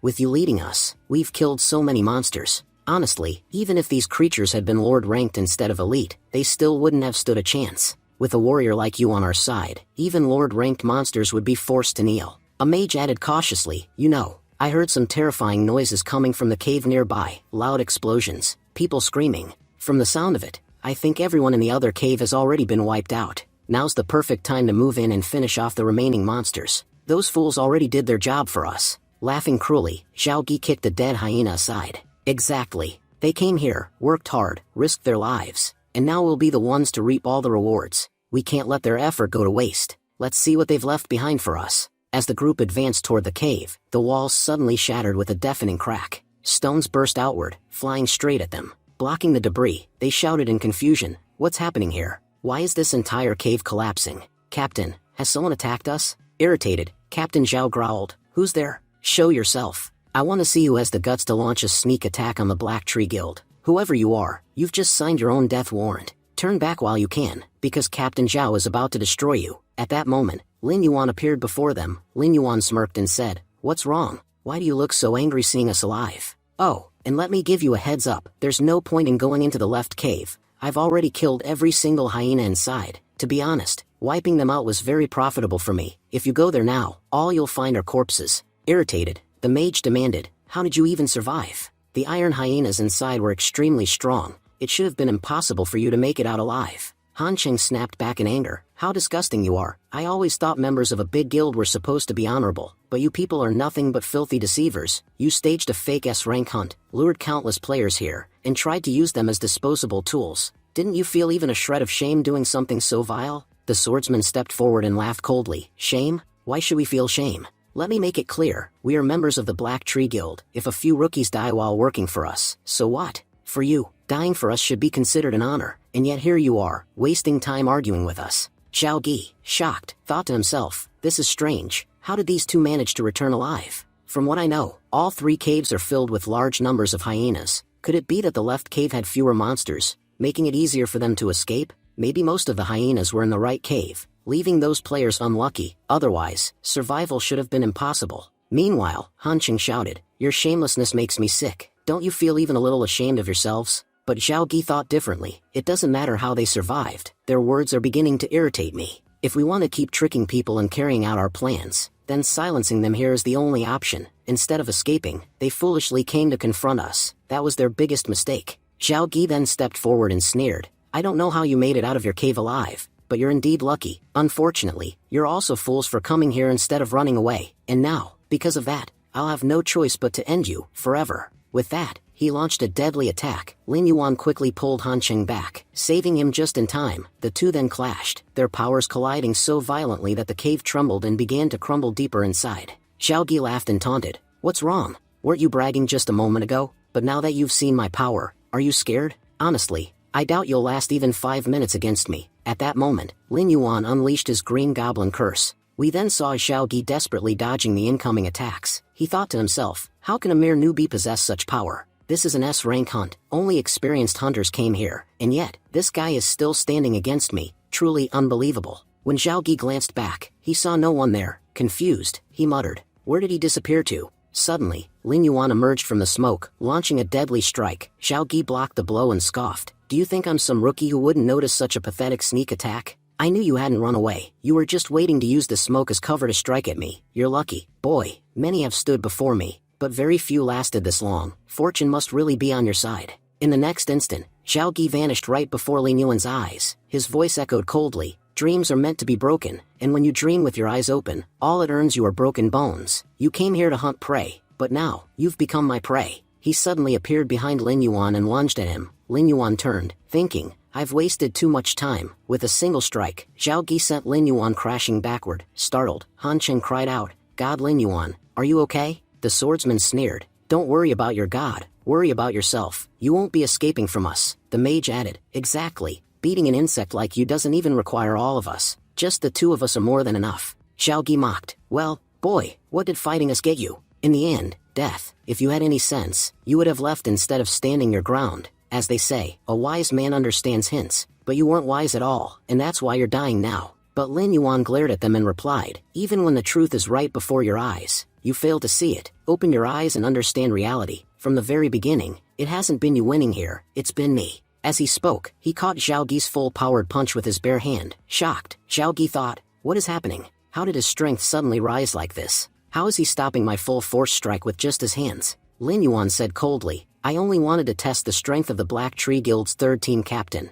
But honestly, you've been nothing but a disappointment. If you're the standard, then your entire guild must be nothing but trash, and I could easily wipe out your whole guild in a single day. Enraged, Zhao Gi roared, you're spouting nonsense. Yet, even as he used all his strength, he couldn't break free from Lin Yuan's grip. Lin Yuan smirked, what's wrong? Use all your strength. A moment ago, when I wasn't even trying, you seemed powerful, but the instant I began using my real power, your strength completely vanished. Where did it go? With that, Lin Yuan lifted Zhao Gi and slammed him to the ground with overwhelming force. Seeing this, even his teammates were left completely shocked. Zhao Gi growled, it seems I underestimated you. If I had known you were this powerful, I wouldn't have wasted time with such weak attacks. But no matter, it's not too late. These next strikes will be enough to finish you off. The three of them then rushed forward together to attack. Zhao Gi shouted, open your eyes wide, this is your end. But Lin Yuan only laughed, my soldiers, awaken. It's time to show these dogs their place. In an instant, Lin Yuan vanished, and his summoned creatures surged forward, restraining the enemies. The guild members, stunned, cried out, what's happening? Where did these vulture monsters come from inside this cave? At that moment, Lin Yuan struck with his green goblin curse, blasting Zhao Gi back through the air. Panicked, Zhao Gi shouted, wait, listen, let me make this clear. The three of us are from the Black Tree Guild. If you kill us, our guild will definitely seek revenge. Don't underestimate them. Even the strongest have been crushed before. Compared to them, you are nothing. Think carefully 100 times before you do anything reckless here. Lin Yuan paused as he felt something gripping his leg. Looking down, he saw Han Qing holding onto him tightly. Han Qing exclaimed, God Lin Yuan, you're incredible. Just a while ago, I was so scared I almost wet myself, but watching your power, it's amazing. I've never seen such a warrior before. Lin Yuan coldly replied, step aside. My work here isn't done yet. Then, turning back to the guild members, he said, you praise the Black Tree Guild so much, but to be honest, it's not as great as it seems. From the outside, it might look powerful, but inside it's full of nothing but scum. Everyone knows that we players, if killed, will eventually return. What really matters are the equipments your guild has given you. Once I kill you and loot everything, how will you explain that to your guild members? They'll be furious with you. So stop worrying about me, and start worrying about what's about to happen to you. Zhao Gi thought nervously, this man is too clever, I should never have provoked him. Desperate, he pleaded, fine. Just tell me what price I must pay for you to let me go. I'll give you anything you want. Lin Yuan answered coldly, what I want is your guild's complete power list. I want to know how many members you have, what their professions are, and exactly what abilities they possess. I want every detail about each one of them. Lin Yuan thought to himself, in my past life, Evil God's very first follower had a strange ability, something no one had ever seen or even heard of before. Because of that, no one knew how to fight him. If this guild has even one member whose powers are unexplainable, then there's a high chance that person is that same follower. Zhao Gi said, why do you even need the power list? What are you planning to do with it? But before he could say more, Lin Yuan stabbed his hand.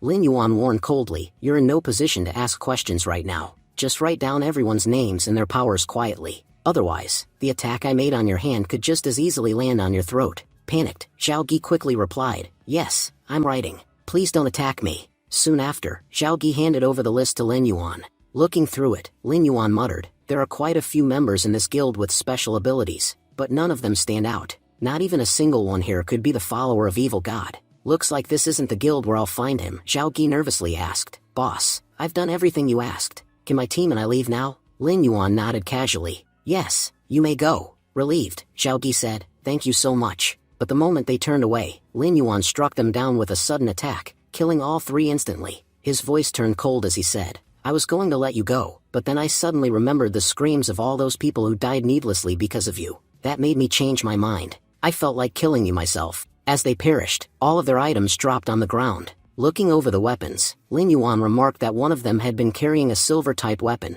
and that the others also possessed decent gear. He thought that if he sold them in the market, he could earn a good price. While he was still checking through the loot, Han Cheng noticed a number of untouched treasure chests nearby and pointed them out. He admitted that no one else had noticed them and asked if he could keep them. Lin Yuan told him he had already taken what he needed, and the rest could be his. But Han Cheng shook his head, insisting that since Lin Yuan had done all the fighting, he had no right to take anything for free. Instead, he offered to buy them. Lin Yuan agreed, telling him to take what he wanted. Han Cheng promised to transfer the money once he got home, and immediately gave Lin Yuan 54 gold coins. As Lin Yuan exited the cave, he reflected that he had finally reached level 15. However, despite so many battles, he still hadn't obtained a single piece of gold-ranked equipment. Most of his gear was only silver rank, and getting gold items was still extremely difficult. He resolved that his next goal would be acquiring gold equipment, knowing how crucial it would be in future battles. On the way back, Han Cheng hesitantly spoke up. He admitted that he had heard troubling rumors. The Black Tree Guild was dangerous because they took their grudges from the game into real life. If they lost in the game, they would resort to violence in reality. Han Cheng explained that he himself was safe, since the guild could not target him due to corporate restrictions. But Lin Yuan might be attacked. Out of concern, he asked if Lin Yuan would allow him to assign bodyguards around his home for protection. Lin Yuan thanked him sincerely for caring but told him not to worry. He declared that the Black Tree Guild could do nothing against him, whether in the game or in real life. A loser would always remain a loser. Back in reality, Lin Yuan's mother called him for dinner. He removed his headset and opened the door, only to be startled by the sight of a man standing in front of him wearing a gaming helmet. For a moment, Lin Yuan feared that the guild had come for him already, but to his relief, the man turned out to be his father. His father asked if this was the helmet Lin Yuan used to play games. He explained that he had found one during the room cleaning, but it didn't seem to work. Lin Yuan told him it needed to be switched on first. Curious, he asked why his father had even bought a gaming helmet when his parents always considered such things useless. His father clarified that he hadn't bought it. When your mom was cleaning your sister's room, she found this in her room.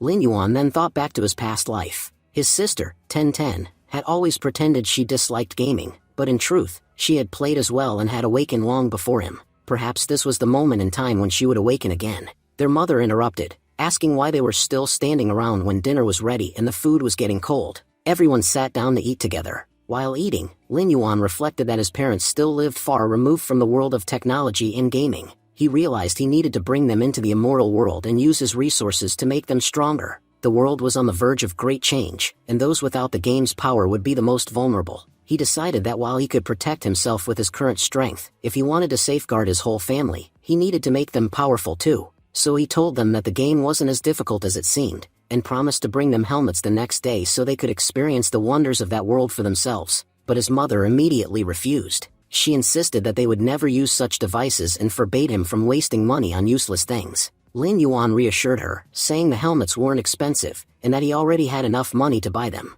He told her not to worry. By the way, Mom, it's already quite late. Why hasn't Ten Ten come home yet? Lin Yuan's mother mentioned that it was Friday, and on Fridays his sister never returned home early. She explained that she usually stayed out late with her friends and often ate outside, so everyone should eat first. She added that if necessary, she would call her later, though she was certain that his sister would not come home hungry. Lin Yuan, however, insisted that it was already 10 o'clock at night and too late to ignore. He said he would call her himself. When he tried, his sister cut the call immediately. Hurt, he thought that if she didn't want to answer, she could have at least sent a message. Hanging up on her older brother like that stung. Deep down, he admitted that because of his own past behavior, she had begun ignoring him, and repairing that relationship would take time. Seeing his expression, his mother reassured him. She told him not to worry, to finish dinner, and reminded him that his sister would return after eating outside anyway. She warned that waiting would only cause the food to grow cold. Lin Yuan suddenly stood up and told his parents to continue without him. He explained that he had forgotten to buy something important, and if he delayed any longer, the shop would close. He promised he would be back in just 5 minutes. His mother tried to stop him, pointing out that the food would go cold, but his father intervened, saying that if it was truly important, they should let him go. He then remarked with a sigh that he remembered a time when the siblings were inseparable, talking endlessly and enjoying each other's company. Now, despite living under the same roof, they behaved like strangers who no longer cared about each other. Lin Yuan's mother disagreed. She explained that her son was simply poor at expressing himself. She insisted she knew he still cared deeply for his younger sister and believed he was a very good older brother. As Lin Yuan headed downstairs, memories of the past resurfaced. He recalled a time when Ten Ten had come home badly injured. Alarmed, he asked what happened, but she snapped back, saying it was none of his concern since he only cared about his game world. She told him to stay buried in it and demanded that he never mention her injuries to their parents. She had coldly instructed him to pretend he had seen nothing, just as he always did. With that, she had stormed into her room, leaving him feeling helpless. Back in the present, Lin Yuan reflected on his past life. He remembered how, once 1010 started playing Immortal World, she had quickly received a profession,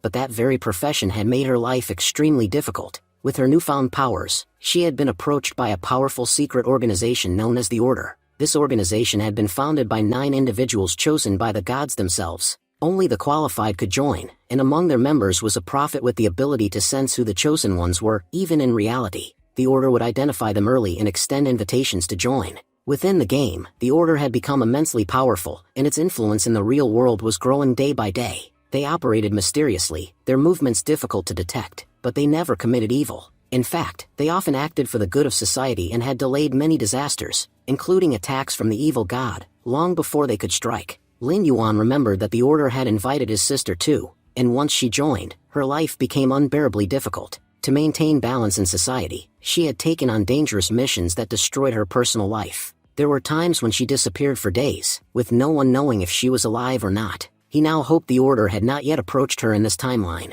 but if they had, he vowed that unlike the last time, he would not allow her to face it blindly. He would warn her in advance about the dangers of this world, so that every move she made would be careful and calculated. Thinking this, he stepped outside and noticed his sister sitting in a cafe with several others. He immediately realized his suspicions were correct. She had already awakened, and the Order had found her. From his distance, he couldn't hear their conversation, but he knew they weren't enemies. Even so, he felt it was important to listen. He decided that the time had come to use his powers in the real world. Activating his invisibility, he slipped into the cafe. His ability was at level 3, which allowed him to remain unseen for 5 full minutes. Hidden from sight, he began listening intently to their conversation. Haochen was saying, "Little sister, I've already told you everything I had to say. Whether you choose to believe me or not is completely up to you. But if you decide to join us, it would be a very good thing, because 3 years from now, an apocalypse will strike this world. When that happens, no matter who you are, no one will be spared. That's why we want everyone to unite early and stop this catastrophe before it begins." Lin Yuan thought, so their prophet has already warned them about the coming apocalypse. Jiao Fan interrupted, "Brother, why are you being so serious? Look carefully, we're talking to a little girl. If you keep speaking like this, you'll scare her. Calm your energy and talk more gently." Haochen replied, "You already know this isn't a joke. I'm not talking for your sake or mine, but for everyone. When disaster strikes, no one will be left behind, everyone will die. If we clear things up beforehand, it will be much better for all. And you also know this world isn't as simple as it seems." At that moment, Haochen suddenly sensed something. Jiao Fan thought, what happened to him? Why did he stop speaking suddenly? Meanwhile, Haochen realized, someone is here. I can feel their presence. Using his ring, Haochen cast a dispel spell. The system announced, "Host, your invisibility has been dispelled. You will become visible within 3 seconds." Haochen thought, whoever is hiding here will soon be revealed. But even after 3 seconds passed, nothing appeared. He casually said, "Uncle, please bring me a cold coffee. By the way, has anyone else come here?" The shopkeeper replied, "No, no one has come in. Just wait 5 seconds. I'll bring your coffee." Lin Yuan thought. He used his ring to cast a spell. Luckily, I had 3 seconds to hide myself again. If his ring had worked properly, I would have been exposed right in front of them. Haochen then turned back to Lin Ten and said, "Look, I know you're very young, but I also know you're kind and honest. Whether you want to join us or not is entirely your choice. None of us are forcing you. But please, think carefully before making any decision. If you feel that you want to stand for humanity and help others, you can always call this number. We'll be waiting for your call." Lin Ten replied, "Okay, I'll think about it and let you know." As they left, Jiao Fan said, "I'm sure you'll join us soon. I'll be waiting for you in the team." Meanwhile, Lin Yuan turned invisible again and followed them outside. On the road, Lin Yuan thought, I was right behind them, so how did they suddenly disappear? Just then, a cup of cold coffee fell right in front of him. Lin Yuan thought, cold coffee? That means, he's here. Haochen said, I knew something was off. The coffee I threw stopped mid-air. That means someone is following us. The system again announced, Host, another dispel has been used. Your invisibility will vanish in 3 seconds. Lin Yuan panicked. What's their problem? They're standing right in front of me and now my invisibility is about to vanish. I have to escape quickly. But even after 3 seconds, nothing appeared before Haochen. Frustrated, he said, what's going on here? I keep sensing someone following us, but every time I cast a spell, no one shows up. Maybe I'm just being overly sensitive. Jiao Fan laughed. See, I told you, you're always too serious. You should relax a little. Anyway, Brother Hao, Do you think that girl will join us? Haochin replied, until today, our prophet's words have never been wrong. And the prophet said that girl will definitely side with us. Whether it's today or tomorrow doesn't matter. Jiao Fan agreed, yes, that's true. None of the prophet's predictions have ever been wrong. Honestly though, that girl was really cute. I'm going to ask the prophet if she can be my girlfriend. Haochin scolded him, your mind is always filled with useless thoughts. Right now, you should be worrying about how we're going to survive the coming disaster. If we can't even live, how will you enjoy life? Jiao Fan chuckled, you're right, but still, there are 3 whole years before the disaster. Until then, I can't be alone for 3 whole years. From a distance, Lin Yuan was watching and thought, I really underestimated these people. They're much more dangerous than I imagined. The less contact I have with them, the better. If they come too close, they might discover my forbidden profession, and that would cause me serious trouble. In the immortal world, I at least have the darkness crown, but here in reality, I have nothing. I must increase my growth rate much faster. At this pace, I won't be able to do anything, especially since there are so many people far stronger than me in this world. The scene shifts. We see Lin Ten walking home, deep in thought. What should I do now? Should I join those people? Suddenly, shocked, she exclaims, what are you doing here? Lin Yuan replies, I just came down to buy something. By the way, have you eaten? Lin Ten answers, no, I haven't eaten anything yet. Lin Yuan smiles, that's fine. I bought plenty for both of us. We can eat together. It's already late, and if mom cooks now, she'll just trouble herself for no reason.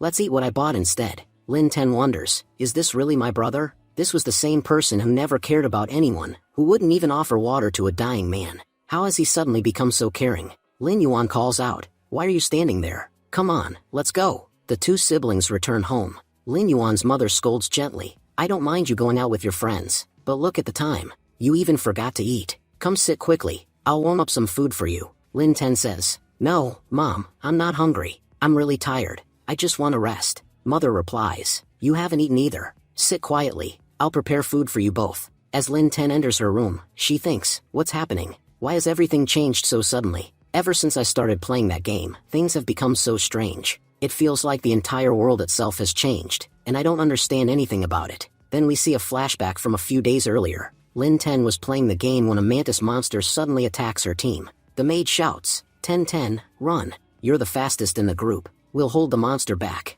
Just escape. But the level 5 mantis attacks again, and the mage was severely injured. 10-10 refuses to leave. You're all badly hurt. You won't be able to stop this monster. The best option is for me to fight it while you use the chance to escape. As a swordsman, it's my responsibility to step forward. I'm sorry, but I can't abandon you. Despite her courage, her lower level makes the fight difficult. The mantis lands a terrible cut on her back. The system announces, host, you have shown great courage. As a result, you are being granted a hidden class. You are now undergoing reawakening. Shocked, 10-10 says, what's happening? I feel a new power awakening inside me. She pushes forward and slays several mantis monsters. After defeating them all, she collapses from exhaustion. The system then declares, you have fully awakened. Your new profession is, Sword of the Dawn. Back in the present, 10-10 recalls, from that day onward, everything changed. I thought I was just playing a game, but I had no idea it would become reality. The powers I unlocked in the game, I can now use them in the real world. I've also met others like me, people who can use powers too.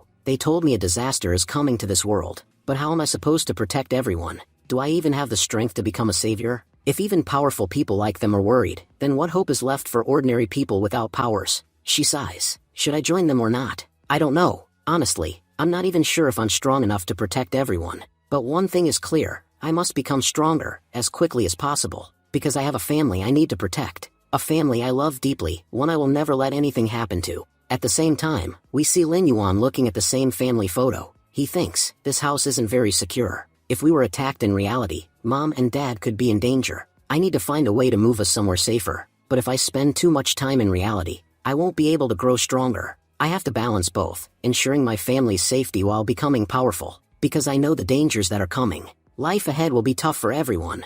Until then, as long as I can, I'll keep them happy. The next day, Lin Yuan visits a property company. A saleswoman greets him, Sir, are you here to look for an apartment? Lin Yuan replies firmly, No, I don't want an apartment. I need a villa, one that's highly secured. Security so tight that no one can enter except family. The saleswoman thinks to herself, a villa? Everyone knows villas are extremely expensive. Can someone this young really afford one? The salesgirl says, Sir, do you know how expensive the kind of villa you're asking about can be? Highly secured houses are always built in premium locations. and their prices are extremely high. Lin Yuan replies, I don't know exactly how much such a villa costs, but I do have a no-limit card. I don't think I'd ever be short of money to buy even a villa. The salesgirl, shocked, checks his card. What? A limited VIP black card? Only people with a minimum deposit of at least 10 million are eligible for this. You actually own one, sir. You're practically a god of wealth. A villa is nothing for you. Please wait just 2 seconds. I'll show you the best villa in our entire office portfolio. Soon, Lin Yuan purchases the most expensive villa in the area, leaving everyone around completely stunned. Later, we see him bringing his parents to their new home. His mother, astonished, says, Did I hear correctly? Is this villa really our new house? We even have our own private pool. Honestly, I've only seen such homes on TV. This is my first time seeing something like this in real life. It's incredible. His father adds, Look at these rooms. Each one is larger and more lavish than our entire old house. This villa is truly amazing. But his mother worries. Lin Yuan, tell me honestly, how big of a loan did you take to buy this? Son, no matter what, don't take on a huge loan. You have a long life ahead of you. If you tie yourself down with debt, you'll only limit your future. His father agrees. Your mom is right. There's no need for you to put pressure on yourself. Lin Yuan reassures them. Mom, Dad, you're misunderstanding. Honestly, I didn't put myself under any pressure. The truth is, I bought this house outright, without a single penny of loan. If you're wondering where the money came from, I earned it by winning many gaming tournaments. My gaming income is quite good as well. So please, don't worry about money. Your son earns more than enough. I've even built my gaming studio nearby. If you ever need me, just come there. Now you can live here comfortably, and I can continue my gaming without any problems. Hearing this, his father becomes emotional. I never imagined I'd live in a villa in my lifetime. Truly, our son is the best in the world. This dream wasn't even something we could dare to dream, yet our child has made it come true. His mother nods. You're absolutely right. The same boy who couldn't walk 2 steps without help has now bought a villa with his own efforts. I'm so proud of him. Lin Yuan thinks to himself, this happiness, this is what I always wanted to see on their faces. Yet I was once such a useless son who could never bring them joy. God, thank you so much for giving me a second chance. That evening, Lin Yuan was inspecting the villa's security. He says, I can confidently say that no matter how powerful a player may be, entering this villa will be extremely difficult. These company people did an excellent job, exactly as I requested. Now my next task is to somehow get mom and dad into the game and protect my family from the order.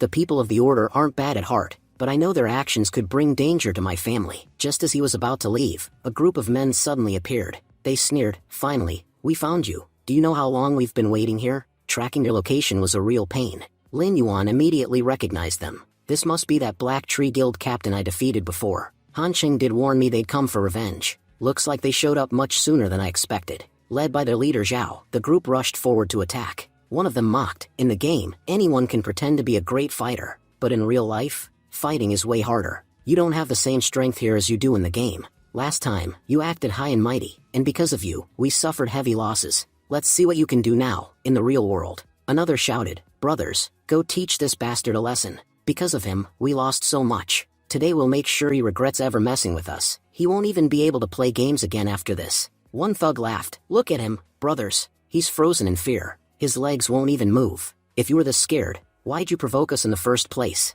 You'll regret that mistake, because unlike in the game, here in reality there are no revives after death. At that moment, Lin Yuan calmly activated his invisibility skill. You guys sure love to run your mouths, but unfortunately, your bodies and your hands move far too slowly. With that kind of speed, how could you ever hope to hurt me? Before they realized it, Lin Yuan vanished from sight. Shocked, one man stammered, Where did he go? In the next instant, Lin Yuan appeared right in front of Zhao and with just one punch, crippled him. He began striking down his enemies one by one. You really enjoy harassing people in real life, don't you? He taunted while beating them. Let's see how it feels to be on the receiving end. Today I'll break you so badly, you'll never dare bully anyone again. The gang panicked. How is he this strong? He disappears like a ghost and suddenly reappears to attack us. Pinning Zhao down with his rod, Lin Yuan glared. You came at me so carelessly, it seems you don't value your life at all. If that's the case, I can end it right now with one clean strike. He thought to himself, if I don't put them in their place today, they might attack again in the future, and next time, it might not be me they target.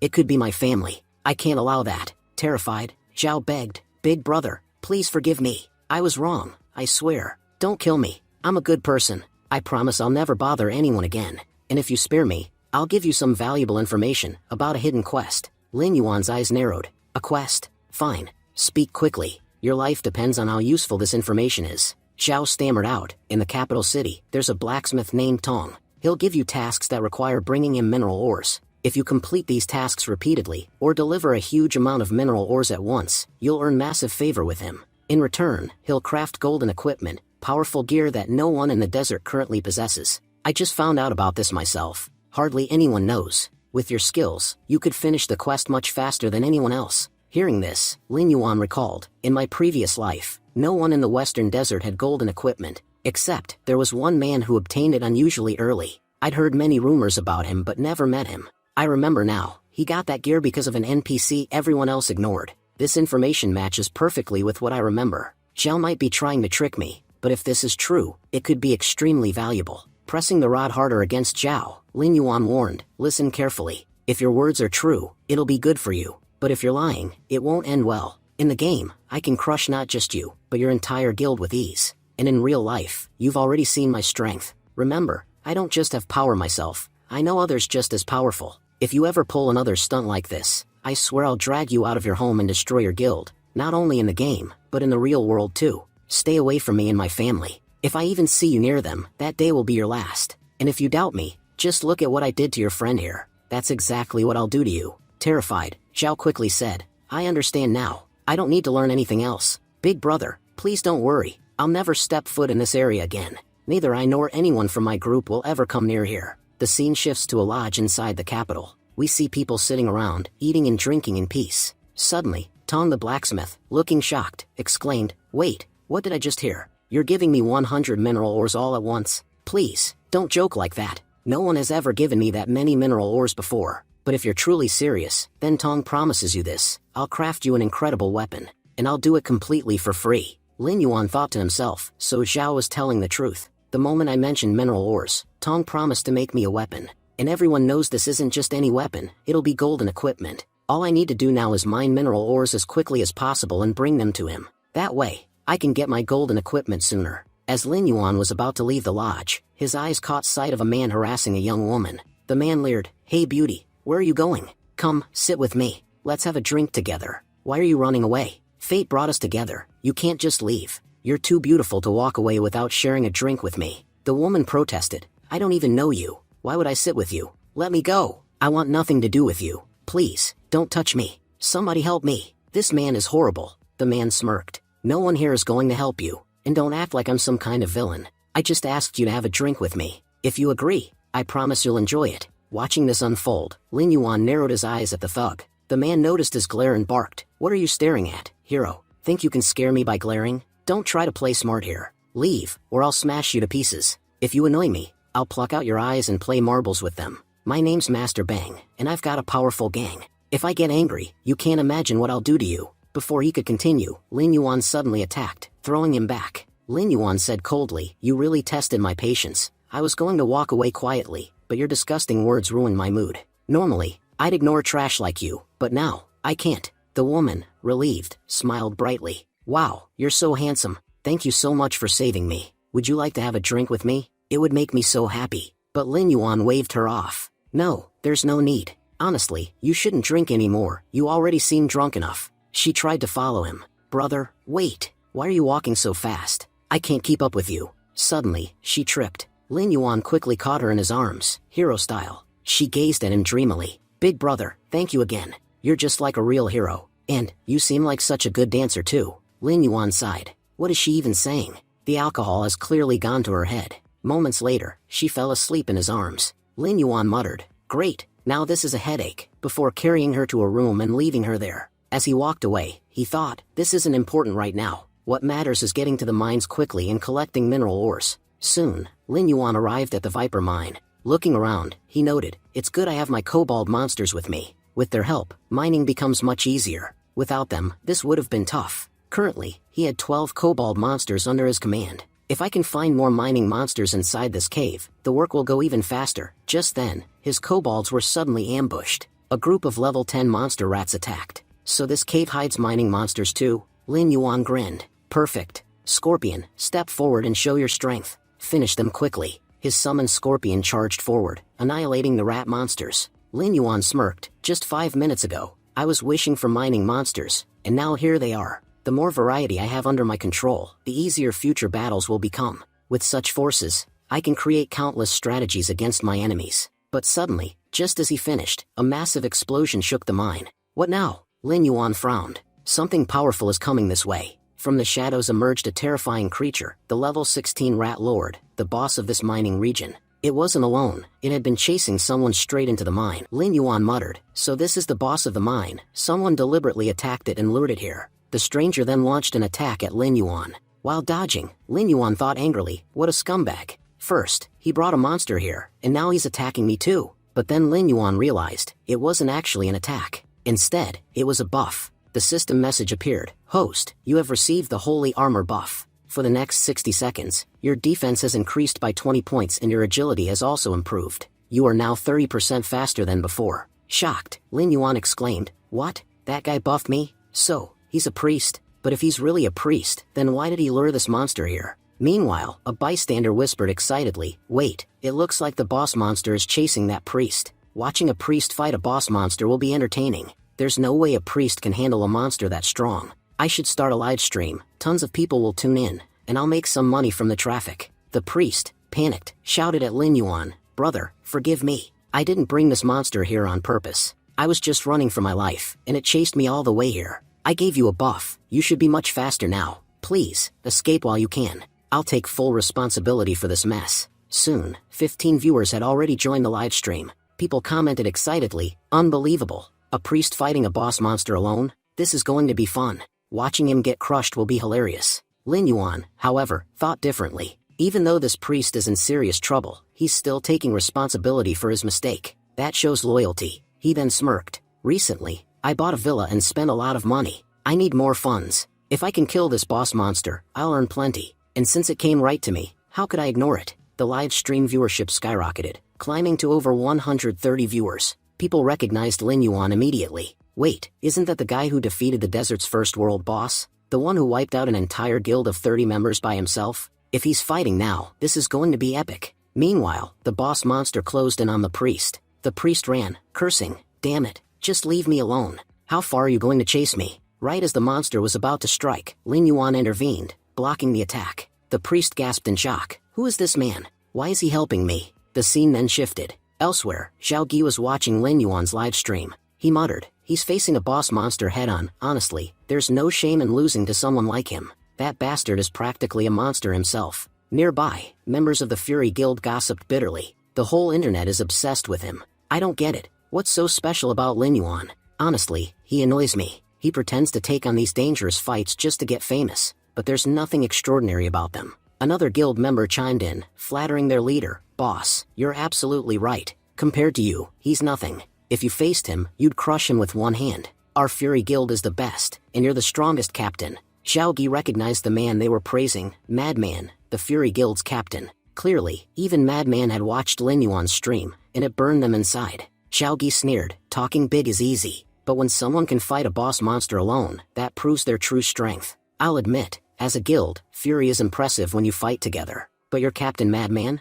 He's nowhere near Lin Yuan's level. Killing a boss monster with a team is one thing, but doing it alone? That's a whole different league. No matter how much you brag, Lin Yuan is far stronger than Madman. Madman's face twisted with rage. What did you just say, dog? Say that again if you dare. Xiao Gi calmly replied, you're Madman of Fury Guild, right? I know my words sting, but this isn't just my opinion, the entire internet agrees. Everyone says Lin Yuan is way more powerful than you. Right now, all the hype is about him. People have forgotten about you. There was a time when everyone admired your skills, when people said Madman was a terrifying player, but ever since Lin Yuan appeared, you've faded into the background. To be honest, people barely even remember you now. Madman suddenly hurled a knife at Xiao Gi's throat. Furious, he shouted, why are you spouting so much nonsense? Xiao Gi stayed calm. I understand, you're angry, but if you want to vent that rage, take it out on Lin Yuan, not me. Attacking me won't change anything. You may have immense power, but if the world doesn't see it, people will call you weak. You were once a hero, even my favorite.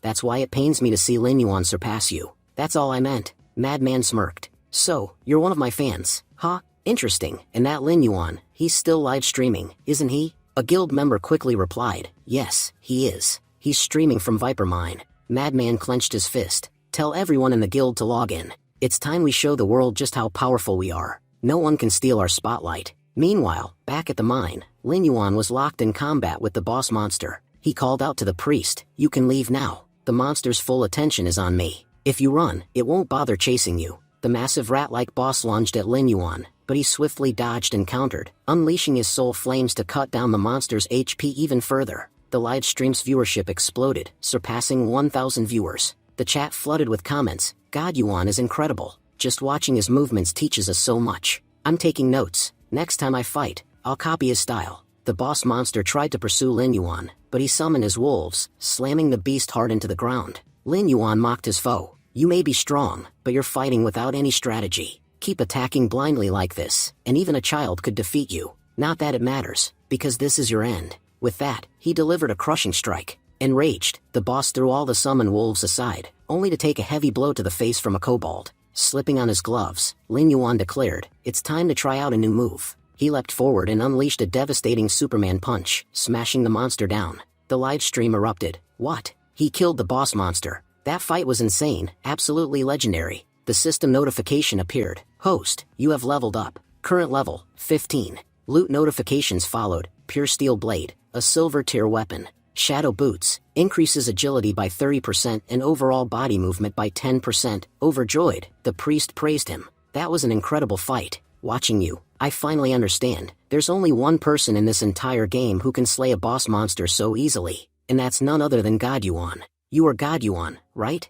Please add me as a friend. Together, we'll be unstoppable. You're already insanely powerful. If I buff you, our team will become invincible." Lin Yuan shook his head. "No, I'm not God Yuan. You must be mistaken." The priest refused to believe it. "Impossible. I've watched your streams countless times. Even if you were disguised, I'd still recognize you." Before Lin Yuan could respond, a sudden attack struck him. Blocking it, he growled, "Who dares attack me?" From the shadows, members of the Fury Guild stepped forward. Madman sneered, "I'm here to expose you. I want to see if this priest can truly recognize who you are. And today, we'll be the ones to crush you." Guild members rallied behind him. "We've gathered here just to kill this trash. Honestly, our boss could finish him alone. By coming here, we're giving him more attention than he deserves." Others disagreed. "No, don't underestimate him. He's God Yuan. I've seen his fights. He's far too powerful to take lightly. That's exactly why our boss came here today. To prove to everyone that in the entire Western region, no one compares to him. He was, and always will be, the strongest player."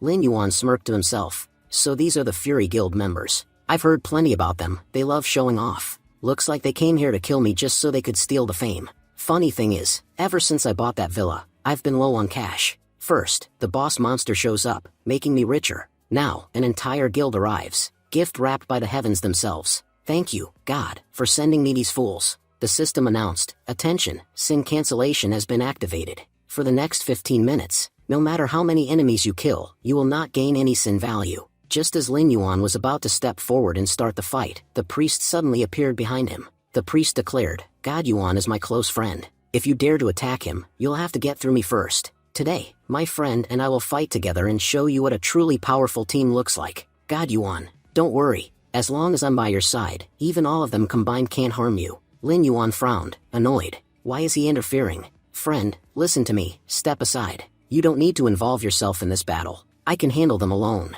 Madman laughed mockingly. "You heard him, loser. Step aside. Even this so-called God Yuan is barely worth our time, so what are you supposed to be?" Lin Yuan had heard enough. He dashed forward and punched Madman straight in the face. "I don't have the patience to listen to trash talk. Shut your mouth and fight." The blow sent Madman flying backward. The live stream viewership skyrocketed once again. Excited viewers spammed the chat. "This is getting insane. It's Fury Guild versus God Yuan. This is going to be epic. Did you see that punch? Absolute perfection." God Yuan shut Madman's mouth in a single strike. This might be the most entertaining fight of all the broadcasts. Raging, Madman roared, "You bastard. You dared to punch me? Do you even know who I am? I am Madman. When I get serious, even the strongest tremble. You've picked the wrong fight. Fury Guild, what are you waiting for? Attack him. End this fool." He barked orders. "Warriors, attack from the front. Mages and priests, stay back and provide buffs. Archers, take position. Don't hold back, crush him." One guild member added, "We admit you're strong,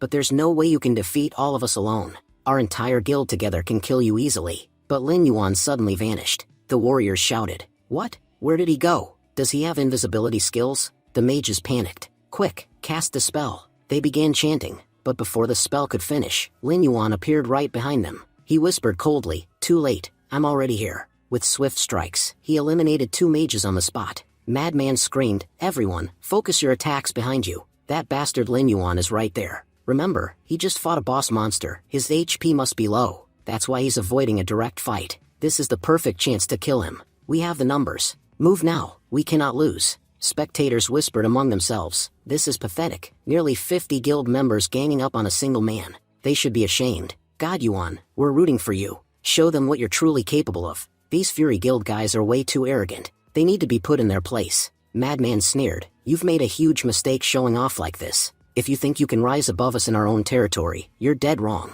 Today, we'll kill you, and after this, no one will ever dare stand against Fury Guild again." But then, Lin Yuan charged forward and wiped them all out. He thought to himself, "This mine is way too small. My soldiers won't be able to fight properly here. They need open space to use their war skills effectively. In such a cramped place, they'll face too many problems. That's why I'll fight alone here. Anyway, defeating these guys together isn't that hard." Suddenly, a barrage of fireballs was launched toward Lin Yuan. Viewers watching the stream started saying, "The Fury Guild people are such cowards. The entire guild is fighting against just one guy, yet they still won't stop. They're completely obsessed with hunting down our god Lin Yuan." Lin Yuan escaped through the flames and moved into another cave. Fury Guild members shouted, "Look, that bastard is trying to run away. No matter how far this rat goes, we'll drag him out of his hole and kill him. We have worked very hard to catch this bastard. He shouldn't escape from our hands." Madman ordered, "Find him and bring him here. Just moments ago he was acting so arrogant, behaving as if he were a god. But now, that coward is running away in fear. After today, the whole world will know there's only one boss in this desert, Madman." But Lin Yuan was actually hiding on the wall above. He suddenly dropped down and delivered a powerful kick to Madman, sending him flying far away. Madman cursed, "You bastard. Where did you come from? Now I understand how you've been surviving in this game. I'll admit one thing, you're very skilled at hiding." Lin Yuan pressed a blade against Madman's neck and said, "A few moments ago, you were talking so much.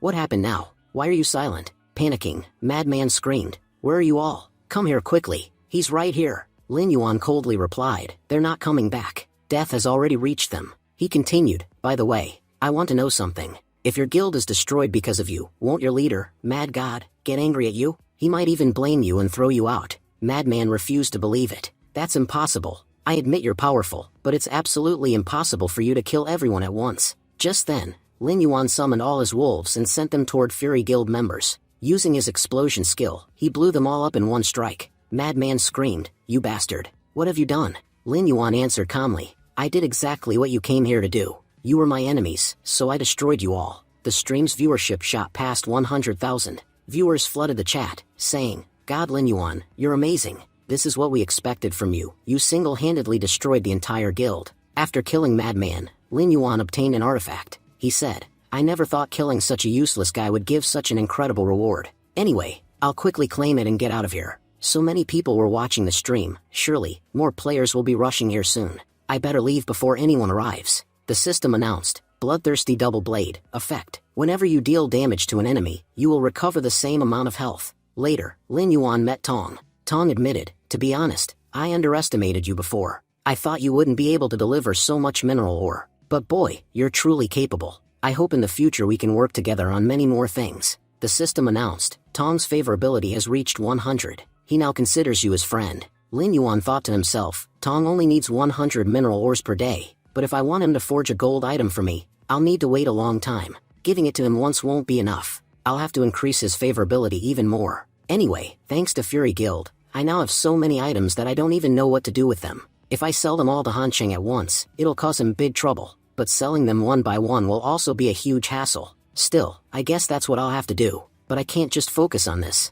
I need to find that follower of the evil god. If I don't, then my coming here will be meaningless. There's one good thing though. I remember that the evil god's follower had an ability to control snakes. If he could control snakes, then he must be going to places where powerful snakes live, and I happen to know one such place. If I investigate there, maybe I'll finally find some clues about him. Next, Lin Yuan entered the city sewers. He thought to himself, before coming here, I accepted a task from an NPC. The task is to kill 30 rats hiding inside the sewers. I took this task so that I could investigate the area. I know that snakes live inside the sewer tunnels, but honestly, I don't know their exact location yet. As far as I remember, there used to be a dungeon in this sewer, and inside that dungeon lived a very powerful serpent. Killing it would give an incredible reward. If I find it, my stats will increase significantly. So far, nobody knows about this dungeon. Those who discover it can get amazing rewards, and once word spreads, the crowd here will grow massively. Since I'm the first one here this time, I'll be the one to clear the dungeon, Lin Yuan thought,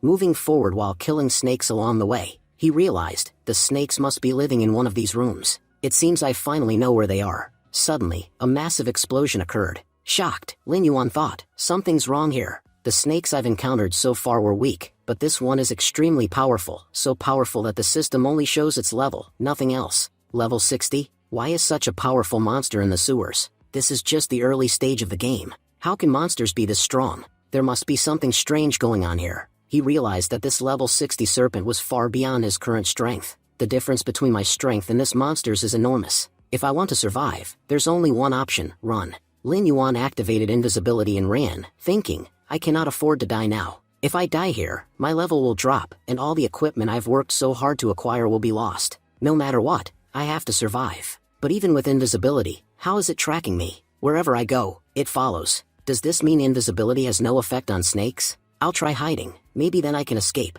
He slipped to the side of a sewer pipe to hide, but the serpent smashed through the wall and continued to pursue him. Lin Yuan thought, why won't it give up? I can't fight it alone. I'll have to call for help. He summoned his scorpion, thinking, no matter what this scorpion does, it can't harm the snake, but at least it will buy me some time to escape. Surviving here is absolutely critical. However, the scorpion couldn't stop the serpent for even a second. Lin Yuan panicked. I thought they could at least slow it down, but they can't do anything, and the snake is getting even closer. As a great man once said, we shouldn't put our hands into every hole. Not every hole has a mouse, sometimes, it has a powerful snake. Then he saw a hole leading to the surface. Lin Yuan thought, this looks like a way out. He jumped and quickly escaped through it. The serpent stayed behind, glaring at him from the hole. Lin Yuan realized, now I understand why it didn't come after me, even though it chased me here. No monster has the courage to enter this place where I'm standing. This is the Imperial Palace of the Han Dynasty, a place where all the powerful knights reside. Any monster entering here would be killed instantly, no matter its level. Powerful knights would emerge to eliminate it. That's why even this serpent doesn't dare to follow me. The serpent retreated, and Lin Yuan said, thanks to the Han Dynasty, I survived. The snakes in the Han Dynasty have been enemies for a very long time. The good thing is that the Han Dynasty is incredibly strong, which is why snakes are forced to hide in the sewers. They can't establish their dynasty openly. He thought further, if I hadn't entered their palace today, no matter how fast I ran, I would have been killed. One thing is clear, until I become powerful, I will never return to these sewers. And the day I'm strong enough to face it, that bastard snake will be just another one of my slaves. Lin Yuan reflected, honestly, I learned a valuable lesson today. Rushing blindly into places like that isn't a good idea. I need to make sure this doesn't happen again. He decided, first, I'll go to the market and buy potions that only attract low-level snake monsters. Because if another high-level monster comes after me, I won't be this lucky again. Later, Lin Yuan arrived at the market. The shopkeeper greeted him, welcome, sir. Thank you for visiting our shop. Lin Yuan thought, these potions should be enough. Their scent spreads up to 100 meters and attracts only small monsters. Strong monsters, like snakes, actually get irritated by it. Just then, someone called out from behind him, I've searched for you all over the desert, and finally, I found you. My best friend, how are you? Lin Yuan turned and thought, this guy, isn't he the same one who was being chased by the boss monster in the Viper Mine? What's he doing here? The man said, God Lin Yuan, please add me as a friend. It was really hard to find you in such a huge map. If you add me, I'll be able to locate you anytime. And besides, our meeting here isn't a coincidence. I think it's fate that we work together. Lin Yuan replied, you're wasting your time following me. Becoming my friend won't benefit you. Just then, the system notified him, player Old Sun has sent you a friend request. Do you want to accept? Old Sun continued, if we become friends, we can both benefit. You must have heard of a place called Green Valley, right? Many powerful guilds have tried to conquer it, but none have succeeded. I'm sure that if we go together, we can clear it. With your power and my healing skills, we can become an unstoppable force. Lin Yuan shook his head. No, I have too many things to do right now. I can't go to Green Valley with you. Old Sun insisted. Wait, my best friend. Let me tell you, our guild, the Iron Triangle, is really cool. Besides me, the team has Lung Zui and Jin Hang. If you join us, we'll be known as the Divine Gods. I'm sure that together, no one in the entire game could stand against us. We could become the saviors of this dying world. That's why I'm asking you, please, join my team. Lin Yuan thought, what did he just say? Did he mention Lung Zui? I clearly remember, in my previous life, Lung Zui was one of the strongest players ever. She was even the president of the second most powerful guild in this region. No one dared to go against her. And yes, she was also a core member of the Order organization. I even heard that she was one of the 9 founders of the Order. Looks like a great opportunity has come to me. If I accept his friend request, I'll be able to learn more about them, especially about the Order. I need to know more about it if I want to protect my sister. And being connected to them means I might uncover more information about the evil god. There's no downside to befriending this guy. Through him, I might even get close to Lung Zui. With that thought, Lin Yuan accepted the request. He said, "As for Green Valley, we'll go there another time. Right now, I have something important to take care of. When it's time to head there, I'll definitely call you." Old Sun smiled and replied, "All right, I'll wait for you. And when my best friend remembers me, I'll come running to you right away." Next, our Lin Yuan enters the dungeon. Lin Yuan thinks to himself, "As far as I remember, there are quite a lot of snake monsters in this dungeon. If I use this potion, I can easily lure them out. Judging by the tracks here, it seems there are some very powerful monsters nearby too." Just then, Lin Yuan notices a few small snakes slithering nearby. He says to himself, "Looks like the potion is working. It's attracting small snakes. Still, I have to stay alert. I never know when something unexpected might happen." Lin Yuan destroys the gate and enters deeper inside. The system announces, "You have entered a hidden dungeon, the Snake Demon's Fruit. Consuming the Snake Demon Fruit will significantly increase your power." Lin Yuan says, "Before I can reach the fruit, I'll have to defeat all these snakes, and for that, my scorpions are more than enough." He summons his Thunder Scorpion, commanding, "Scorpions, eliminate them all. Don't let a single one escape." The scorpions unleash a thunderstorm attack, and within just 5 minutes, they exterminate all the snakes. Holding the fruit in his hand, Lin Yuan asks, "System, what exactly is this?" The system responds, "This fruit is called the Blood Seed. After consuming it, your endurance will permanently increase. If you eat 100 blood seeds, your endurance will level up permanently." Lin Yuan says, "This blood seed is incredible. It can permanently enhance one of my attributes." He eats one fruit, his endurance increases by 1 point. He thinks, "If I eat 100 of these, my endurance will skyrocket. There must be thousands of fruits here, and I only need 100 to level up. The rest, I can sell in the market." He smiles and continues, "Considering how powerful this fruit is, I'm sure each one could sell for at least 5 gold coins. Selling all of them will earn me a fortune. I was short on gold lately, but with these fruits, that problem's solved for good."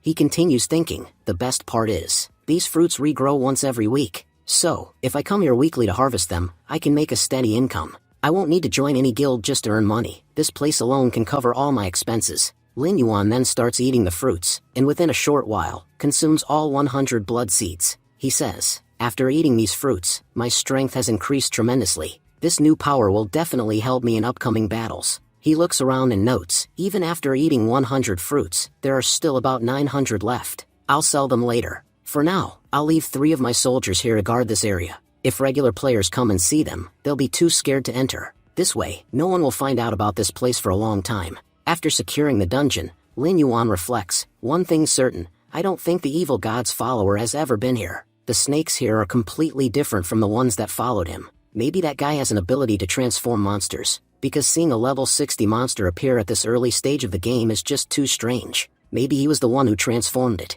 Just then, the system notifies him, "Host, your sister is calling." Lin Yuan thinks, 1010 is calling me? That's odd. She never calls me for small things. It must be something important." He answers, "Hey, 1010, what's wrong?" 1010 replies, "Brother, I just called to ask, have you eaten?" Surprised, Lin Yuan replies, "Yeah, I have." From the background, 1010's friend speaks up, "Hey, Monitor's brother, I wanted to ask you something. Will you come with us to the dungeon? If you come along, it'll be a lot more fun." Lin Yuan replies, "Sure, I'll come." Then he thinks, this is strange. Knowing 1010, she'd never involve me in her stuff. For her to personally ask me to join a dungeon, that's unusual. Just then, a guy nearby interrupts, saying, 1010 is such a liar, and honestly, her brother's a fake too. Both of them are total show-offs. Her brother immediately said yes to going to the dungeon without even asking where it is. I've heard that our Monitor's brother plays games all day, and now I can say it for sure, his brain's gone rotten from gaming. Those 2 siblings are just trying to fool everyone here.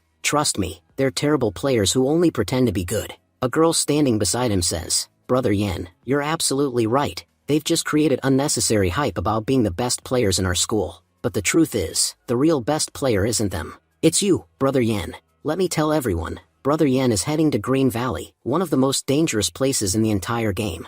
Even the biggest guilds don't dare to go there, but Brother Yen will. Lin Ten says, "Brother, we're going to Green Valley too." Hearing this, Wang Yen scoffs. "What? You people are going to Green Valley? Stop lying again. There's no way weak players like you could ever enter that place. You're just saying that to look cool in front of everyone. Honestly, your mom and dad must be such useless people. No wonder both their children turned out to be such liars. Clearly, your parents didn't teach you any manners." Annoyed, Lin Ten snaps, "I won't let you get away with that." But Lin Yuan steps in. "Sis, don't waste your time arguing with that jerk. I'm heading to Green Valley myself. You come there too. That bastard's going as well. Then we'll see, once and for all, who actually has the skill to enter Green Valley and who doesn't." Later, we see Lin Ten log into the game. She thinks to herself, "I know my brother earns a lot of money from this game, and he's really skilled. But even then, entering Green Valley is extremely dangerous. It's a place where the chances of dying are very high. I just hope my stubbornness doesn't cause trouble for him. How stupid of me." Just then, her teammate approaches.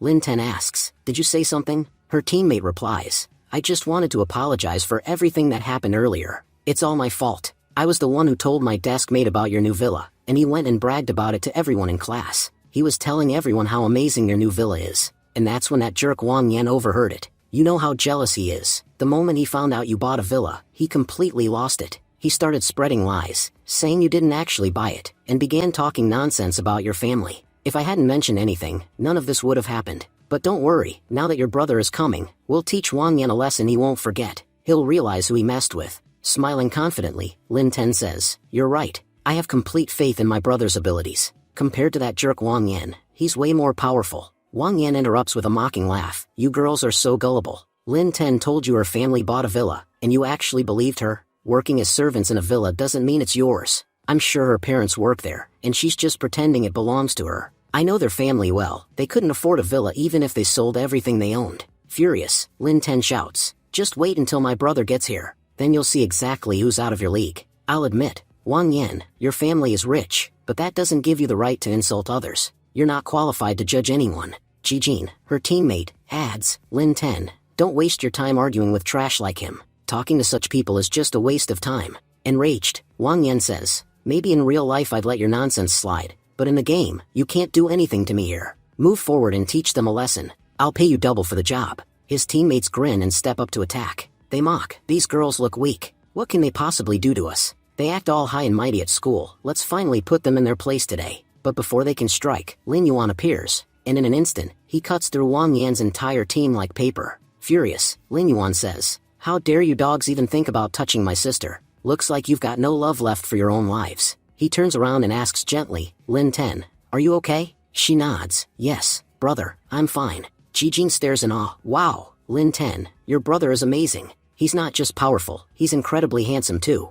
I've never seen such a cool guy before." Enraged and humiliated, Wang Yan shouts, "How dare you kill my teammates? Do you have any idea how much I paid to hire them? You couldn't even imagine earning that much money in your life. I'll never forgive you for this. You're dead, kid." Before he can say another word, Lin Yuan rushes forward at lightning speed, stopping right in front of him. Lin Yuan says coldly, "So you're the bastard who was badmouthing my family and harassing my sister at school?" Wang Yan arrogantly replies, "Yeah, that was me. What are you gonna do about it? Do you even know who I am? Do you know who my father is? Nobody dares talk to me like that." Before he can finish, Lin Yuan slaps him hard across the face, sending him flying backward. Lin Yuan glares down at him and says, "I don't care whose dog you are, but if you bark at people like us again, you'll be punished. That slap was your first warning. If you ever try something like this again, I swear, I'll make sure you regret ever logging into this game for the rest of your life." Yao Shi then pleaded, "Please forgive us. Look, to enter this dungeon, at least 6 people are required. If you kill us like the others, you won't be able to enter it either. So please, spare us. I promise we won't say anything bad about you again." Lin Yuan replied calmly, "I don't feel like dirtying my hands. I'm not going to kill you, but if I wanted to, I could have done it any time. And don't worry about the numbers. I know plenty of people. Gathering a team isn't a problem for me." He continued, "Right now we have 5 people. We just need 1 more, and I already know who to call. If you want to stay alive, keep your filthy mouth shut." Then Lin Yuan thought to himself, "To be honest, I've been planning to come here for a while. Defeating the dungeon boss will give me combat skills, and I really need those. I clearly remember how useful they were before. That's why getting them is very important for me. As for the last member, I'll call Old Sunday. He did say he wanted to come to Grim Valley with me, so if I invite him, he'll definitely come." Thinking that, Lin Yuan sent him a message. Jijin then said to Lin Ten, "I have to say, your brother is really powerful. He easily defeated Wang Yan's men, and honestly, he's quite handsome too. Lin Ten blushed and said, yeah, he's okay, not that special. Why are you complimenting him so much? Meanwhile, Wang Yan, still angry, said, you're such poor people. I bet everyone you know is poor too. I can't believe you killed all the people I hired. They were supposed to help us clear the dungeon. How are we supposed to do that now? Yaoshe whispered, young master, please be quiet. If you say anything else, he might kill us. Just then, Old Sun appeared. Everyone was shocked. What? That's Old Sun, the main priest of the second most powerful guild. What is he doing here? Old Sun smiled and said, my friend called me, so I came running. How could I ignore my best friend's request? I'd cross 7 seas for him. Coming here is nothing. The system then announced, Old Sun has joined the team. Wang Yan, stunned, said, I can't believe it. That's the Old Sun, the main priest of the second guild. There's probably no one stronger than him in the entire desert with the priest class. Yaoshe said politely, Old Sun, thank you so much for leading our team. We're really grateful. Jijin whispered, but why would someone like Old Sun join a beginner's team like ours? Everyone knows he's part of a top guild. Why would such a big shot work with us? Lin Ten replied, to be honest, I have no idea.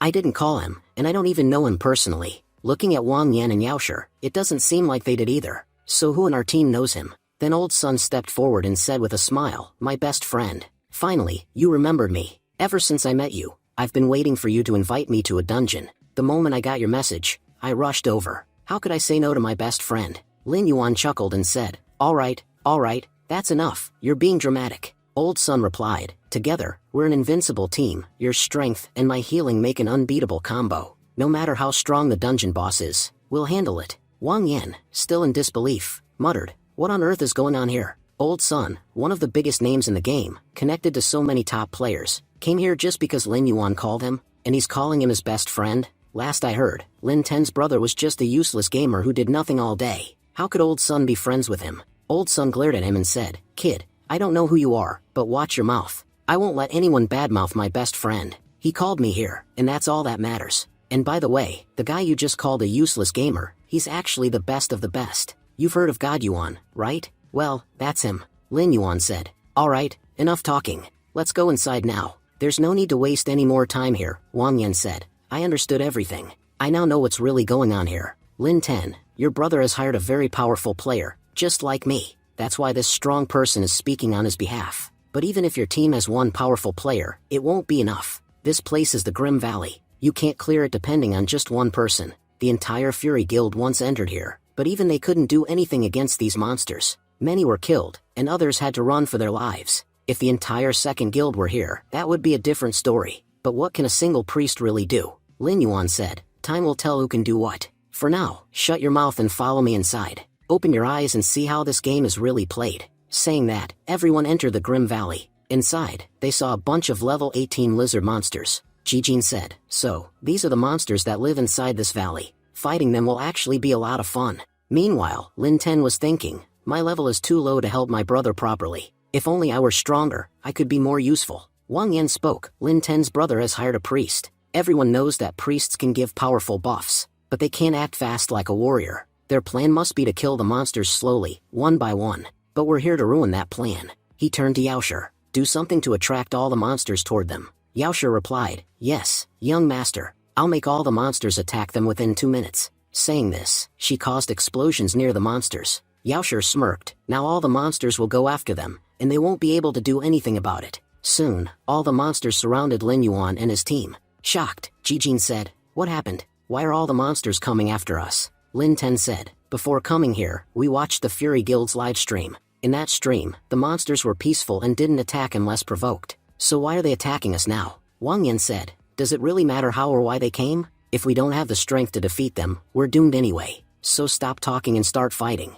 Old Sun added, fighting monsters feels amazing. My friend, today we'll defeat them all together. The more we kill, the stronger we become. I'm sure you're as excited as I am. Then, Lin Yuan summoned his Thunder Scorpion, attack with Thunderstrom. With just one strike, all the monsters were instantly killed. Old Sun was stunned. What just happened? Where did all the monsters go? Lin Yuan replied, take care of yourselves. I'll go clear the rest of the area. He then started slaying the remaining monsters. You filthy creatures, how dare you attack my people? Looks like you're in a hurry to die. Suddenly, one monster attacked Lin Ten. Lin Ten said, I can handle this one myself. Jijin, give me a buff and stay behind me. Jijin nodded. Alright, but be careful, this monster is huge. Before she could react, Lin Yuan came in and instantly killed the monster. Lin Ten thought, I never knew my brother was this good at the game. Honestly, I've never seen a player this strong before. Lin Yuan placed his hand on her head and said, don't worry, as long as I'm here, no danger will ever reach you. Do whatever you want, I'll protect you. Lin Ten thought, I don't like how overprotective he is, but being under his protection feels nice. Lin Yuan, on the other hand, was thinking, it feels great to protect my sister like this. But Lin To gently pushed his hand away and said, it's okay, brother. I can take care of myself. You don't need to treat me like a child. Meanwhile, Jijin thought, I wish I had an older brother like Lin Yuan, someone who would protect me like that. Having a brother like him must be amazing. Wang Yan interrupted, saying, I've seen enough of you all. None of you are skilled enough to clear the Grim Valley. Looks like I'll have to show you how a true warrior fights. With my silver rank equipment, I'll teach these monsters a lesson. Watch and learn. Yaoshi cheered, young master, you're truly incredible. No one else can even afford silver rank gear. Let's show them what it can do. Wang Yan said proudly, you're right. Everyone here will now witness the true power of Wang Yan. He charged at a monster with full speed. You worm, you're done for. The monster struck him down with a single blow. Wang Yan groaned, this monster, it's too strong. Just one attack and I'm already in pain. Watching him struggle, Lin Yuan muttered, what an idiot. I don't know what kind of thrill he gets from getting beaten up by monsters. Then Lin Yuan thought to himself, my sister barely has any decent artifacts. I wanted to give her gold-ranked equipment, but since I don't have any high-tier gear left, I'll at least give her silver-ranked ones. These should help her fight more easily. Saying this, he pulled several weapons from his inventory. Lin Yuan said, 10-10, these will be very useful to you. They'll help you a lot in battle, so take them quickly. Among the weapons, there was the Spirit Gauntlet, a silver-ranked item that increases punch power by 50%. There was also Fearless Armor, another silver-ranked item, that reduces incoming attack damage almost completely. Yaoshi said excitedly, wow, the monitor's brother is amazing. He's not only handsome but also has such a kind heart. He's giving his sister silver-ranked artifacts. These aren't ordinary items. If sold in the market, they'd be worth millions. And he's giving them away so casually. I wish I had a brother like that. Wang Yan scoffed, what's the big deal? I used to give my sister things even more expensive than that when we were kids. He's just showing off in front of everyone. If he really wanted to help her, he would have given her the equipment privately instead of making it a public display. Lin Ten said, brother, please keep these. I'll earn my own equipment through hard work. I can't accept yours. Lin Yuan thought, I knew it. She's just as stubborn as me. She's definitely my sister, loves to show off just like I do. Then everyone began fighting the monsters together. They all fought well, while Yaoshi and Wang Yan kept running around trying to stay safe. Suddenly, a monster launched a powerful attack on Lin Ten. She thought to herself, this monster is really strong, but I can't lose here. If I can't even defeat this one, how will I ever prove that I've become stronger than before? The monster attacked again, but Lin Yuan quickly used his soul power and finished it off instantly. Lin Ten thought, my brother is fighting his own monsters, and even then he still finds time to help me. He's still the same as before, no matter how much I grow, he'll always see me as a child. I really hate how he keeps treating me like a kid. If he wasn't here, I could have killed all these monsters myself. Why does he have to keep interfering? Lin Yuan thought to himself, she's already strong, but if she had accepted my equipment, I could have focused entirely on my fight. These monsters are powerful, and her gear is weak. I have to keep an eye on her. A level 18 lizard monster isn't something she can defeat alone. Watching them, Jijin thought with a grin, this is so entertaining. On one side, Lin Ten's brother is fighting monsters, and still helping her whenever she's in danger. He even tried giving her new gear. And on the other side, Lin Ten refuses to accept help, and is actually angry at him for it. Watching these two siblings interact is hilarious. Meanwhile, on the other side, we've got Wang Yan and Yaoshi, who are still running for their lives. Who knows where the monster chasing them will drag them next? If these two situations weren't happening at the same time, I'd love to just sit back and enjoy both of them. After defeating all the smaller monsters, the group decided to head toward the boss monster's territory. Old Sun said, my friends, the boss monster lives in the area ahead. But honestly, I think we shouldn't enter right now. If we leave without fighting the boss, we won't be penalized.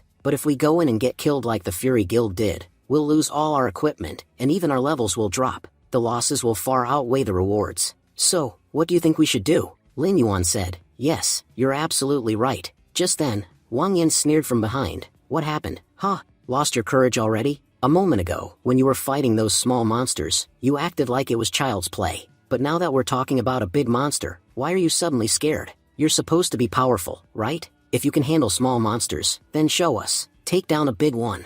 Jijin added, I have to say, Lin Ten, your brother is truly amazing. If he weren't with us, no matter how hard we tried, we never would have made it this far. Lin Ten thought to herself, she's right, bringing my brother here has caused him nothing but trouble. From the start until now, we haven't been able to help him at all. We're just burdens he's been carrying the whole way. If only I were stronger, I could actually help him. But I'm so weak, I haven't been able to do anything for him. Lin Yuan said, old son is right. If we go inside and get killed, we'll face serious consequences. That's why none of you are going in.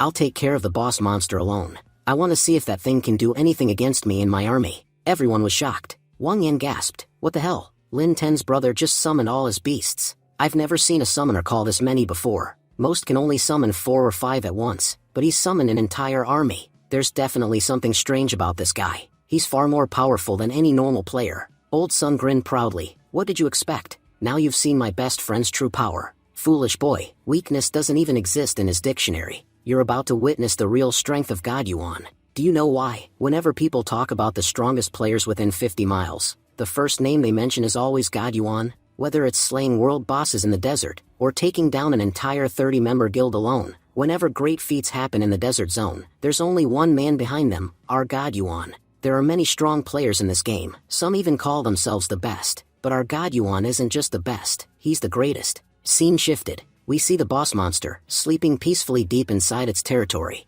Suddenly, Lin Yuan attacked it using his soul flame. The enraged boss monster roared and lunged forward. The system announced, warning, level 21, Lizard King detected. Classified as a monster king. Jijin exclaimed, this boss monster's attack power is 1,200. If it hits any of us even once, we're done for, we wouldn't stand a chance. One hit, and we're dead. Lin Ten thought, all of this happened because of me. If I hadn't called my brother here, he never would have come. And if he hadn't come, he wouldn't be in danger now. I can't let this happen. I won't let him suffer because of me. If this is my problem, then I'll be the one to fix it. She shouted, brother, I'll draw the monster's attention. While I keep it busy, attack it from behind. But just then, Old Sun quickly cast a spell, trapping Lin Ten inside a barrier. Old Sun said firmly, listen, I know your intentions are good, but you have no idea what kind of power a God Yuan possesses. If you go there to help him, you'll only distract him. And because of that distraction, he could actually get hurt. Don't worry, he's incredibly strong and knows exactly how to handle himself.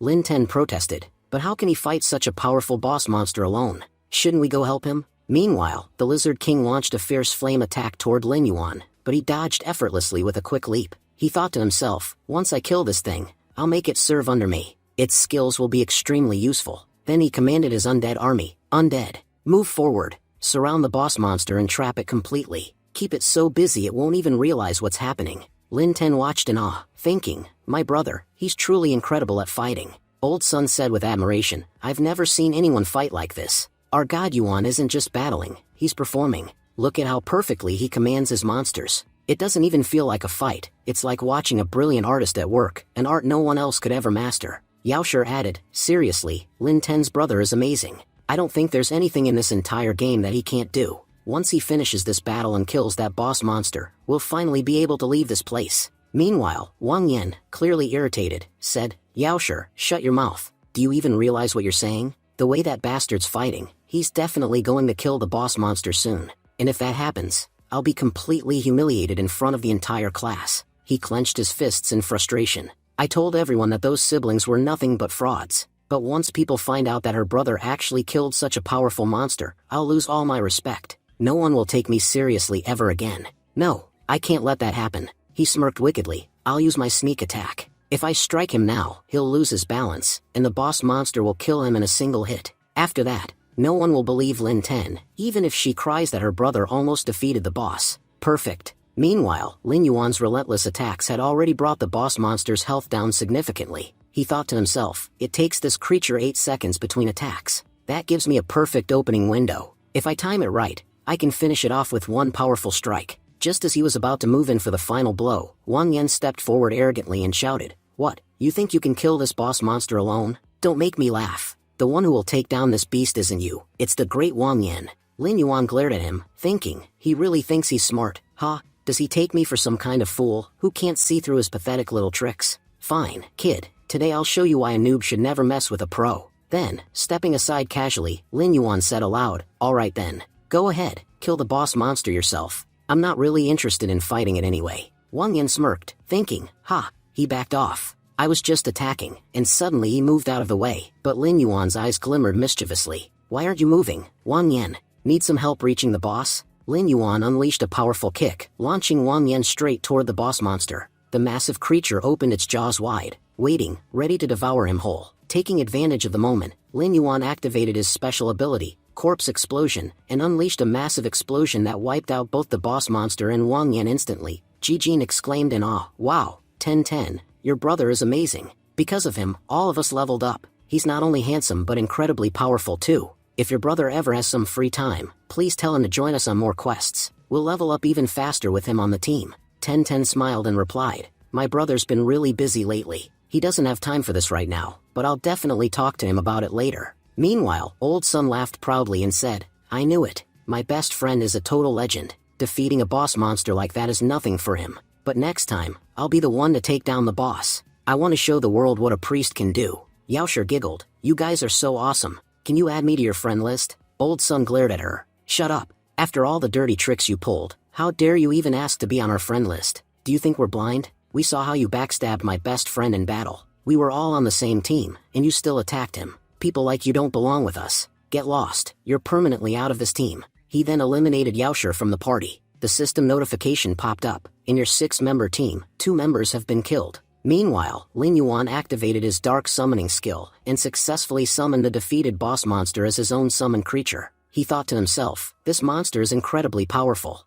It'll be really useful for future fights. Looking around, he saw that the troublemakers were gone. Now that the battle's over, it's time to distribute the loot. The others nodded. You did most of the work, Lin Yuan. We hardly helped at all. It wouldn't be fair for us to take the best equipment. Honestly, even if we don't get anything, it's fine. We're just grateful we could win thanks to you. Lin Yuan smiled. You're my sister's friends, and her teammates, so there's no need to be formal. I only want the skill book and the combat book. The rest of the items, you guys can keep them. They won't be of much use to me anyway, but they might really help you grow stronger. After dividing the loot, Old Sun looked excited. Wow, all these items are incredible. To be honest, my boss loves collecting rare items, and we're great at trading too. How about this? I'll buy all these items from you with gold coins. That way, distribution will be easier, and I'll get some amazing gear for myself as well. Besides, since my best friend here did all the real work, I don't feel right taking any of it for free. Lin Yuan nodded. Sure. I don't really need the items anyway. If you want to buy them, go ahead. Ji Jin giggled. We're earning money without even doing much.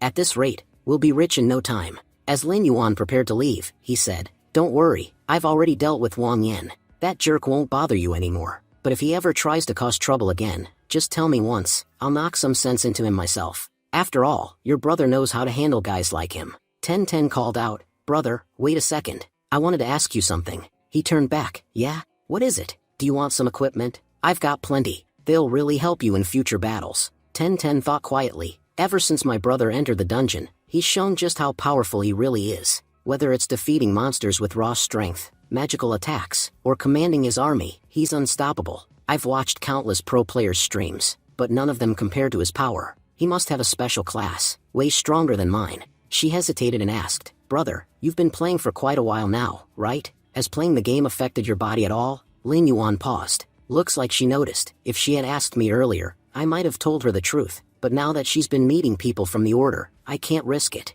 If she found out I'm actually a necromancer, it could put my entire family in danger. I'll have to lie. He smiled and said, nope, I'm totally fine. The game hasn't affected me at all. Why? Has it affected you? 10-10 shook her head. No, not really. I was just curious. Anyway, I've got some errands to run, so I'll see you later. Lin Yuan smiled softly as she left. I knew it. She'll never tell me what's really on her mind. Even though she's grown up now, her acting skills are still as terrible as when she was a kid. But at least she talked to me this time. Maybe she finally sees me as her brother again. At least she's not ignoring me anymore. Suddenly, Old Sun shouted from behind, best friend. Thank goodness you're still here. I thought you'd left. My whole team has arrived, and we're about to enter Grim Valley. You should come with us. It'll be way more fun to fight together again. Lin Yuan smiled slightly, thinking to himself, honestly, I didn't expect to meet Len Zui this soon. Meeting her is important. I need to confirm whether the first follower of the evil god is in her guild or not. Lin Yuan said, last time we entered Grim Valley, the difficulty was way too low. This time, let's increase the level. It'll be much more fun that way. Old Sun grinned. That's perfect. We were planning to increase the difficulty too.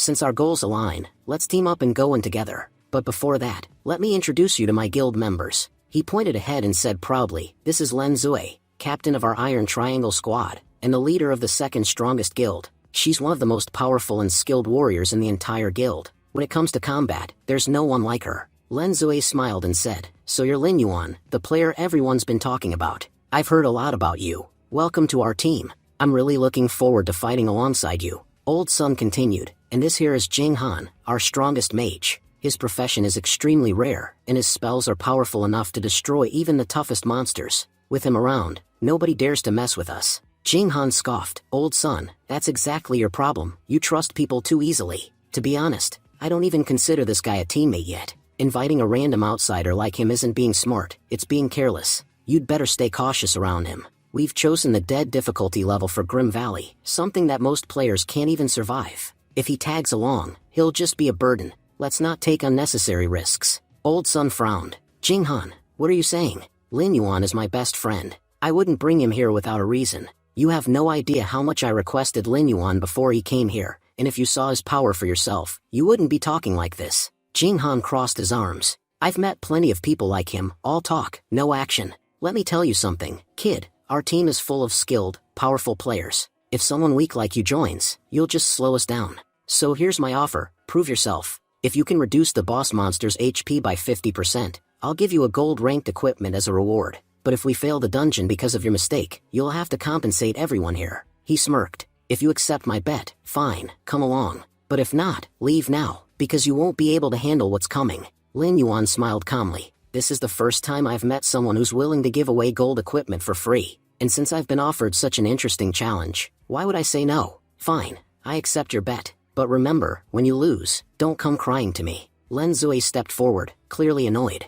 Jing Han, you're the one causing unnecessary problems here. Old Sun already told us about his friend, and if he trusts Lin Yuan, then so do I. We all agreed to let him join the team. Stop making a scene. If you want to make bets, that's between the two of you, but Lin Yuan doesn't need to accept any conditions to join us. As the captain, I'm saying it clearly, he's welcome in our team without any restrictions. Jing Han clenched his fists. Len Zui, how can you side with an outsider in front of everyone? You know how dangerous dying in a dungeon is. The penalty is massive. We can't afford to take that kind of risk. Len Zui glared at him. You seem to be forgetting something. I'm the guild leader, not you. I'll make the decisions here, and I don't need you to think for me. Jing Han muttered under his breath, clearly frustrated. She just doesn't get it. You can't trust outsiders like him. The only person you can rely on is me. I'd do anything for you, Len Zui. I'd even cross any line if I had to. Scene shifts inside Grim Valley Dungeon. As soon as Len Zui's team enters, they were surrounded by a massive horde of monsters, far more than last time. Old Sun exclaimed, whoa,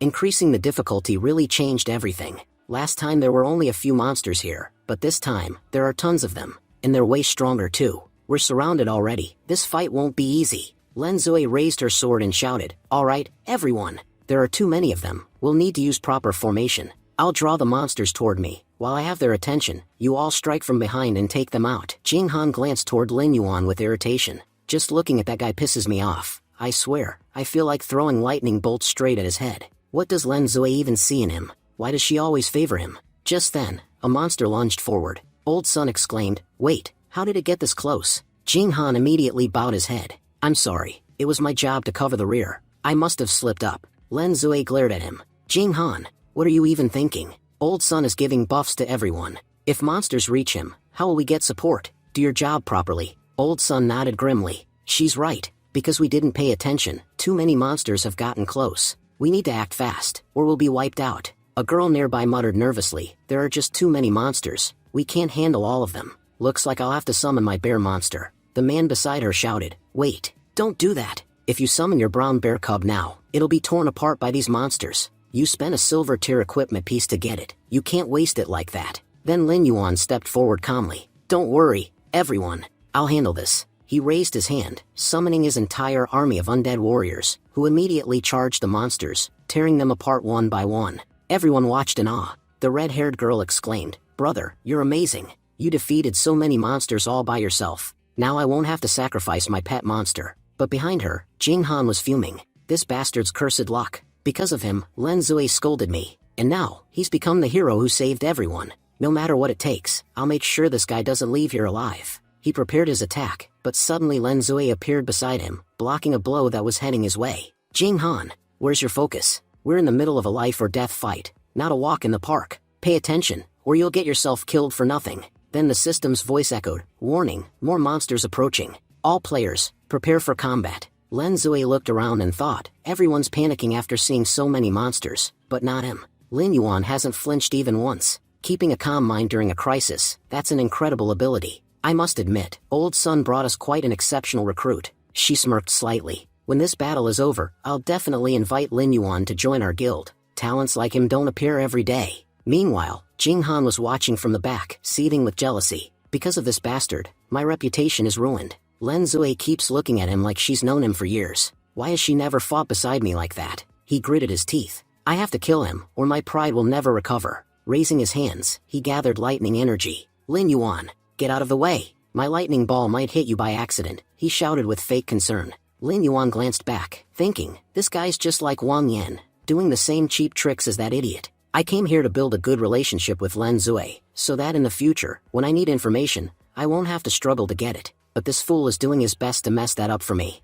As Jing Han unleashed his lightning strike, Lin Yuan dodged it effortlessly, but in the next moment, two giant monsters appeared in front of him. Oh great, I was so busy dodging that idiot's attack, I didn't even notice these two. Just before the monsters could strike, Lin Zui appeared again, slashing one in half. I'll handle the one on the right, you take the left. Lin Yuan smirked. Sounds like a plan. Together, the two charged forward, cutting down monsters with flawless coordination. Lin Zui shouted between strikes, this way, we don't need to worry about anyone behind us. As long as we've got each other's backs, nothing can touch us. Fighting side by side, the two moved in perfect sync, their attacks flowing like a deadly dance. Old Sun watched proudly. Now this is what it looks like when two true warriors fight together. A girl nearby giggled. You're right, look at our president and that handsome guy, they make such a perfect pair. Their chemistry is like a romantic couple from a fantasy novel. Lin Yuan grinned mid-fight. I've got to say, your combat skills are incredible. Where did you learn to fight like this? Lin Zui replied, you could say I got lucky.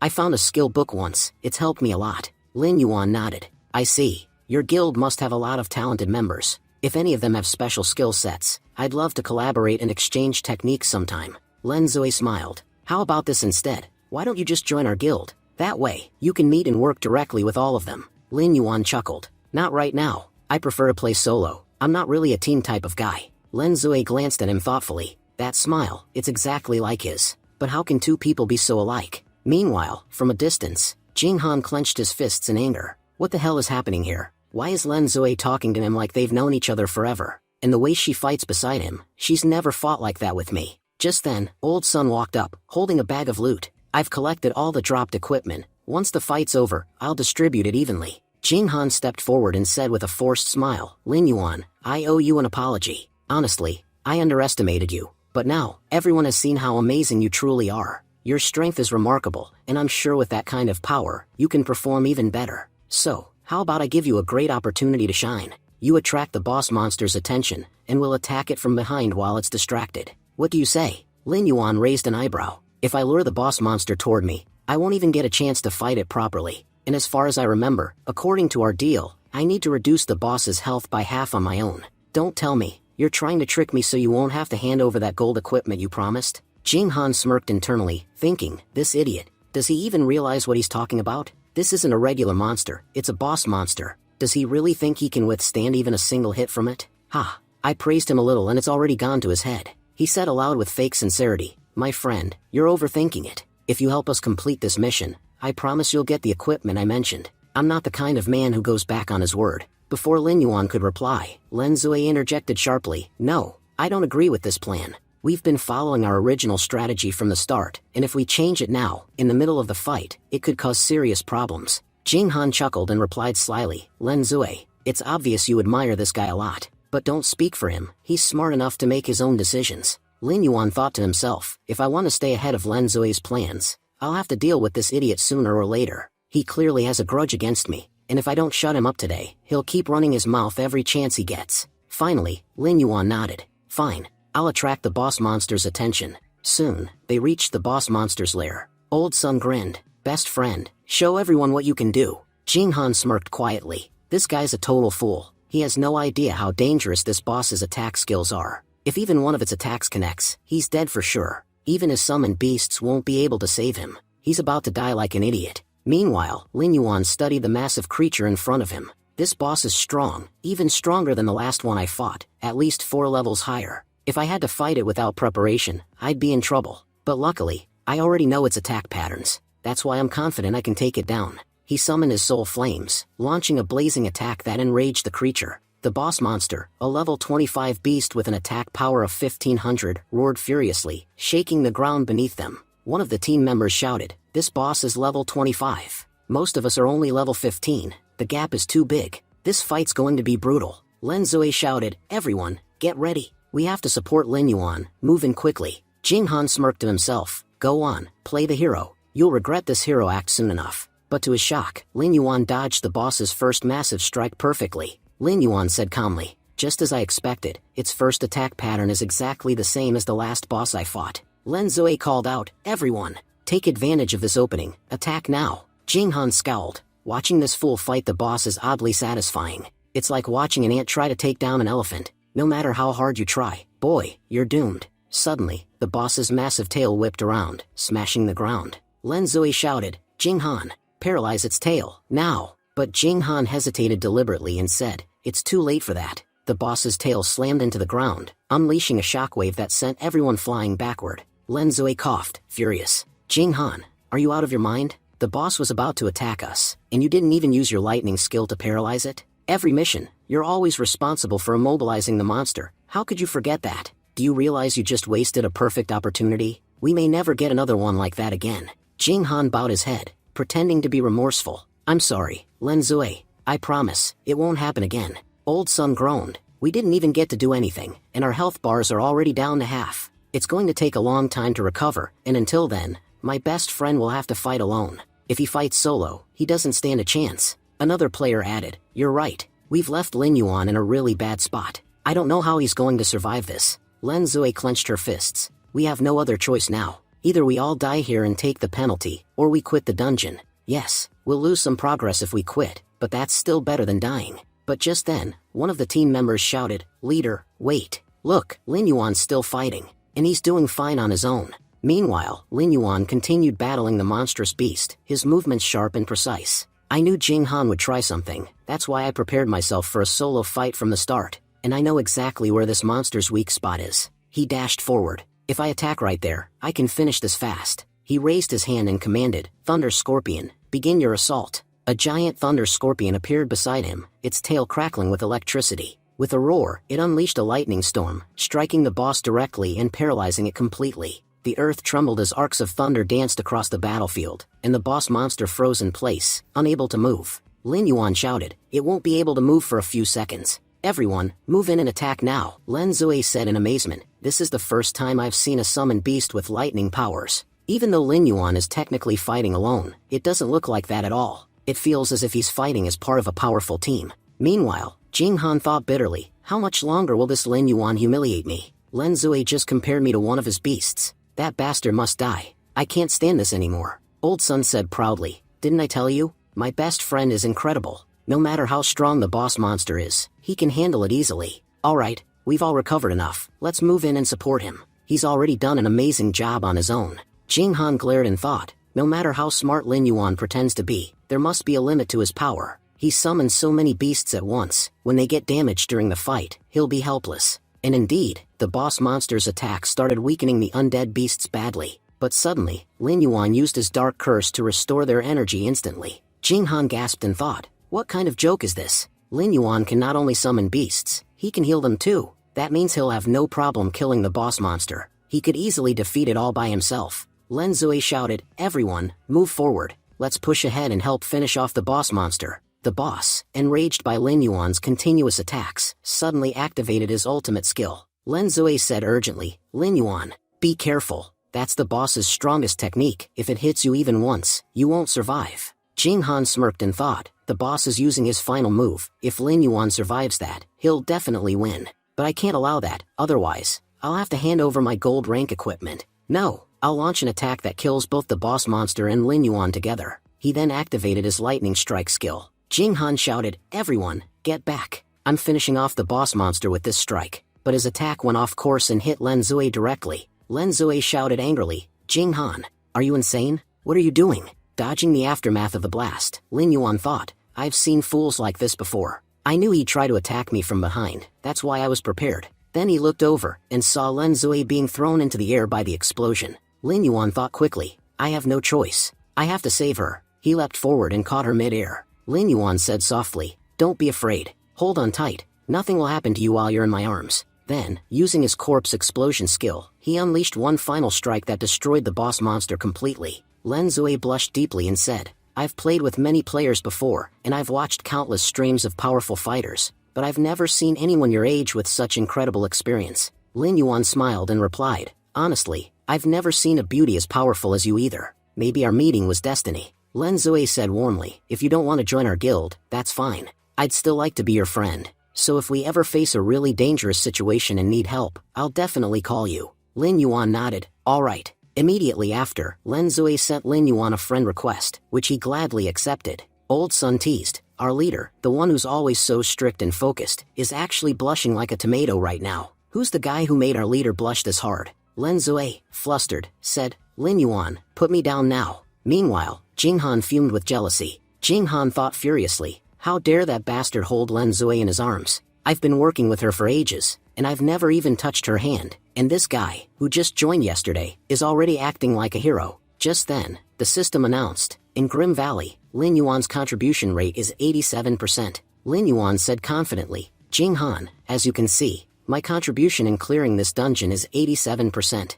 So according to our bet, I've won. I hope you won't back out of giving me the gold rank equipment. Jing Han said reluctantly, fine, I'll give it to you. But first, let's distribute the drops from the boss monster. We can talk about the reward after that. Lin Yuan said firmly, no, I don't want to talk about it. Just hand over my gold rank equipment, now. Jing Han said nervously, I told you, I'll give it to you. I have plenty of good items. I'll choose one for you. Lin Yuan frowned and said coldly, why does your tone sound different now? You were so confident when you made the bet, but now you're speaking like a thief, trying to find a way to weasel out of it. Then Lin Zui said, Lin Yuan, look, Jing Han is a mage. His equipment won't be of any use to you anyway. So how about this? Instead of taking his loot, you can choose anything you want from the boss monster's drops. As for the gold rank equipment, don't worry, I'll make sure Jing Han pays for that. I'll personally get you something just as valuable. So, what do you say? Lin Yuan said, alright, if you're offering, I don't mind, but honestly, I don't need equipment that much. What I really need are combat skills, something that can help me enhance my power. Lin Zui replied reassuringly, don't worry, in our guild, plenty of members possess spiritual skills, and we definitely have lots of combat skills too. Once we return, I'll talk to the others and get you something truly useful. As they walked ahead, Lin Yuan said thoughtfully, I almost forgot, my servant must still be waiting for me. Saying that, he used his dark summoning on the boss monster's body. But just then, the system notified him, 3 of your kobold monsters have been slain. Lin Yuan said in shock, what? My monsters were killed. Then he remembered, those monsters were guarding a hidden dungeon, a place known only to a few. If anyone ever stumbled upon it, his kobolds would instantly drive them away. But someone strong enough to kill them? There was only one person capable of that damn follower of the evil god, the snake controller. Lin Yuan thought, so, he's finally shown himself. This might be my only chance to catch him. If I can capture him, I'll be able to solve the evil god incident as well. Determined, Lin Yuan rushed toward the dungeon. Old Sun called out, best friend, where are you going? You haven't even collected your share of the loot yet. But Lin Yuan had already entered the dungeon. Lin Yuan thought to himself, technically, I could have entered through the main gate, but sneaking in quietly will be much safer. Once inside, he saw his kobold monsters lying dead on the ground. He examined them carefully. There were no visible combat wounds. It looked like they'd been restrained and then killed, just like an assassin would do. And there were snake bite marks on their necks. Lin Yuan thought seriously, the dungeon's snakes are tiny. Their bite marks could never be this large. And those weak snakes could never kill a kobold on their own. That means, a very powerful snake-type monster attacked them. And the only person capable of controlling such a creature is that snake controller. I'm 100% sure of it. As Lin Yuan was analyzing the scene, suddenly level 15 snake monsters appeared and attacked him. Dodging quickly, Lin Yuan countered with Soul Flame, burning several snakes. Lin Yuan thought, their level is much higher than I expected, and I know nothing about their abilities. I'll have to fight carefully. Just then, another snake monster appeared from behind. Lin Yuan thought sharply, so, that bastard brought an army with him. This won't end quickly. Blocking the attack, Lin Yuan summoned Giant Wolf beside him. Lin Yuan commanded, Giant wolf. Finish them off. Then he thought again, if I keep fighting like this, I'll never catch that snake controller. He must be nearby, hiding somewhere and controlling the snakes remotely. I need to find him, no matter what. At that moment, he noticed a faint light coming from inside a nearby sewer tunnel. Lin Yuan smirked. Ah, so that's where you're hiding. Activating his shadow contract, Lin Yuan charged forward to attack. But just before his full-powered punch connected, he suddenly stopped. Lin Yuan paused and thought, wait a second, what am I doing? I recognize this door, I've been here before. This is the same gate that seals away the level 60 snake monster. If I break it open, that creature will be unleashed. So this was his plan all along. He's trying to trap me. Lin Yuan said coldly, I'll admit, your strategy was brilliant, but let's see whose move wins this game of chess. He activated invisibility, vanishing completely from sight. The snakes hissed and slithered aimlessly, unable to find him. Nearby, the follower of the evil god muttered to himself, that bastard's smarter than I thought. I really believed he'd fall for my trap and die here. But no, he managed to save himself at the last second. Still, how did he even find this place? These sewers are my territory, no one should know about them. Suddenly, he heard footsteps splashing in the water behind him. Preparing to attack, the snake controller shouted, you think invisibility will save you? Today you'll die, and your body will be food for my snakes. He unleashed a massive, deadly strike in that direction. But from behind, a calm voice spoke. Lin Yuan said, hey idiot, where are you looking? The real hero is behind you. The snake controller turned in shock. What? When did he get behind me? Before he could react, Lin Yuan struck him hard, sending him flying backward. The snake controller roared, you dare attack me? If you're so eager to fight, then face my army. Let's see how you survive against my serpent soldiers. Lin Yuan thought strategically, this guy's terrible at close combat, that's why he can't block my attacks properly. If I can somehow take control of his snakes, I'll be able to defeat him easily. Lin Yuan shouted, you're not the only one with an army. Let's see whose forces triumph today, yours or mine. Shocked, the snake controller exclaimed, what? These are undead. You can control the undead? Damn, my luck couldn't be worse today, to run into someone like you. As he attacked, Lin Yuan taunted him, what's wrong? Is snake controlling all you can do? You're trembling without them, what happened to that confidence? The snake controller growled, shut your mouth. You'll be dead soon anyway. Don't waste your energy talking. Lin Yuan smirked, oh, I'll die? Then tell me, who's going to kill me? Because I don't see any of your snakes around. Without them, you couldn't even take down a 5-year-old, let alone me. He took a step closer and added coldly, first follower of the evil god, you're not getting out of here alive. The snake controller froze. What? You know I serve the evil god? Then I've got no choice. Now I'll enjoy killing you even more. He hissed something under his breath, summoning more snakes from the shadows. Laughing maniacally, the snake controller said, what did you think, kid? That I sent all my snakes to fight already? I kept my most powerful ones hidden, just for the chance to trap a fool like you. And guess what? My plan worked perfectly. Lin Yuan thought to himself, by the look of him, he's not in control of his own body anymore. The evil god has completely taken over. Everything he's doing now, he's doing because he's being controlled. He won't willingly reveal anything about his master. If I want information, I'll have to capture him alive. Then, moving with incredible speed, Lin Yuan slashed through a group of snakes. The snake controller snarled, kill as many as you want, I have thousands more. Watching the attacks come, Lin Yuan thought, if I want to catch this bastard off guard, I'll have to take a few hits on purpose. He let himself be struck, allowing the snakes to wrap tightly around his body. Lin Yuan grimaced, I'll admit, the venom's strong, it's slowing me down. The snake controller smirked, when I first came here and saw an undead creature, I thought I was mistaken. How could necromancers still exist in this world? But after seeing you, I realized they were never truly wiped out. Some of you still remain. Lin Yuan replied sharply, necromancer? What are you even talking about? Then he thought, he figured out my profession just by looking at me once. Not only that, he seems to understand how my abilities work. Could it be that the evil god's followers have seen necromantic powers before? Maybe that's why he recognized mine so quickly. The snake controller demanded, first, tell me, how did you know I serve the evil god? We've got time today, and I'm quite curious about you. Lin Yuan smirked, you've been running from me for a while, and now, you finally have the guts to get close? That was your mistake. You're not escaping this time. Every secret you have, I'll drag it out of you, one by one. Then, using his own undead snakes, Lin Yuan turned the snake controller's creatures against him, binding him tightly. The snake controller's eyes widened in shock. What the hell? How are you using my snakes against me? I can't even take back control. Lin Yuan said calmly, you were right about one thing, we both have armies. But do you know the difference between yours and mine? Your army gets tired. It needs care. It feels pain. Mine doesn't. My army never tires, never falls, and never loses. That's why, no matter who I face, I always win. Enraged, the snake controller struggled and shouted, "You think you can trap me like this? Catching me won't be that easy. I'll leave for now, but mark my words, we'll meet again. I'll remember everything you did here today, and when the time comes, I'll make you regret it." He began retreating into the shadows of the sewer. Lin Yuan called after him, "You think you can run away while I just stand here watching? No matter what you do, you're not escaping me." He raised his hand and unleashed a massive explosive attack, shaking the entire sewer system. When the smoke cleared, the snake controller was gone.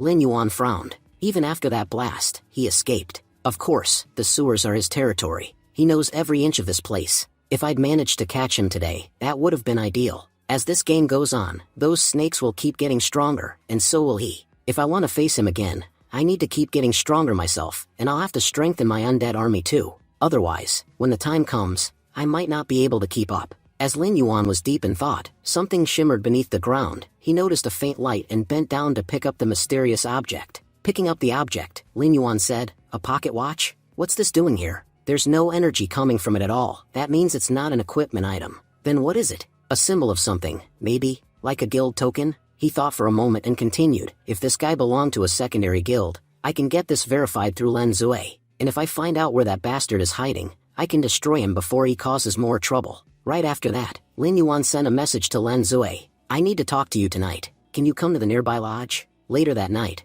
we see Len Zui arriving at the lodge. "Sorry for being late," she said, slightly out of breath. "I brought the equipment I promised you. Please check it, see if it suits you." The system notification appeared. Item acquired, Ring of Concentration, Gold rank. Increases mana capacity and boosts mana recovery speed by 30%. When mana is critically low during combat, recovery speed increases by 40%. Lin Yuan thought to himself, "This ring can actually boost mana recovery? Perfect. My skill Corpse Explosion is powerful, but it drains my mana fast. I really needed something like this." Len Zui brought exactly what I was missing. Len Zui smiled and said, "I told you back in Grim Valley, you'd get the first pick from whatever loot we found. So I brought everything with me. Take whatever you need." In her inventory, Lin Yuan saw a silver-ranked armor, a silver-ranked dagger, and a skill scroll that could increase any skill's proficiency by 100 points. Pointing to the scroll, Lin Yuan said, This is what I need. Honestly, I didn't expect such great loot from killing that boss. I don't need the rest, this scroll alone is worth it."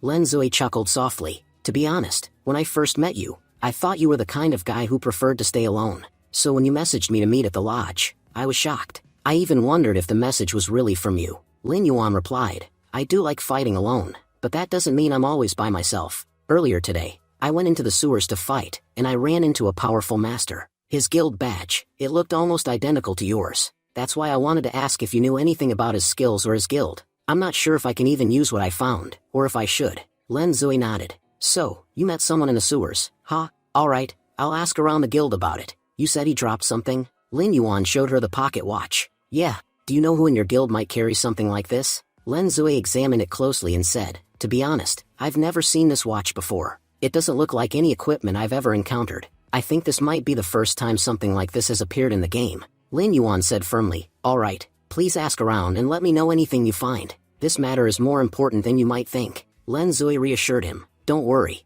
I'll take care of it. You have my word." Lin Yuan asked curiously, "You brought me a gold-ranked item. Didn't anyone in your guild object to that? Giving such equipment to an outsider must have made a few people angry." Len Zui sighed lightly and replied, "Well, to be honest, only Jing Han had a problem with it. He was furious, but it was his own fault. He couldn't do anything about it anyway. Besides, helping you actually feels good to me." She hesitated for a moment, then added softly, "You remind me of my little brother. He looked a lot like you, so much, in fact, that it's almost impossible to tell the difference. If he were still alive, he'd probably look just like you. That's why I feel a strange comfort whenever I see you." Lin Yuan thought to himself, "So that's it. Now I understand why Len Zui's been supporting me since the start. Why she reacts so oddly whenever she looks at me. It's because I remind her of her brother." Len Zui continued, "For now, keep that pocket watch with you. If I learn anything about it, I'll tell you immediately. Oh, and Lin Yuan, I heard something that might help you. You should buy some potions that can store electricity. You're going to need them very soon."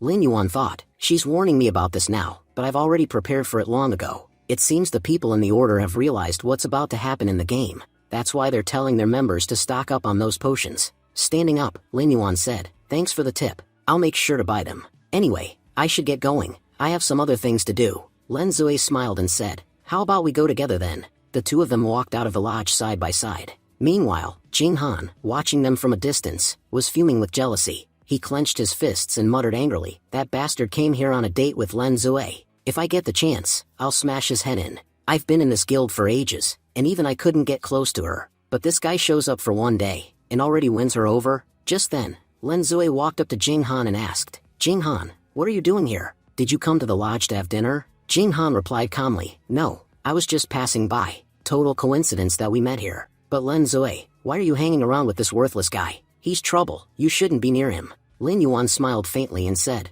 "Alright, let's say I am a worthless man. But you know what? Even being so worthless, at least I don't go around following people. I know some people who do that, and trust me, they're far more pathetic than I'll ever be." Jing Han's tone turned defensive. "I told you, I'm not following anyone. Anyway, this morning you were so confident, saying you didn't want to join our guild. So tell me, if you don't want to join, why were you talking to our guild leader? Seems to me like you've got another motive behind all this." Lin Yuan thought silently, "This guy's sharp, he could become a problem for me in the future." Then, Lin Yuan said aloud, "Your guild president, Lin Zui, has impressive combat skills. I came here to learn a few techniques from her, that's all. And besides, if I'm talking to her, what's it to you? Why are you butting in?" Jing Han shot back, "I'm a member of her guild. I know what's good for her, and what's not. Lin Zui, you should be careful around this guy. He's more dangerous than he looks." Lin Zui frowned and said firmly, "Jing Han, thank you for your concern, but I'm old enough to decide who I want to be friends with. I don't need your permission or your advice. So please, mind your own business." Jing Han raised his hands in protest. "No, Lin Zui, you're misunderstanding me. I wasn't trying to order you around." Lin Zui interrupted sharply, "Oh, please, for heaven's sake, just stop talking. I came here to give Lin Yuan the equipment you lost, and this is how you repay me? I worked hard to bring it, and now you're testing my patience. Honestly, Jing Han, you've really disappointed me." Jing Han stammered, "Lin Zui, please, just listen, you've got it all wrong. This is all because of that guy, Lin Yuan." But Lin Zui ignored him completely and walked away with Lin Yuan. Fuming with anger, Jing Han muttered under his breath, "Lin Yuan, you'll regret this. I'll make sure of it." A little later, Jing Han met one of his shady contacts, an assassin. Jing Han said, "I knew you'd be here. I need your help. There's someone I want dead." The assassin grinned and replied casually, "What's the rush, my friend? Let me finish my drink first. Then tell me, who's the unlucky bastard that needs to be taken care of?" "Don't worry, you came to the right man. Your job will be done." Pointing at a picture of Lin Yuan, Jing Han growled, "Take a good look, this is the man I want dead. Because of him, my life has become a living hell. If you kill him exactly the way I tell you, I'll double your payment, personally. Make sure he dies horribly, the more painful the better. The more he suffers, the bigger your reward." The assassin smirked. "In that case, there's no problem. I'll take care of this bastard myself. Money's all I care about. For the right price, I could even kill myself." As he was leaving, Jing Han added coldly, "One more thing. Kill Lin Yuan in a public place. Make him run, make him beg, and let everyone watch as you beat him to death. Give him a death so gruesome that even the memory of it makes his soul tremble." The assassin stared at Lin Yuan's picture and muttered, "Why do I feel like I've seen this guy before? He looks strangely familiar." Scene shifts to Lin Yuan's location. He's examining a pocket watch, while Doug Wayne studies it carefully. Doug Wayne said, "To be honest, I've never seen anything like this before. This thing isn't emitting any kind of energy, so I'd say it's just an ordinary watch, certainly not an artifact." He frowned and added, "I don't know much about this, but maybe the Gold Knights could tell you something.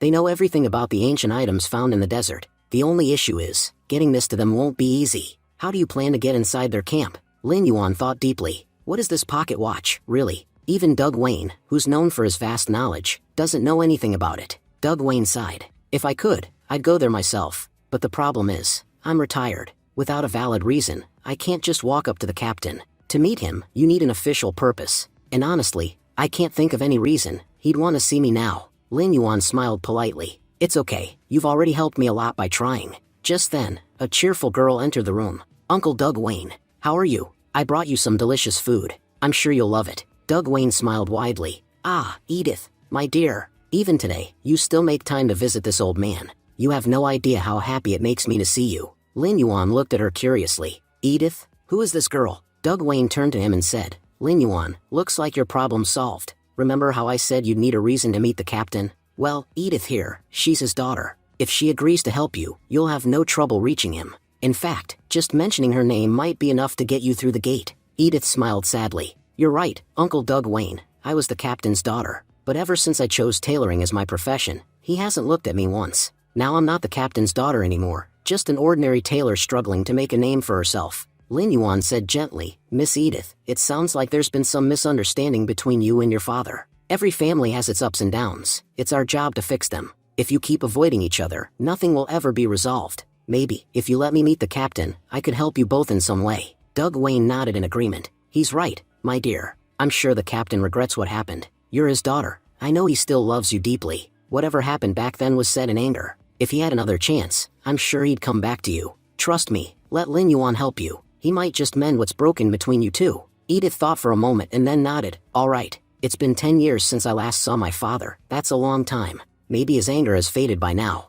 Mr. Lin Yuan, please come with me. A little later, Lin Yuan followed Edith to her home. She said softly, to be honest, I once made a dress for my father. I always wanted to give it to him with my own hands, but I never got the chance. I guess, I never had the courage. Maybe fate brought you to me for this reason. Please, could you deliver this dress to my father? Tell him I spent a whole year making it. It's the best work I've ever done, and it's my dream to see him wear something I created. Please, when you return, tell me, did he forgive me? Did he finally accept me as his daughter again? Lin Yuan nodded sincerely. Miss Edith, I promise I'll deliver this dress myself. Lin Yuan said reassuringly, Miss Edith, please don't worry. I'm certain that once your father sees this dress, he'll be overjoyed, and all the misunderstandings between you two will fade away. System notification, you have accepted a hidden mission, Desert Family Love. Objective, deliver the dress to Captain Sid. Mission rank, Gold. Time limit, 12 hours. Lin Yuan arrived at the knight's camp. As soon as the guards saw him, they shouted, Stop right there. Who are you? Lin Yuan replied calmly, Miss Edith sent me. I have something important to deliver, a gift that needs to be handed directly to Captain Sid.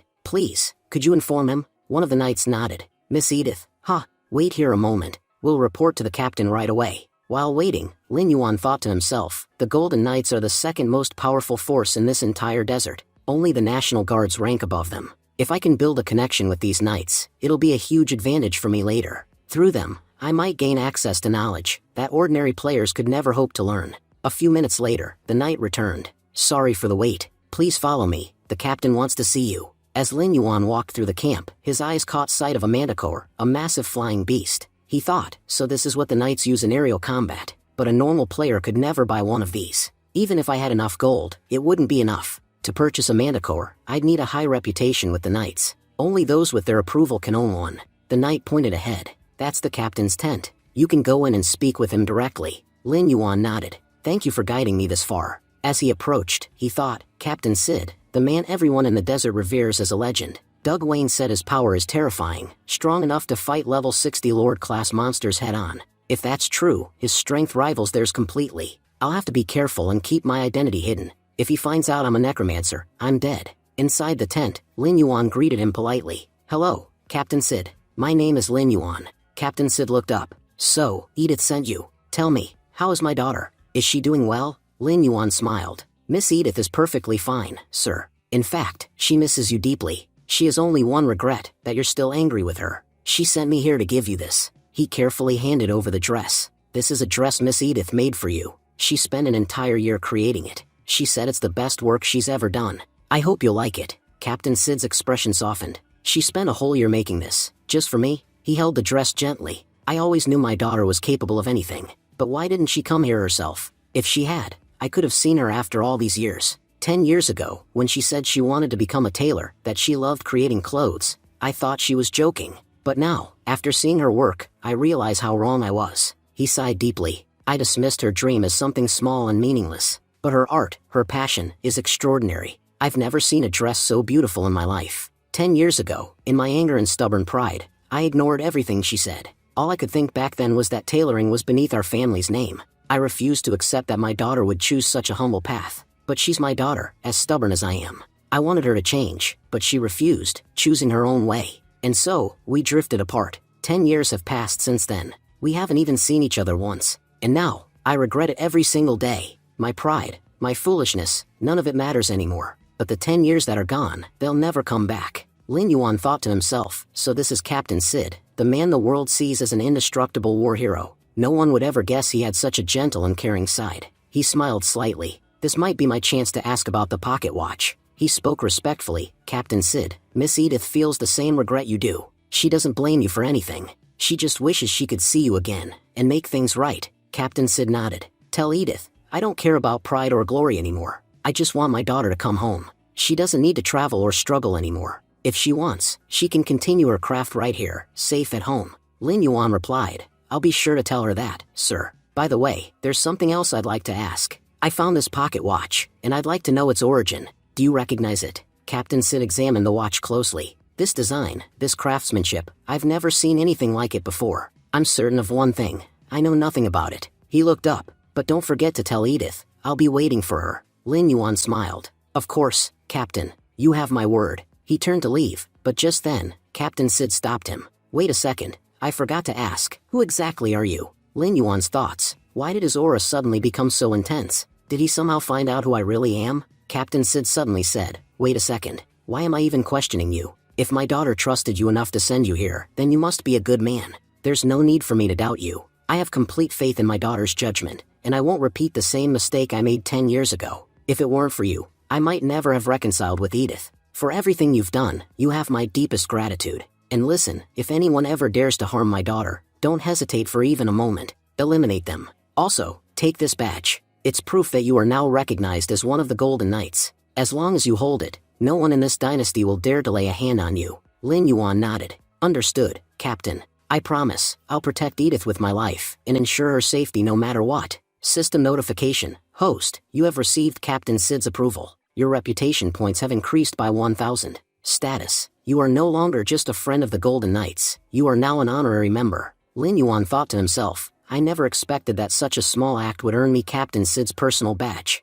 No one else could have given me something this valuable. Thanks to Uncle Wayne, I've gained so much from this. Now, I don't need to worry about anything in this desert. I can move freely. My current reputation is 1,500 points, which means I've unlocked access to the night store, and I'm definitely not going to miss this opportunity. There are items in that store that can't be found anywhere else in the entire game, only purchasable here. The shopkeeper greeted him politely. Welcome, young knight. What can I do for you today? We have many fine goods in stock. Lin Yuan replied. I'd like to buy a manticore. He thought to himself, I've already mastered combat riding. All I need now is a mount to activate and use it properly. Finally, I'll have my own manticore, the shopkeeper said. Just so you know, manticores are extremely expensive. We have only a few left. The price is 300 gold coins each. Lin Yuan smiled. No problem. Here's the payment. System notification. Host, you have successfully obtained a manticore. Later, Lin Yuan returned to Edith's workshop. Tears filled her eyes as she asked, Is it true, what you said earlier?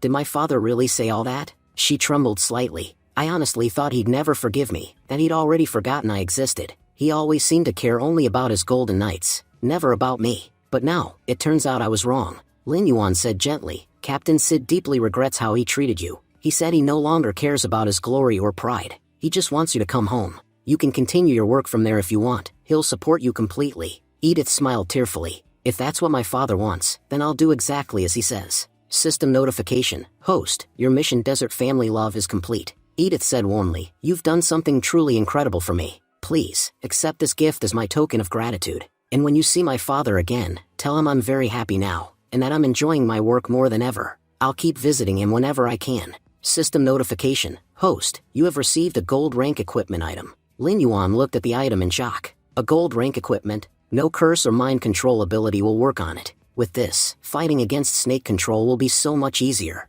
In fact, I might even be able to enhance my abilities, enough to control snakes myself. This is incredible. He smiled gratefully. Miss Edith, thank you so much. You have no idea how much easier this gift has made my journey. Later, Lin Yuan met Captain Sid and told him everything that had happened. Captain Sid said thoughtfully, It seems like Edith is quite content with her current life and profession. If she's happy, then I'm happy too. But Lin Yuan was thinking to himself, he don't seem to know anything about my pocket watch. Fine, if not that, then maybe I can get information about the snakes from him. He probably have knowledge I won't find anywhere else. So he asked, Captain, do you know anything about the snakes? Captain Sid looked surprised. Why are you suddenly asking about them? Long ago, there was a snake civilization that lived in these lands. But using our powers, we drove them out. Every snake was banished from this kingdom. You won't find any of them here anymore. However, the remaining snakes still use their powers to torment humans. One of their abilities is to enter people's dreams and prevent them from sleeping. Lin Yuan was shocked.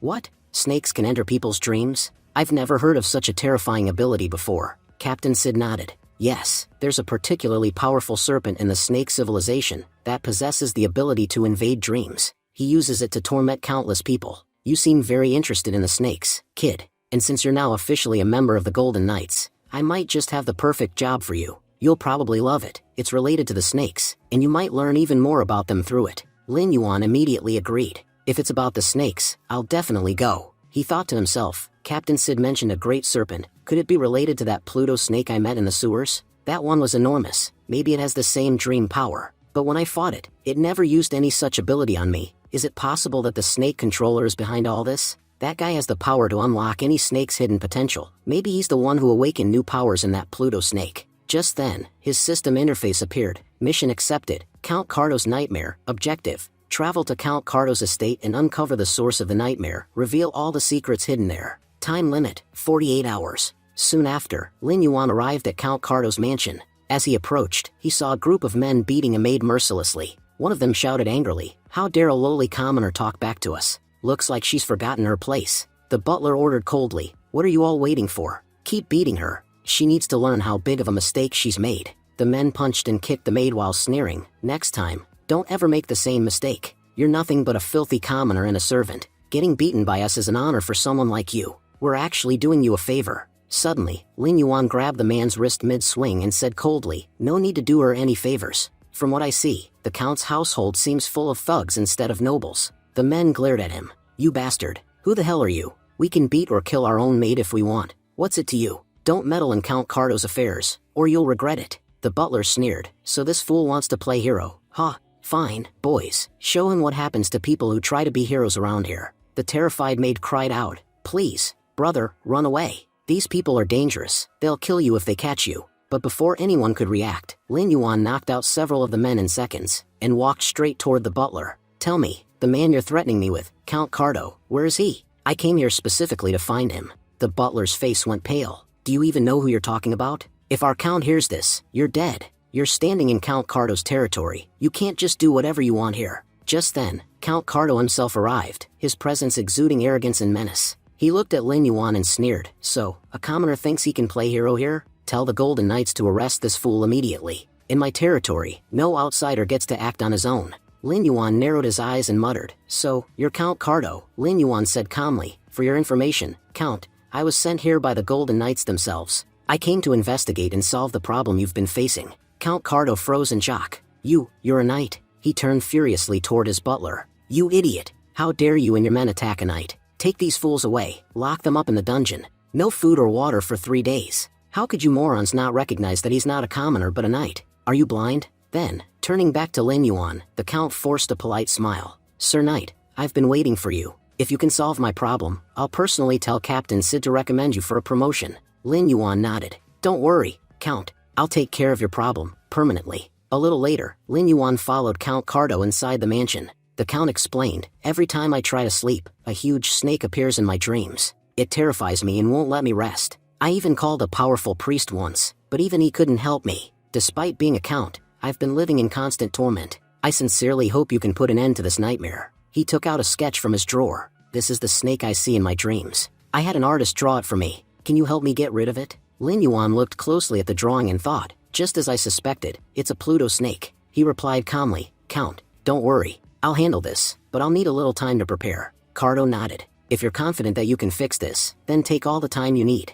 Just, please, end my suffering." At that moment, a maid entered carrying a tray of water, but she slipped, spilling the entire jug onto Count Cardo's clothes. The Count's face twisted with rage. "Are you out of your mind? You useless wretch. You can't even handle a simple task." He slapped the maid hard across the face. "You ruined my mood and my clothes. I'll make sure you regret this. Today you won't be spared." The terrified maid fell to her knees. "Please forgive me, Count. It was an accident." But Cardo only grew angrier. "How many times have you made accidents? If you can't even hold a glass of water, then what use are you? I've made a huge mistake hiring trash like you. People like you don't even deserve to live." He raised his hand to strike her again, but before he could, Lin Yuan stepped forward and blocked him, shielding the maid. "Count, getting this angry isn't good for your health. We were discussing your problem just now, yet you suddenly lose control like this. At least finish the conversation before you start punishing people." Cardo paused, then forced a calm tone. "You're right, perhaps I overreacted. But you must understand, I do all of this for the maid's own good.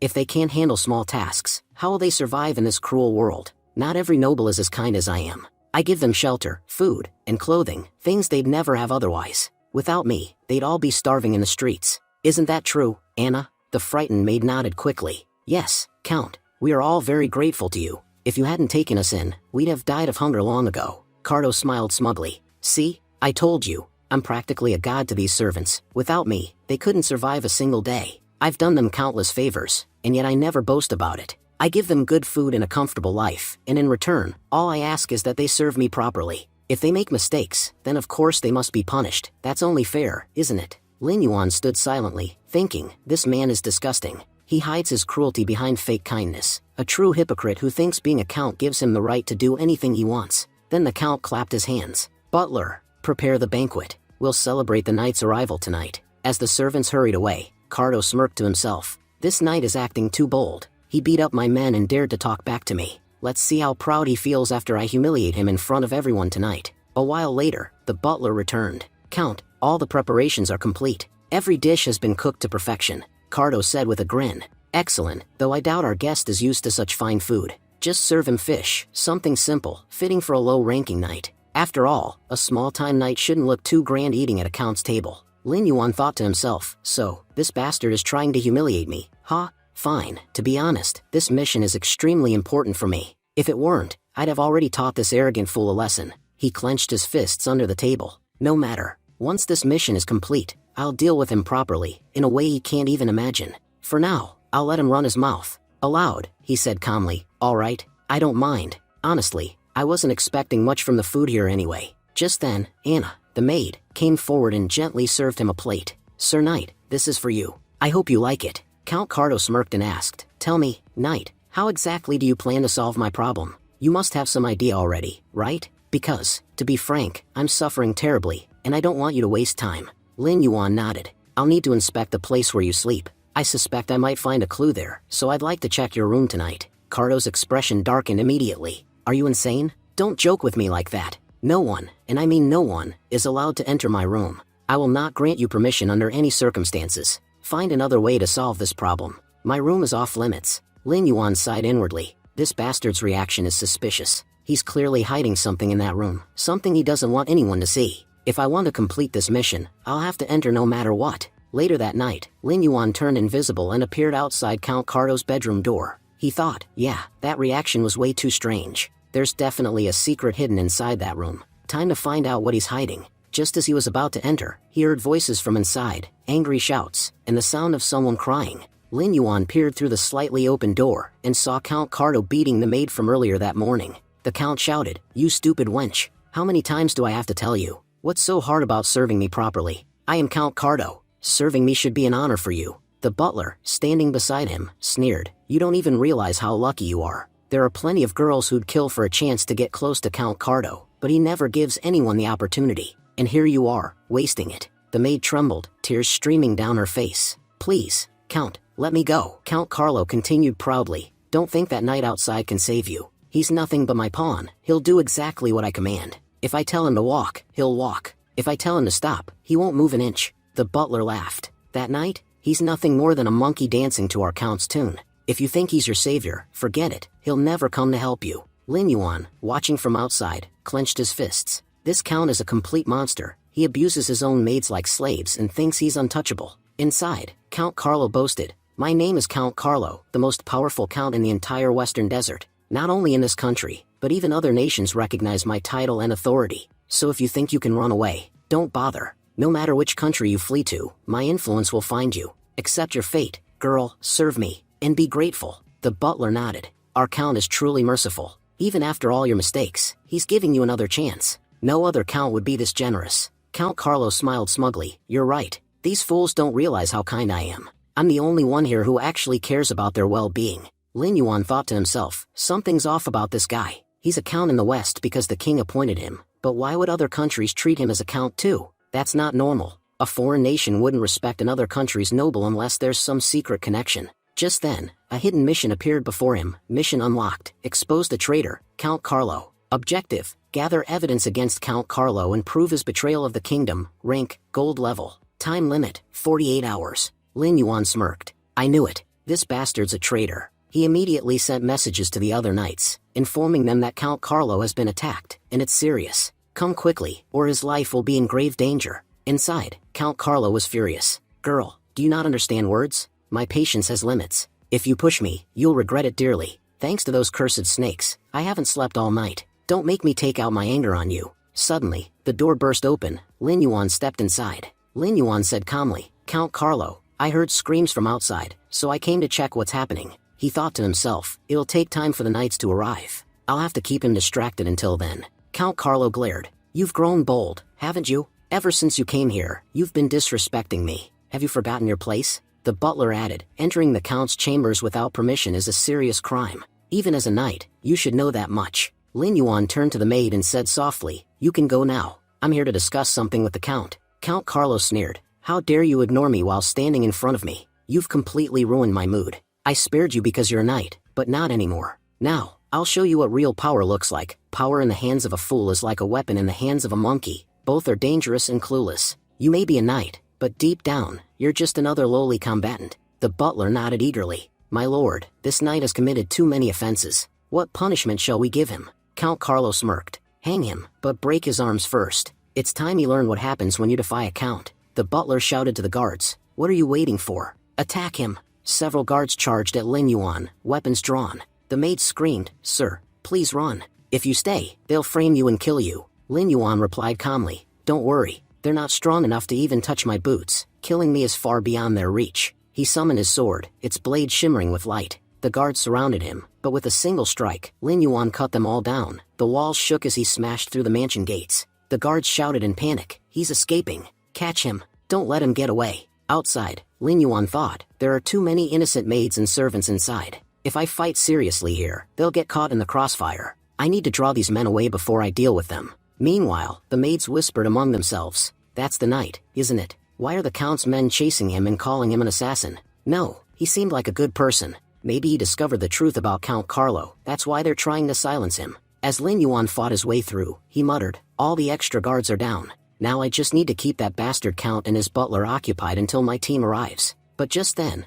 a metal chain wrapped tightly around his leg, stopping him mid-step. Shocked, Lin Yuan thought, what is this? Someone's trying to control my body, using a control skill through their equipment. The system then notified him, due to the effects of your gold rank equipment, the control attempt has been nullified. The butler sneered, that's the problem with you knights. You have power, but no brains. That's why you always lose. Count Carlo stepped forward arrogantly. Did you really think you were powerful enough to take me down? Let me tell you, my butler is no ordinary servant. He's a powerful mage, strong enough that you could never defeat him. Outside, the maids whispered nervously, that knight's doomed now. The butler's spirit weapon is deadly. Once it binds someone, there's no escape. Another maid added, Count Carlo never told anyone, but his butler used to be a member of the Royal Mage Corps. Normal knights can't stand a chance against him. The butler raised his glowing staff and said coldly, my dagger is extremely dangerous. Once I pierce your body with it, it will slowly drain your strength from the inside, until your body becomes too weak to stand, and you'll die where you stand.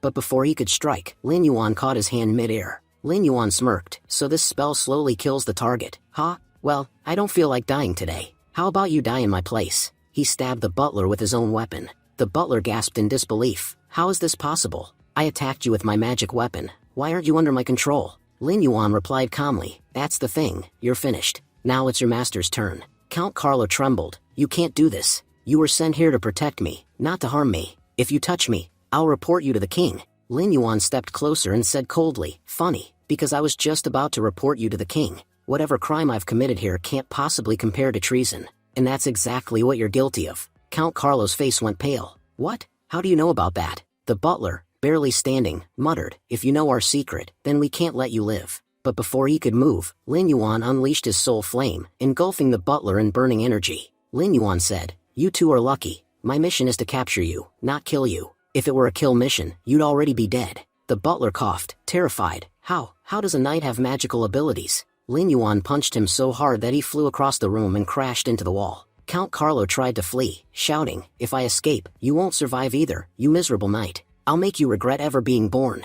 Lin Yuan appeared before him instantly. What was that, Fatso? I didn't quite hear you. My ears must be a little weak. Say it again. Count Carlo stammered nervously. No, I was just saying, you're a great knight. I'll personally tell Sir Sid to promote you and give you a medal. Truly, knights like you are rare. Lin Yuan smirked. You know, once I capture you, the king will reward me handsomely. Compared to that, your little reward sounds pretty pathetic. He blasted Carlo with soul flame, the Count screaming as the attack burned through the room. Lin Yuan shouted, "You think I don't know what you've done? Did you ever stop to think about the innocent people you tormented? How they suffered for no reason? You never showed mercy to anyone, so why should I show any to you?" Count Carlo fell to his knees, crying, all right, I admit it, I was wrong. I'll release all the servants. Please, just forgive me." Lin Yuan grabbed him by the collar. "Too late for that, start confessing. What exactly have you done against this kingdom?" Count Carlo begged desperately. "I'll give you anything. Money, titles, power, whatever you want. Just let me live." Lin Yuan punched him across the face. "Once your crimes are revealed, you'll have nothing left to give. So tell me, what can you possibly offer me now?" He slammed Count Carlo into the ground, cracking the floor. Just then, Captain Sid and a group of knights entered. Captain Sid said, "I hope we're not too late. We got your message saying Count Carlo's life was in danger. Is he safe? Was he attacked?" Lin Yuan replied calmly, "I'm sorry, Captain. That message was a false alarm. Count Carlo's life was never in danger. He is the danger. I called you here to arrest him. You might not believe it, but this man has betrayed our kingdom." Captain Sid was stunned. "Treason? Lin Yuan, do you realize what you're saying? If you don't have proof, this could cost you your life. Attacking a count is punishable by death, and you've already beaten him badly." Count Carlo sneered, wiping blood from his lip. "So you do understand. Attacking a count is a crime punishable by death. Captain Sid, you sent this madman here. He assaulted me. You won't escape blame either. You must have ordered him." Captain Sid sighed. "Lin Yuan, we can't arrest him based on your words alone. Without evidence, our hands are tied." Just then, a maid stepped forward, trembling. "I have evidence. I know all about his crimes. While serving him, I discovered he made a pact with the Snake Clan. He even worships them. Beneath his palace, there's a secret chamber where he meets them in private. It's nearby. I can show you the way." Count Carlo screamed, furious. "Lies. I have everything I could ever want. Why would I side with snakes? Don't listen to this lying wench. How dare you speak against me? I'll kill you." He lunged toward her, but Lin Yuan struck him again, knocking him unconscious. Lin Yuan turned to Captain Sid. "Captain, take the Count to the capital. I'll go with her and find the evidence. Once I have it, I'll bring it straight to you. And if I fail, I'll take full responsibility for everything that's happened here." Captain Sid nodded seriously. "I trust you, Lin Yuan. If you succeed, this will be a great victory for you. But if you fail, it could be the biggest mistake of your life." Two knights are ordered to accompany Lin Yuan to help him search the location, while the rest escort Count Carlo away. Captain Sid says, "We need to head to the military camp and report everything to the Emperor as well." Lin Yuan says, "Anna, lead the way. You don't have to worry about anything. We're here to support you." Anna replies, "When you first arrived, I could tell immediately you're very different from the others. That's why I had the courage to trust you." They move into the mansion's underground sewers. Anna explains, "This is the secret passage where the Count met the Serpent Tribe people." Lin Yuan thinks, "So this place is also a sewer. These snakes really love sewers. They always hide here." But something feels off about Anna. None of the other maids knew anything about this place, yet she knows everything. Anna points ahead. "See that door? Behind it is a secret room. The Count always met the snake tribe there." Lin Yuan thinks, if the Count used this room regularly, why is the door left unprotected? No formation, no magic seals. Did he really leave it like this? He says aloud, "Knights, stay alert. I'm opening the door." Inside, the knights look around and say, "It seems completely empty. No one is here." But suddenly, snakes burst out and attack them. Knights shout, "Careful, there are so many snakes." But Lin Yuan casually starts killing them with one hand.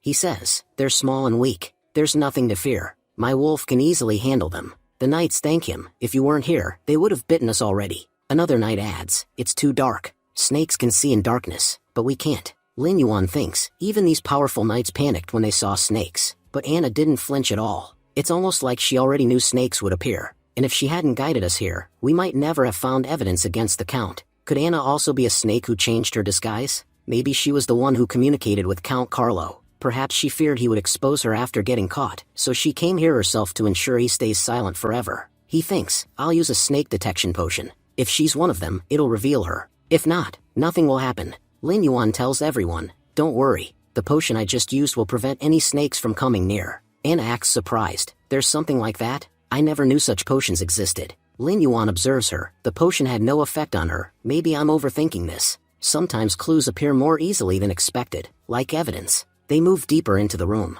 Lin Yuan announces, "We found the evidence we needed." A knight picks up an object and says, "I recognize this. It's a serpent totem. Years ago, the king commanded that all serpent-related items be destroyed. Keeping even one of these is strictly forbidden." Yet Count Carlo kept so many. This proves without doubt that the Count is connected to the serpent tribe. Anna, standing behind them, says, "Good. Now you all know what a vile man Count Carlo is. Please teach him a proper lesson. Don't hold back at all." Scene shifts to the prison. Count Carlo shouts angrily, "It's been 12 hours. Where are your knights with the so-called evidence? You won't find anything because I've done nothing wrong. You ruined a Count's reputation for no reason. This is a huge mistake." Captain Sid enters and says, "We found the evidence. Start the interrogation. Throw this bastard down." Count Carlo panics. "You found evidence? Impossible. I have no ties to the serpent tribe. What exactly did you find?" A knight yells, "Shut your mouth and confess your crimes." Captain Sid says, "Honestly, I always knew Carlo was a disgusting man, someone who never respected commoners.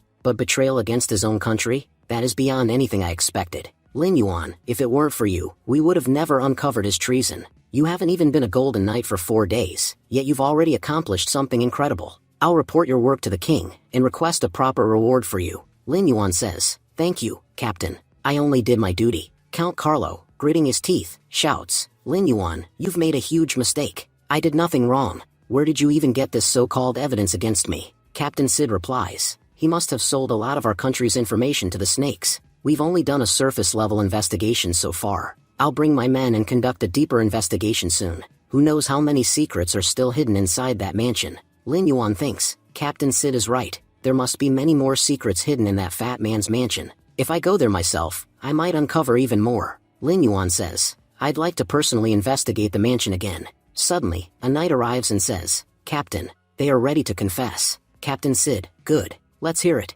Inside the confession room, the butler says nervously, "First, let me explain. Yes, I am the Count's butler, but I don't know anything about his activities. I stay with him only 8 hours a day. I have no idea what he does during the remaining 16 hours. Count Carlo smacks him and yells, "Shut your mouth. I'll speak first, you speak later." He turns to Captain Sid, "Fine, I admit it. I did have some dealings with forces from another country. And yes, I knew a nearby kingdom's ruler. But as I said, the connection was very small. It was never my intention to betray my country. I only knew them, nothing more. I've confessed everything I can. Please, request the king to reduce my punishment." Captain Sid responds angrily, "On one side, there are knights who risk their lives in battle, and then there are scum like you, living in luxurious mansions, blinded by greed, willing to betray your country without a second thought. You lacked nothing, yet you still chose betrayal." At that moment, Lin Yuan hears his system notification, "Mission complete, reward, 1,000 reputation points." Lin Yuan thinks, "Good, this mission is done.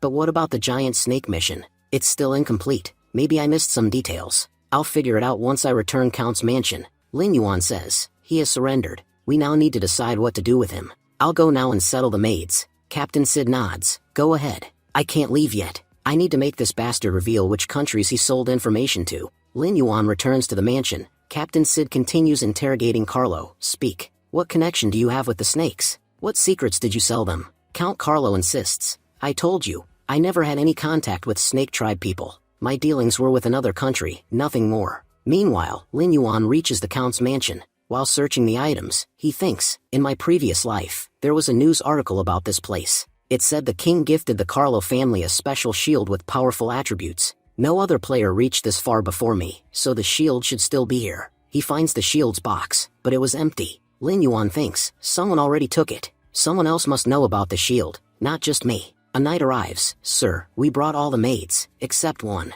A maid named Anna is missing." Lin Yuan thinks sharply, "Anna? The same girl who helped us find evidence. There are only 2 possibilities. 1, the snake tribe killed her to take revenge for Count Carlo, or 2, she is from the snake tribe herself and was acting all along. If she escaped from such a huge mansion, a guard would have spotted her, unless she used the sewers." Lin Yuan heads into the sewers. "Earlier, I felt like I missed something, and now it's clear. If the Count was connected to snakes, why would the snakes torment him in dreams? Why would he ask knights for help? Something doesn't add up." As he walks deeper, he hears voices. He hides, and sees Anna alive. Anna says, "You called me here so urgently? The Count's situation isn't fully settled yet. If I disappear for too long, people will get suspicious." A man appears, the snake controller. He says, "Since you're here, I assume the Count has been taken care of." Lin Yuan's eyes widen as he thinks, why is Anna meeting him alone? She's supposed to be an NPC. NPCs normally don't work with players. I need to stay hidden and watch. The snake controller continues, "You did well, entering the Count's house, trapping him, and destroying him. That fool will never know that you were the one who prepared the secret room. Even if he's claiming in confession that he had nothing to do with Snake Tribe, no one will believe him. Anna smirks. You're right. That fat fool never imagined a maid working under him could destroy him. But guess what? One night started suspecting me. I didn't make a single mistake, yet he still doubted me. He even used a potion to check if I was snake type. You must be careful around him. He could become a threat. The snake controller laughs mockingly. Are you praising a knight? Most knights are idiots. Even if they have power, they don't know how to think. A knight sharp enough to suspect you. He must be impressive. Show me who he is. Anna gives him a photo. She says, I can't stay long. I need to return to my mission, to weaken every noble in the Western Desert. Weak enough that when the time comes, none of them will be able to help their king. Our snake tribe, which lost to humans years ago, will return and take everything back. Then she asks, so, how's your mission going? Did you find the item you needed? Looking at Lin Yuan's photo, the snake controller said angrily, this bastard has become a thorn in our path.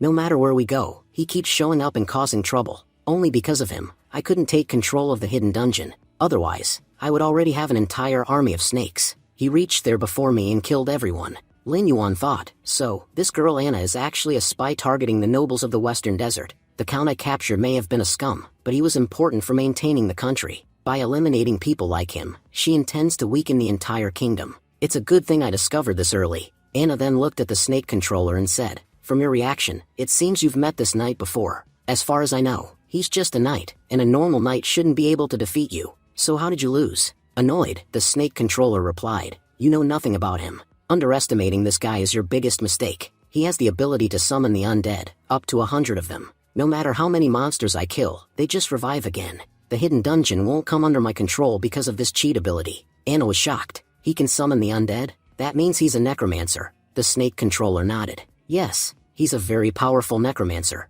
To defeat him, I need your help. Just lend me the Pluto snake for a short time. With it, I can easily kill him. Without Pluto snake, none of us is capable of defeating that guy. Irritated, Anna replied, forget it. Pluto snake has much bigger tasks ahead. I won't waste it on small matters like this. If the kingdom discovers that we have a Pluto snake, they'll hunt it down even in the sewers. If Pluto snake dies, we'll never be able to win against the kingdom. The snake controller growled, but he's still alive, and seeing him breathe makes my blood boil. I want to kill him right now. Just lend me Pluto snake for one day. I'll finish him. Anna cut him off. You're not understanding. Stop dreaming. Pluto snake will never be given to you. Lin Yuan thought, normal NPCs don't talk this much. It seems just like I have a reputation among knights. This guy is one among snakes. Whatever happens, I can't let this snake controller succeed. He may even attack Anna to steal Pluto snake. Before Lin Yuan could intervene, the Pluto snake suddenly broke through the wall and slid beside Anna. Anna said, Pluto snake can sense whenever I'm in danger.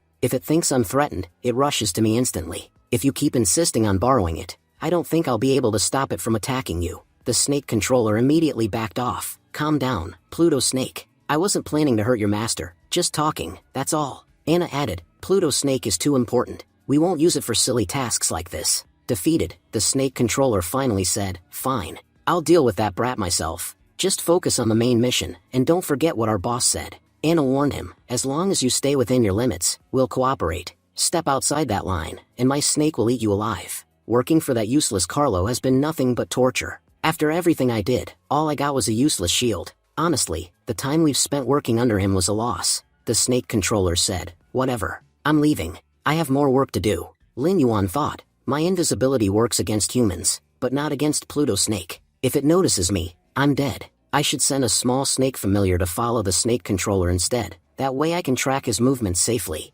Elsewhere, Anna comforted the Pluto snake. Don't worry. Because of these foul humans, you've been stuck here for years. Soon, you'll be able to see sunlight again. Lin Yuan continued thinking, once I return, I must report everything to Captain Sid. The snake controller is planning something huge. Capturing him is crucial. But then the snake controller noticed a tiny snake following him. He said, I can't control this snake. That means it belongs to that necromancer brat. If he sent it after me, then he must know my exact location. Smirking, he added, good thing the evil god gave me plenty of tools. He pulled out a talisman and, using it, teleported away. Lin Yuan muttered, being a follower of the evil god gives him access to insane items, things normal people could never afford. If I want to face him properly, I need money to buy better gear. He remembered, a powerful thunder dungeon is going to open soon. It will be full of electricity monsters. I'll need potions to fight them and to gather their resources. The snake nest is already under my control. If I secure one more dungeon, I'll never run out of resources. Later, Lin Yuan reached the church.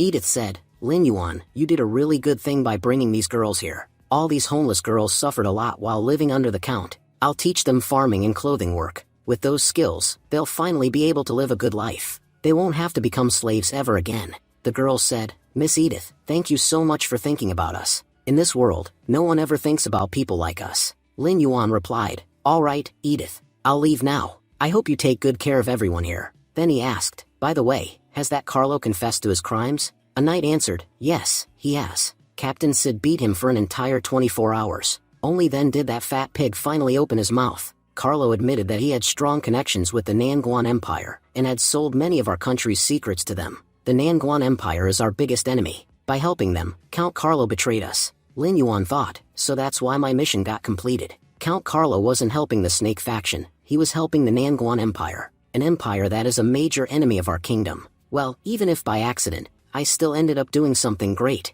As Lin Yuan walked away, a shady man watched him and whispered, go tell the boss that all the knights who were with Lin Yuan are gone. He's completely alone now. We can attack him anytime. Later, Lin Yuan arrived at the market. He thought, good thing I have a powerful formula that can handle electricity-type beasts easily. But to refine this formula, I need a high-level alchemist. The problem is, strong alchemists usually belong to a guild. If I give my formula to any of them even once, they can learn it and steal it. And if an alchemist betrays me, I won't be able to do anything about it. I need an alchemist who is not working under any guild, and is high level. If I can sign a contract with them, they won't be able to betray me. But where will I find someone like that? Let me put up a bounty posting. Maybe I'll find someone useful. While he was posting the bounty, he noticed another poster hidden underneath. He thought, this one is from Lu Qingyan. In my previous life, she was one of the top 10 alchemists in the desert. I remember well, her main profession was archer, but she wasn't very good at it. However, her alchemy skill was top tier. She never joined a guild and preferred working freely.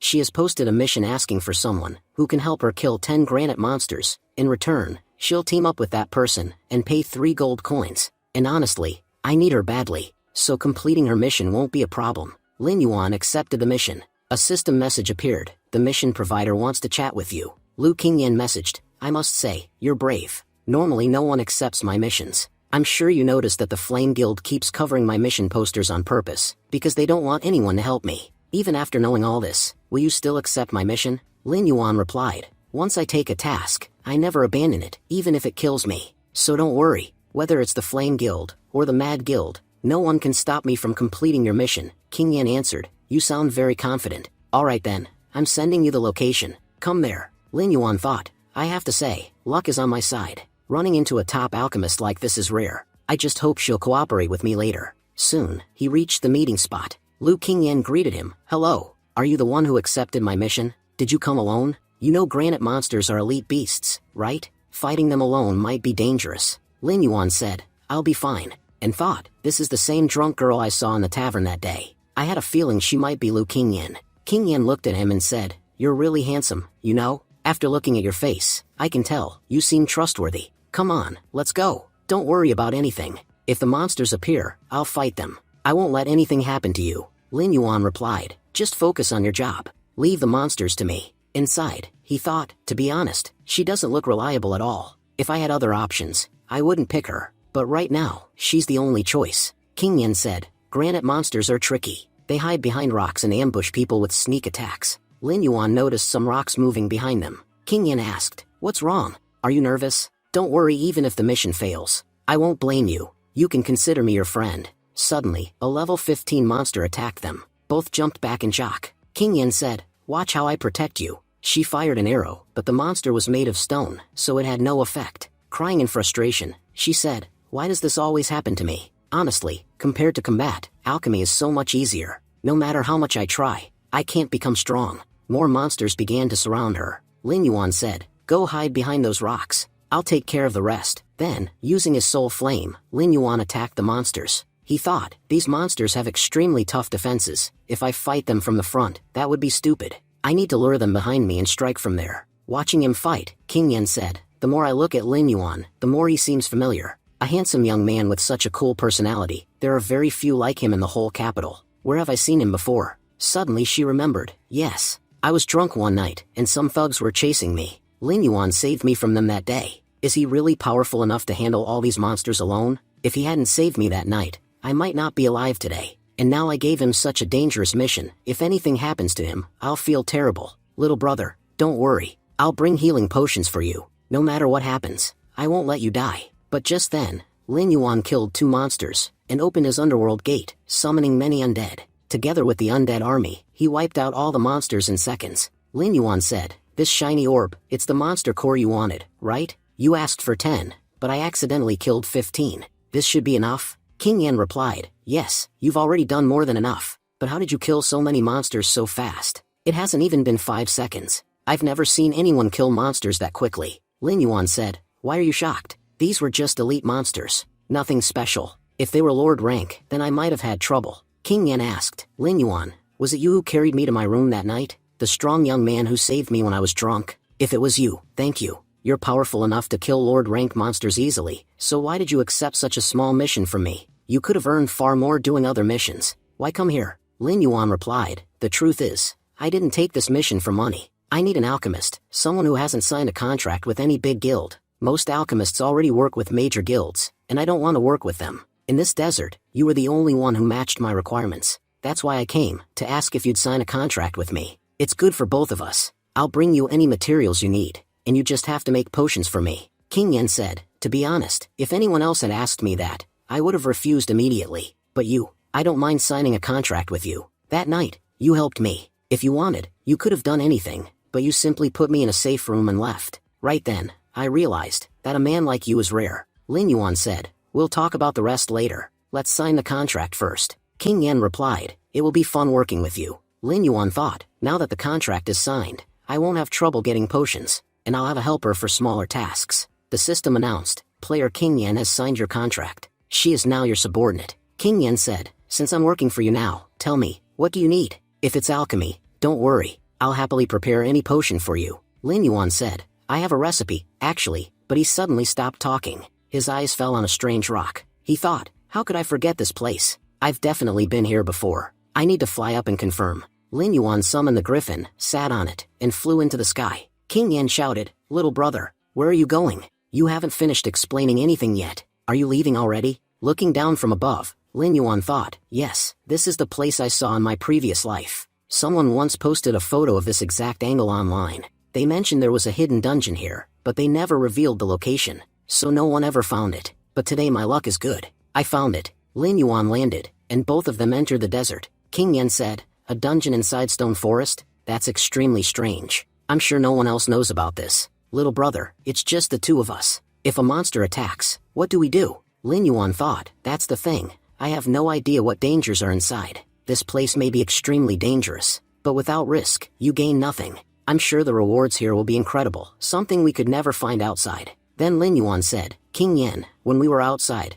I told you to wait there. I said I would return in 5 minutes, but you didn't listen and followed me. And now that we've entered, you're the one getting scared." King Yan replied, "At that time, I was just curious, but now I realize, I'm not strong enough to face monsters. I don't want anything from here. I only came to look around, nothing else." Lin Yuan said, "Since you're already here, quietly follow me. As long as you stay with me, nothing will happen to you. But if you get separated from me even by mistake, I can't guarantee what might happen in this place." After walking further inside, Lin Yuan noticed a coffin. He said, "This looks like an Ezek-type coffin. It seems people of this tribe were buried here." King Yan asked, "Ezek tribe? What tribe is that?" Lin Yuan explained, "In the immortal world's lore, it's said that the Ezek tribe was one of the few tribes that worship death. While other clans saw death as tragic, the Ezek considered it something to celebrate. They believe that when the soul leaves the body, one truly reaches immortality. But because their beliefs centered around death, their tribe eventually died out. It's been at least 100 years since they went extinct."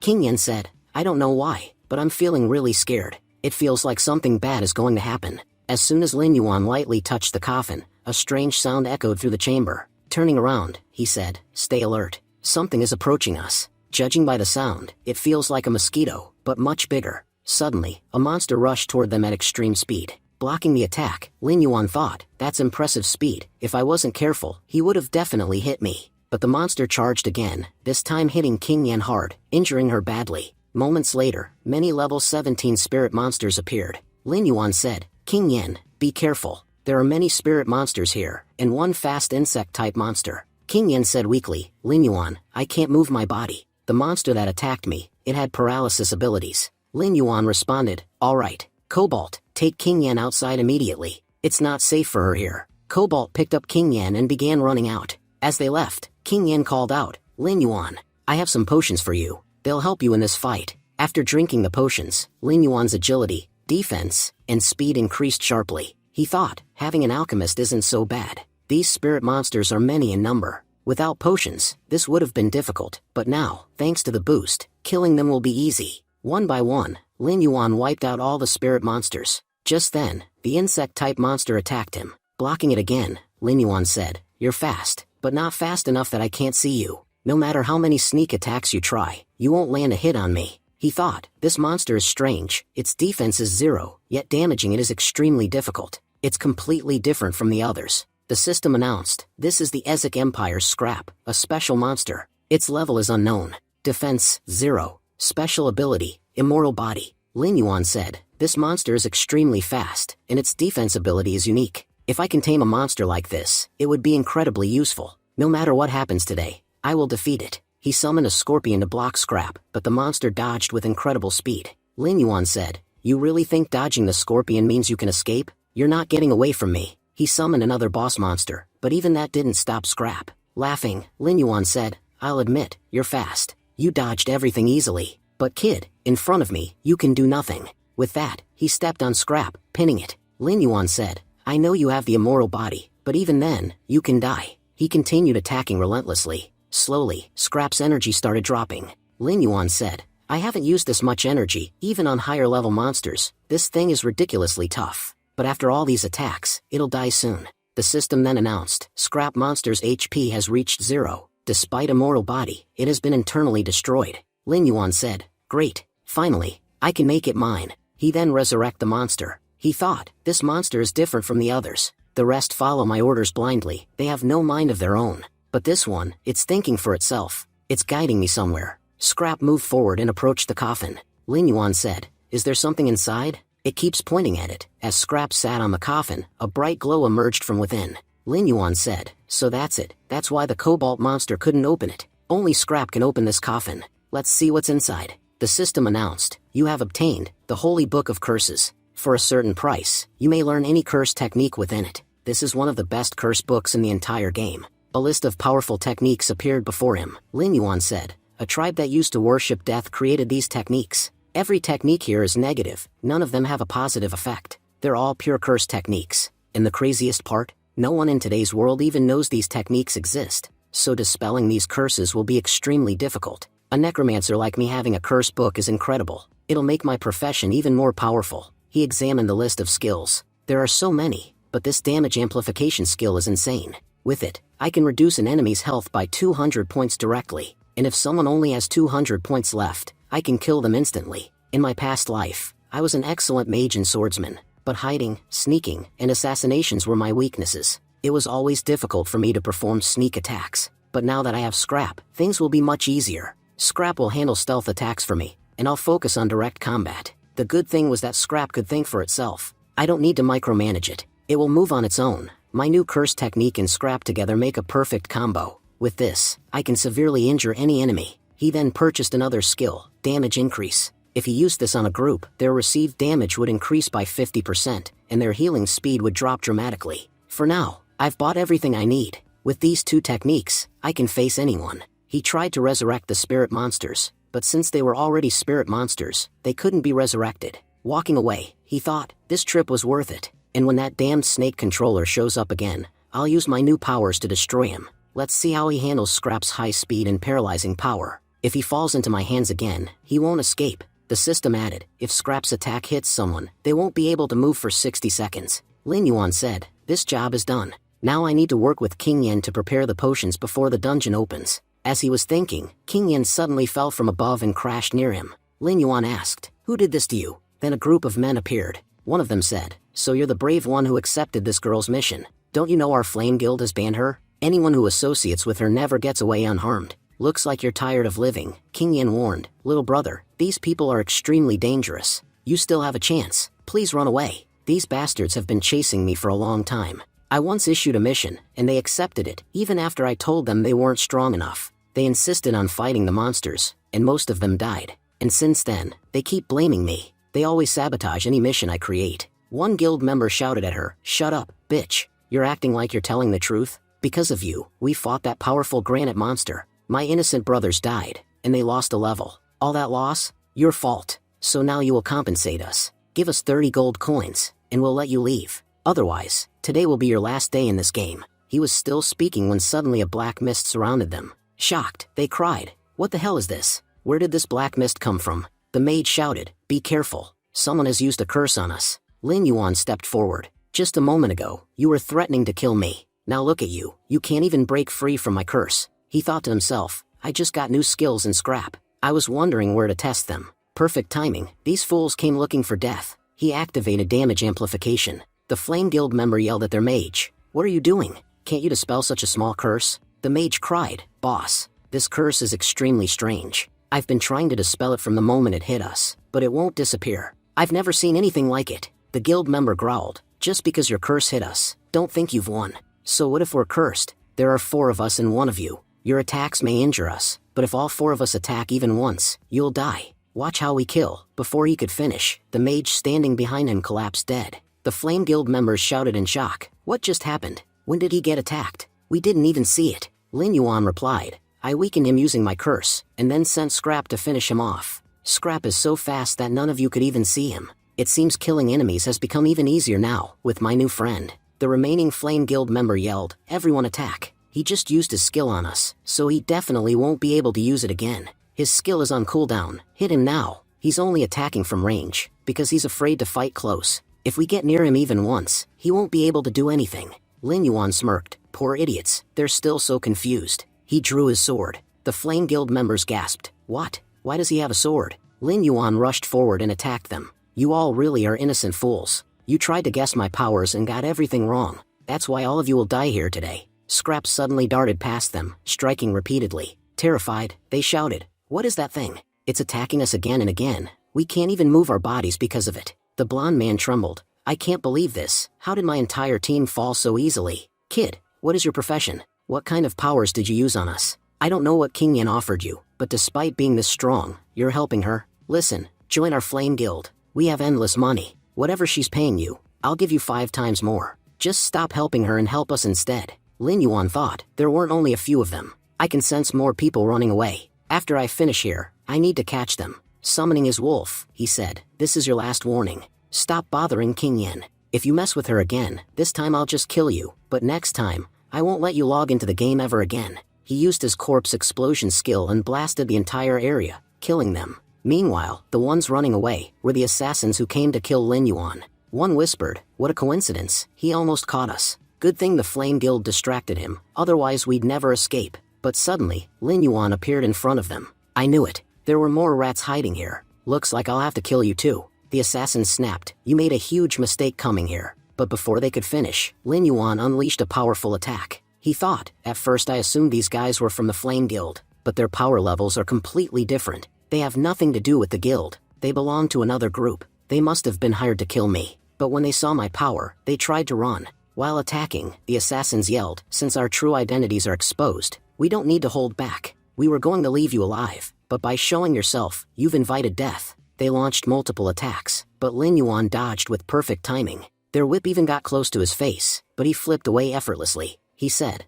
"I must admit, your teamwork and coordination are impressive. If anyone else were in my place, they would have fallen for your little tricks. But your cheap tactics don't work on me." The assassin leader growled, "Show off as much as you want. Soon your head will be under our feet." But Lin Yuan activated his curse technique, attacking instantly. He said, "I've been playing around until now, but let me show you what I can actually do in a real fight." He activated damage amplification. The assassins weakened immediately. One of them screamed, "What is this curse? I lost 200 HP instantly. Dispel it quickly, or it'll kill us." Before they could react, a granite monster summoned by Lin Yuan killed him instantly. The remaining assassins shouted, "Don't stop, keep attacking. Even one hit is enough to kill him. No matter what, we must complete our mission today." Lin Yuan thought, "Mission? So someone actually hired these people to kill me. They've been waiting for the right moment this whole time. But who, in this game, hates me enough to send assassins? Who wants me dead this badly?" Suddenly, Lin Yuan was attacked with a whip. However, reacting instantly, he grabbed the whip, pulled the assassin toward himself, and unleashed a powerful soul flame attack, killing him.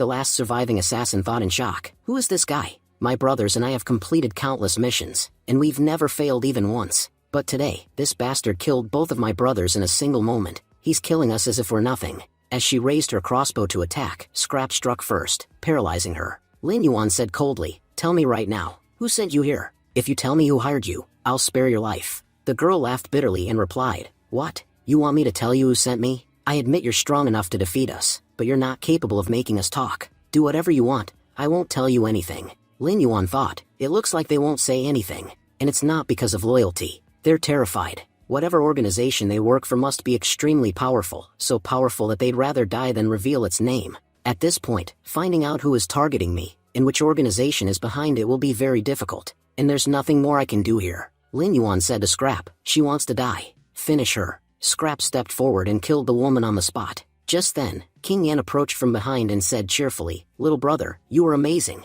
These bastards have been troubling me for so long, and not once did I dare talk back to them. Watching you beat them like dogs was incredibly satisfying. It felt like watching an action movie, enemies coming just to get beaten. You were so busy fighting that you didn't even pick up their equipment, so I collected everything and brought it here. Those idiots trouble me a lot, so I'll sell their items and recover my losses." Lin Yuan said, "You're an archer. If you use this crossbow, your strength will increase significantly. You can keep it and use it. It's useless to me. I'll sell the rest of the equipment. I have a friend named Han Cheng. He'll pay a very good price for it." Happily, King Yan replied, "Boss, you're giving this to me? You really are the best boss in the world. I didn't do anything to help kill them, yet I still got a reward. I'll take this as an advance salary. Honestly, my entire month's salary doesn't even compare to this." She then asked, "So boss, where are we going now? Want to go for drinks? There's a great tavern nearby. The drinks are amazing."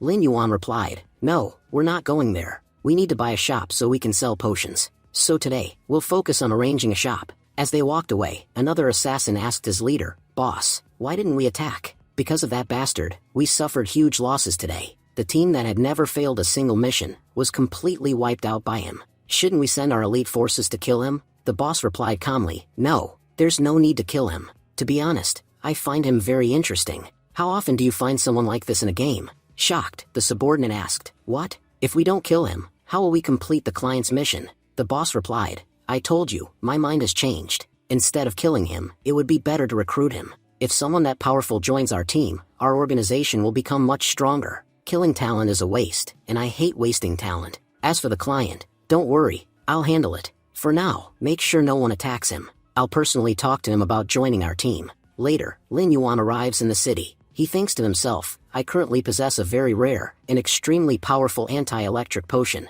In the future, this potion will be very useful to me, and I already have a highly skilled alchemist I can fully trust to produce it. But there's still one problem left. I need a shop to make and sell my products. Once I get a shop, I can mass-produce this potion. In a few days, the dungeon will open. I need to act fast. Otherwise, all this effort will go to waste." Soon, Han Cheng arrives to meet Lin Yuan. Han Cheng says happily, "God Lin Yuan, thank you so much for remembering me. The last time we entered the dungeon together, I had a lot of fun fighting. This time, we'll enter the dungeon together again. Oh, and I sold all the equipment you gave me. I'm transferring the money now." He transfers 400 coins to Lin Yuan. King Yan asks curiously, "Boss, do you have a fan or something?" Lin Yuan replies, "You could say that. We'll talk about the dungeon later, Han Cheng. I called you here because I want us to buy a shop together." King Yan says, "Boss, I'm going to the studio to bring all my equipment. You can send me the location, and I'll come there with my tools." Han Cheng says happily, "God Yuan, you're buying a shop. That's amazing. You know, I've already called the best person for buying shops. I'm very good at negotiating deals. Because of me, you'll get the shop at a very cheap price." Soon, they arrive at the municipal office. The officer sitting there says, "I'm sorry, but you cannot buy a shop here. And offering money won't help, because this isn't about money. Our king has clearly ordered that all shops in the city square must not be sold to outsiders. All these shops are reserved only for officials and special individuals. Outsiders will not be given any shop." Han Cheng replies, "Sir, if we open a shop there, and our business becomes profitable, the entire area will become even more famous. That location is already popular, but there isn't a new shop there yet. I can guarantee that if we open our shop there, you will benefit the most. If we attract crowds, nearby shops will also benefit in the future. So please, think about it once more. And honestly, no one will offer you the price that we can." The officer replies, "Young man, you're wasting your time. No matter what you do, I cannot sell a shop." Han Cheng says to Lin Yuan, God Lin Yuan, it seems I couldn't help you here. I can't do anything online, but don't worry. I'll arrange a shop for you at the best offline location in the city. Lin Yuan responds calmly, Han Cheng, don't worry unnecessarily. I'll handle this. The officer says firmly, young man, it doesn't matter what you say. The king has strictly forbidden it, so I will not sell a shop to anyone. Those shops are already confirmed for special people only. Lin Yuan asks, are you really saying you won't sell even one shop? Then at least take a look at who I am and what I have. The officer was shocked. What? This is the Golden Lion Knight's honorary badge. Only Commander Sid can personally grant this badge. Other than Commander Sid, no one else can issue it. This means you are an honorary member of the Golden Lion Knights. Sir, please forgive me. I didn't know your identity. According to the king's order, we cannot sell shops to outsiders. But since you are an honorary knight, I have no reason to refuse you. These shops were reserved specifically for people like you. I have a complete map of the area. Please take a look and tell me which shop you want. We'll prepare it immediately. Lin Yuan thinks to himself, I plan to make a lot of money from this shop in the future, so I need to choose a location where the crowd never decreases. And honestly, I already know which location in this area has the most successful shops. Han Cheng says excitedly, God Lin Yuan, you're truly amazing. Even NPCs respect you so much. Your name is famous even in this world. Choosing a location, Lin Yuan says, I want this place. Immediately, a shop appears at that location. The system announces, shop number 32 has been purchased by hidden player. Everyone was shocked. What? A shop was sold at this location? So many people tried to buy a shop here before, but the officers clearly said that no outsider could get one. Who is this hidden player that managed to buy a shop here? That player's influence must be incredibly strong. Following the location, King Yan also arrives. Shocked, she asks, you bought a shop here? As far as I know, no normal player can buy a shop at this location, no matter how much money they offer. So how did you manage to do this? Lin Yuan replies calmly, everyone has their own methods. I just used a special advantage. By the way, this is the potion recipe I wanted made. Take a look and tell me what materials are required to create it. The system announces, host, you have shared the electric resistance potion recipe with your hired partner, Wu King Yan. King Yan says, to be honest, most of the materials are already available, but we're missing one item, the claw of a thunder scorpion monster. Once we get that, I can make the potion. The problem is that this item isn't easily available in the market. We'll have to hunt it ourselves. Lin Yuan thinks, bringing back materials isn't difficult for me, especially when they come from monsters. Han Cheng says excitedly, so we're going monster hunting? That sounds really fun. God Lin Yuan, whenever you go hunting, take me with you. I'll help carry the loot. King Yan replies, you two go hunting. Fighting monsters is very difficult for me, so I'll stay here and focus on refining potions. Lin Yuan replied, I already assigned you the potion making task. From now on, you'll sit in the shop and make potions. Here's the key. Wait for a while, we'll bring the claws back soon. Excitedly, Han Cheng said, God Lin Yuan, you even have a griffin. You're seriously amazing. Soon, Lin Yuan reached the monster area. As he attacked, he said, these monsters are only level 17. It won't be hard to finish them here. But as soon as he killed one monster, many more appeared. Shocked, Han Cheng exclaimed, so many monsters? Lin Yuan explained, thunder lizard monsters live in groups. If you kill even one member, the entire group rushes to attack you. This is completely normal, and I already knew this would happen. Han Cheng said confidently, God Lin Yuan, don't worry. You handle the monsters behind us. I'll take care of the ones in front. But then Lin Yuan summoned the scorpion boss monster. He calmly said, don't worry about the fight ahead. These guys will handle it. Scorpion King, show them what you can do. The system announced, host, you have leveled up. You are now level 16. Lin Yuan thought, wow, I leveled up again. Honestly, this level up was incredibly fast. Shocked, Han Cheng said, so even the boss monsters of Grim Valley work for you? God Lin Yuan, you're truly incredible. There's no one like you in this entire game. Lin Yuan thought to himself, even that snake controller is developing quickly.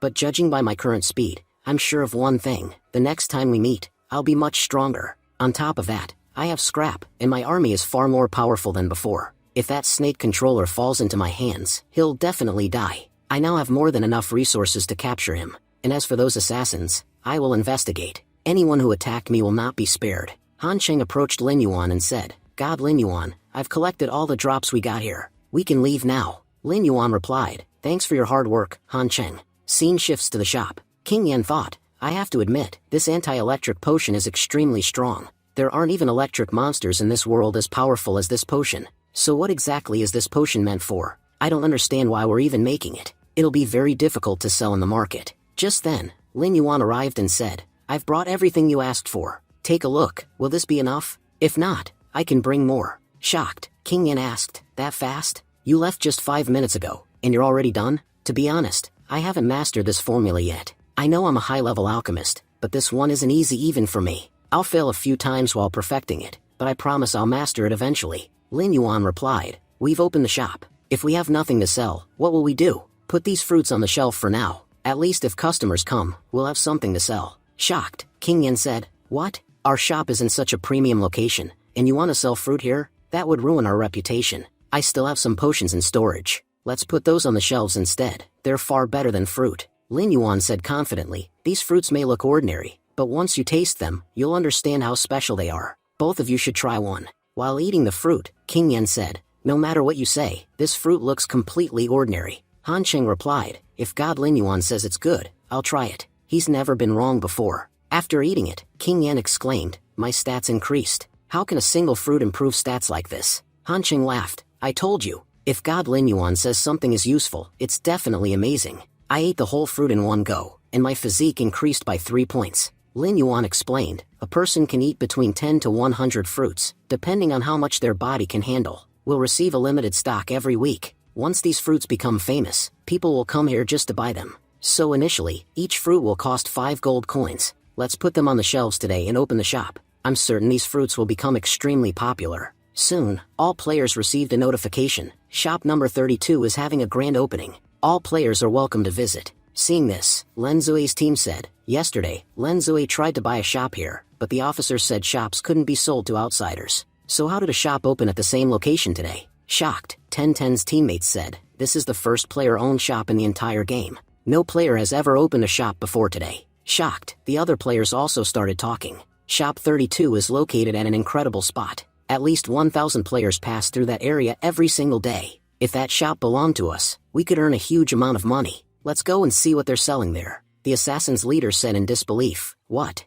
That kid opened a shop? Angrily, Xinghan said, did I pay you to praise him, or to kill him? When did I tell you to let him live? I clearly told you to eliminate that bastard, yet you didn't take a single action against him. Tell me right now, where are you going to kill him? The assassin replied, he's far more powerful than you described. I even sent my strongest team after him, but they couldn't do anything. All 3 of them were killed. If you want your money back, take it. But let me be clear, we cannot accept this mission. We're not stupid enough to fight someone that powerful. Furious, Xinghan said, this isn't about money. If you need more, tell me. I'll give you everything I have. I don't care what it costs. I want that bastard dead. He must not be allowed to live. While he was saying this, he suddenly noticed Len Zui approaching. Shocked, Xinghan muttered, what is Len Zui doing here? Did she really come all this way just to meet that bastard? Meanwhile, Han Qing said warmly, welcome to our shop. More and more people entered the shop. Looking at the products, some players complained, we thought this shop would sell something amazing, but they're only selling fruit. This is the best location in the entire market, and they're selling fruit here?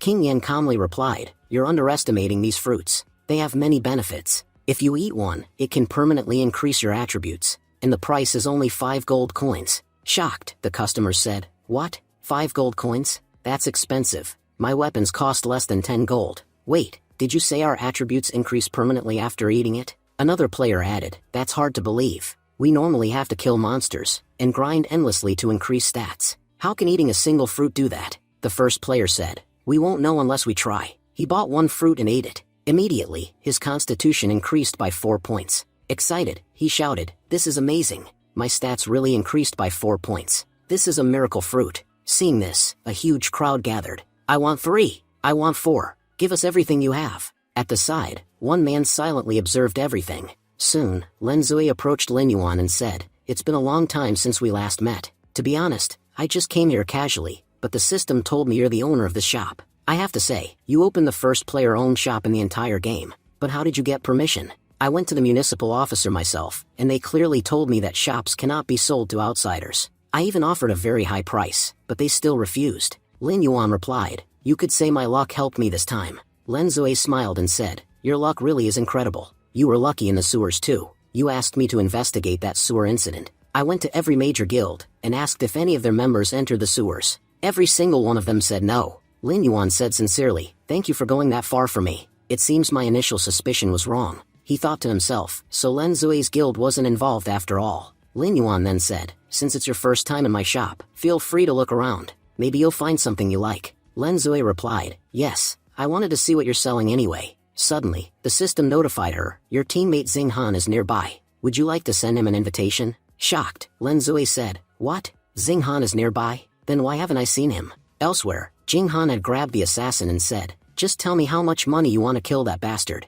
I'll pay 3 times. No, 5 times more. I'll give you everything I have. Just kill him. The assassin replied coldly, this has nothing to do with money. No matter what, we won't kill him. I've already said it once. Don't you understand? Just then, Lin Zui arrived and shouted, Xing Han, what are you doing? You're paying someone to kill another player? Who is it that you want dead? Shocked, Xing Han stammered, Lin Zui, what are you doing here? You misunderstood. I wasn't paying him to kill anyone. I was just buying a weapon from him. Lin Zui replied sharply, don't forget, we're on the same team. When a teammate is nearby, the system automatically notifies us. You ignored the notification because you were too busy talking. And the man standing next to you, isn't he an assassin? I clearly heard you talking about killing someone. Xing Han panicked. What have I done? I forgot to block Lin Zui before coming here. The assassin said, all right, I'm leaving. Solve your personal issues yourselves. At that moment, Lin Zui noticed the badge the assassin was wearing, the same one Lin Yuan had shown her before. She shouted,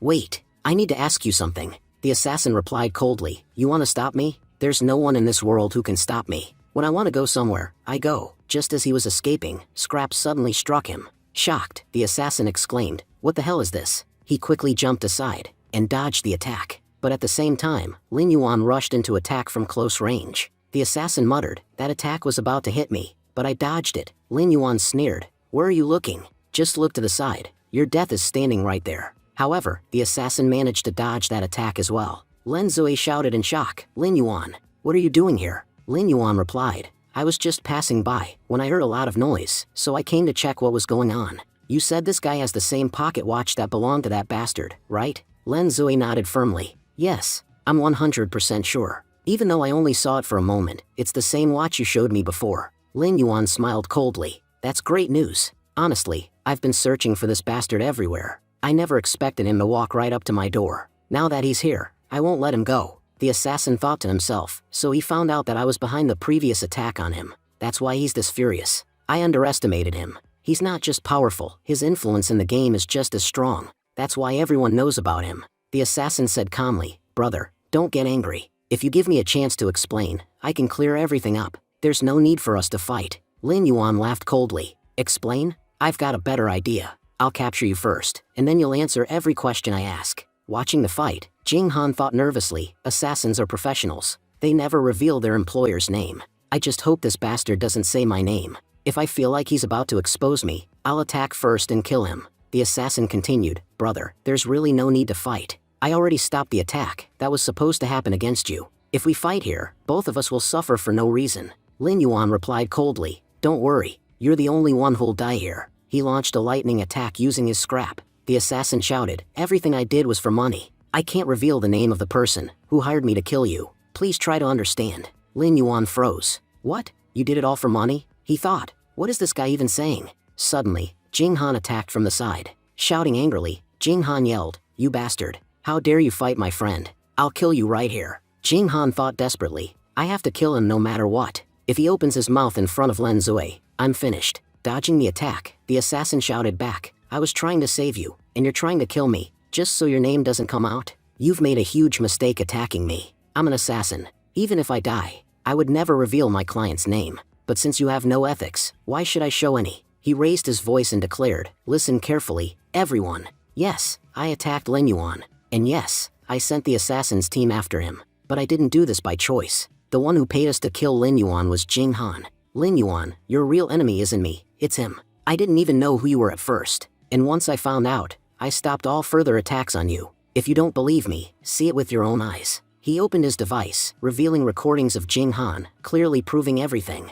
Lin Zui stared in disbelief. Xing Han, is this true? Did you really hire assassins to kill Lin Yuan? Why would you do that? Xing Han shouted furiously, you bastard. I paid you to do the job, and yet you exposed my name in front of everyone. You betrayed me, and that was a huge mistake. Lin Yuan said calmly, whether you tried to kill me directly or sent others after me doesn't matter. I only want to ask one thing. Where did you get that pocket watch? I want to know everything about it. The assassin smiled. Oh, so that's what you're interested in? It seems you're quite curious about it. That's good, because very soon, you'll have a watch just like this one. As soon as he said that, the assassin escaped. Lin Yuan stood there in shock, thinking, what did he mean by that? That I'll get a similar watch soon. Lin Zui turned toward Jing Han and demanded, Jing Han, the assassin is gone. Now explain yourself. You're not leaving without a proper explanation. Jing Han sighed. There's no point lying anymore. Lin Zui, everything that happened was because of you. You were so focused on Lin Yuan that you stopped paying attention to me. That's why I planned to remove Lin Yuan from the way. I knew that as long as he existed, we could never be as close as we used to be. Angrily, Lin Zui said, so this is all it took for you to hire assassins and remove someone from your path? Honestly, you're not the Jing Han I once called my friend. The Jing Han I knew was kind and decent, but the Jing Han standing in front of me now is a despicable person, someone who hires assassins to kill others. Apologize to Lin Yuan. Right now. At that moment, Jing Han received a notification. Lin Zui has terminated her bond with you. Jing Han shouted in disbelief. You broke our bond? For an outsider, you ended our friendship forever, and now you want me to apologize to this bastard? Why did you do this? What does he have that I don't? If this Lin Yuan had never appeared, we would never have turned against each other. Everything that went wrong happened because of him. He's cursed, a disaster who destroyed our lives. Lin Yuan, you have to die. I won't be at peace until I kill you. Saying that, Jing Han attacked Lin Yuan. Dodging the attack, Lin Yuan replied calmly, so you really want to kill me that badly? Fine, let me cool down your rage. In an instant,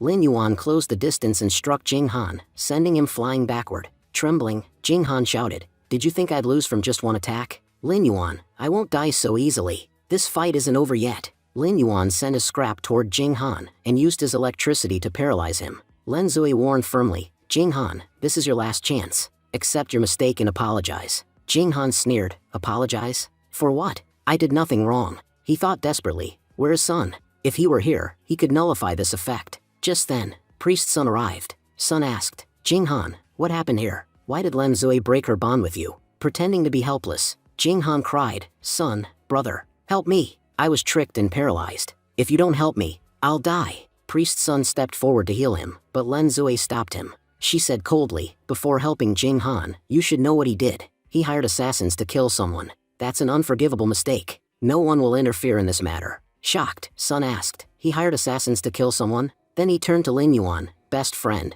What are you doing here? Why are you holding a sword? Did Jing Han hire assassins to kill you? Lin Yuan nodded. Yes, you're absolutely right. Sun replied seriously, if this concerns you, I won't interfere. When Lin Zui drew her sword to stop me, I knew this was serious. Otherwise, she would never point a weapon at me. Jing Han, my brother, how did you fall so low? Why did you do all this? Jing Han screamed in rage, Lin Yuan, you bastard. You didn't just take Lin Zui from me, you took friends like my own brother. Even Sun won't help me today because of you. You took everything from me. I warned you all before, not to bring an outsider into the team. And I'll say it again, stay away from this bastard. He will destroy you just like he destroyed me. Punching Jing Han, Lin Yuan replied coldly, so you're saying I ruined you? You're pathetic. This is your own fault. Laughing weakly, Jing Han said, I'd rather die laughing than let you enter in this team. At that moment, Scrap surged forward and shocked him again. Screaming in pain, Jing Han begged, stop. It hurts. Please don't kill me. Lin Yuan stepped closer and said,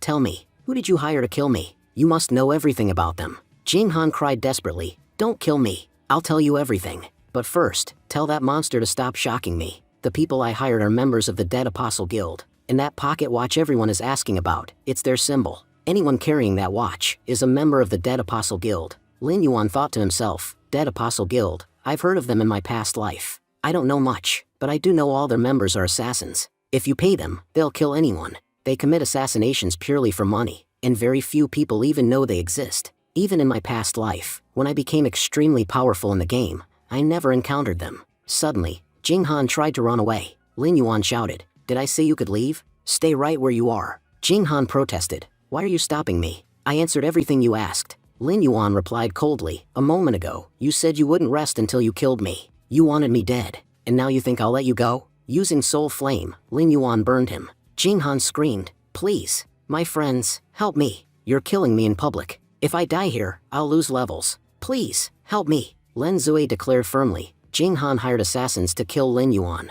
Our guild rules forbid such actions. He committed a grave crime. For this, I expelled Jing Han from the guild permanently. Crying, Jing Han begged, Lin Zui, you told me to apologize, and I did. Please forgive me. Kill me if you must, but don't expel me from the guild. I want to stay with you and help you forever. Lin Zui replied coldly, Jinhan, you have deeply disappointed me. From now on, you are not allowed to call me Len Zui. Only my friends have the right to call me that. To you, I am only the guild master of the Sacred Guild. We have nothing to do with each other anymore. What happens next will be revealed in the next episode. Thank you for watching and stay tuned.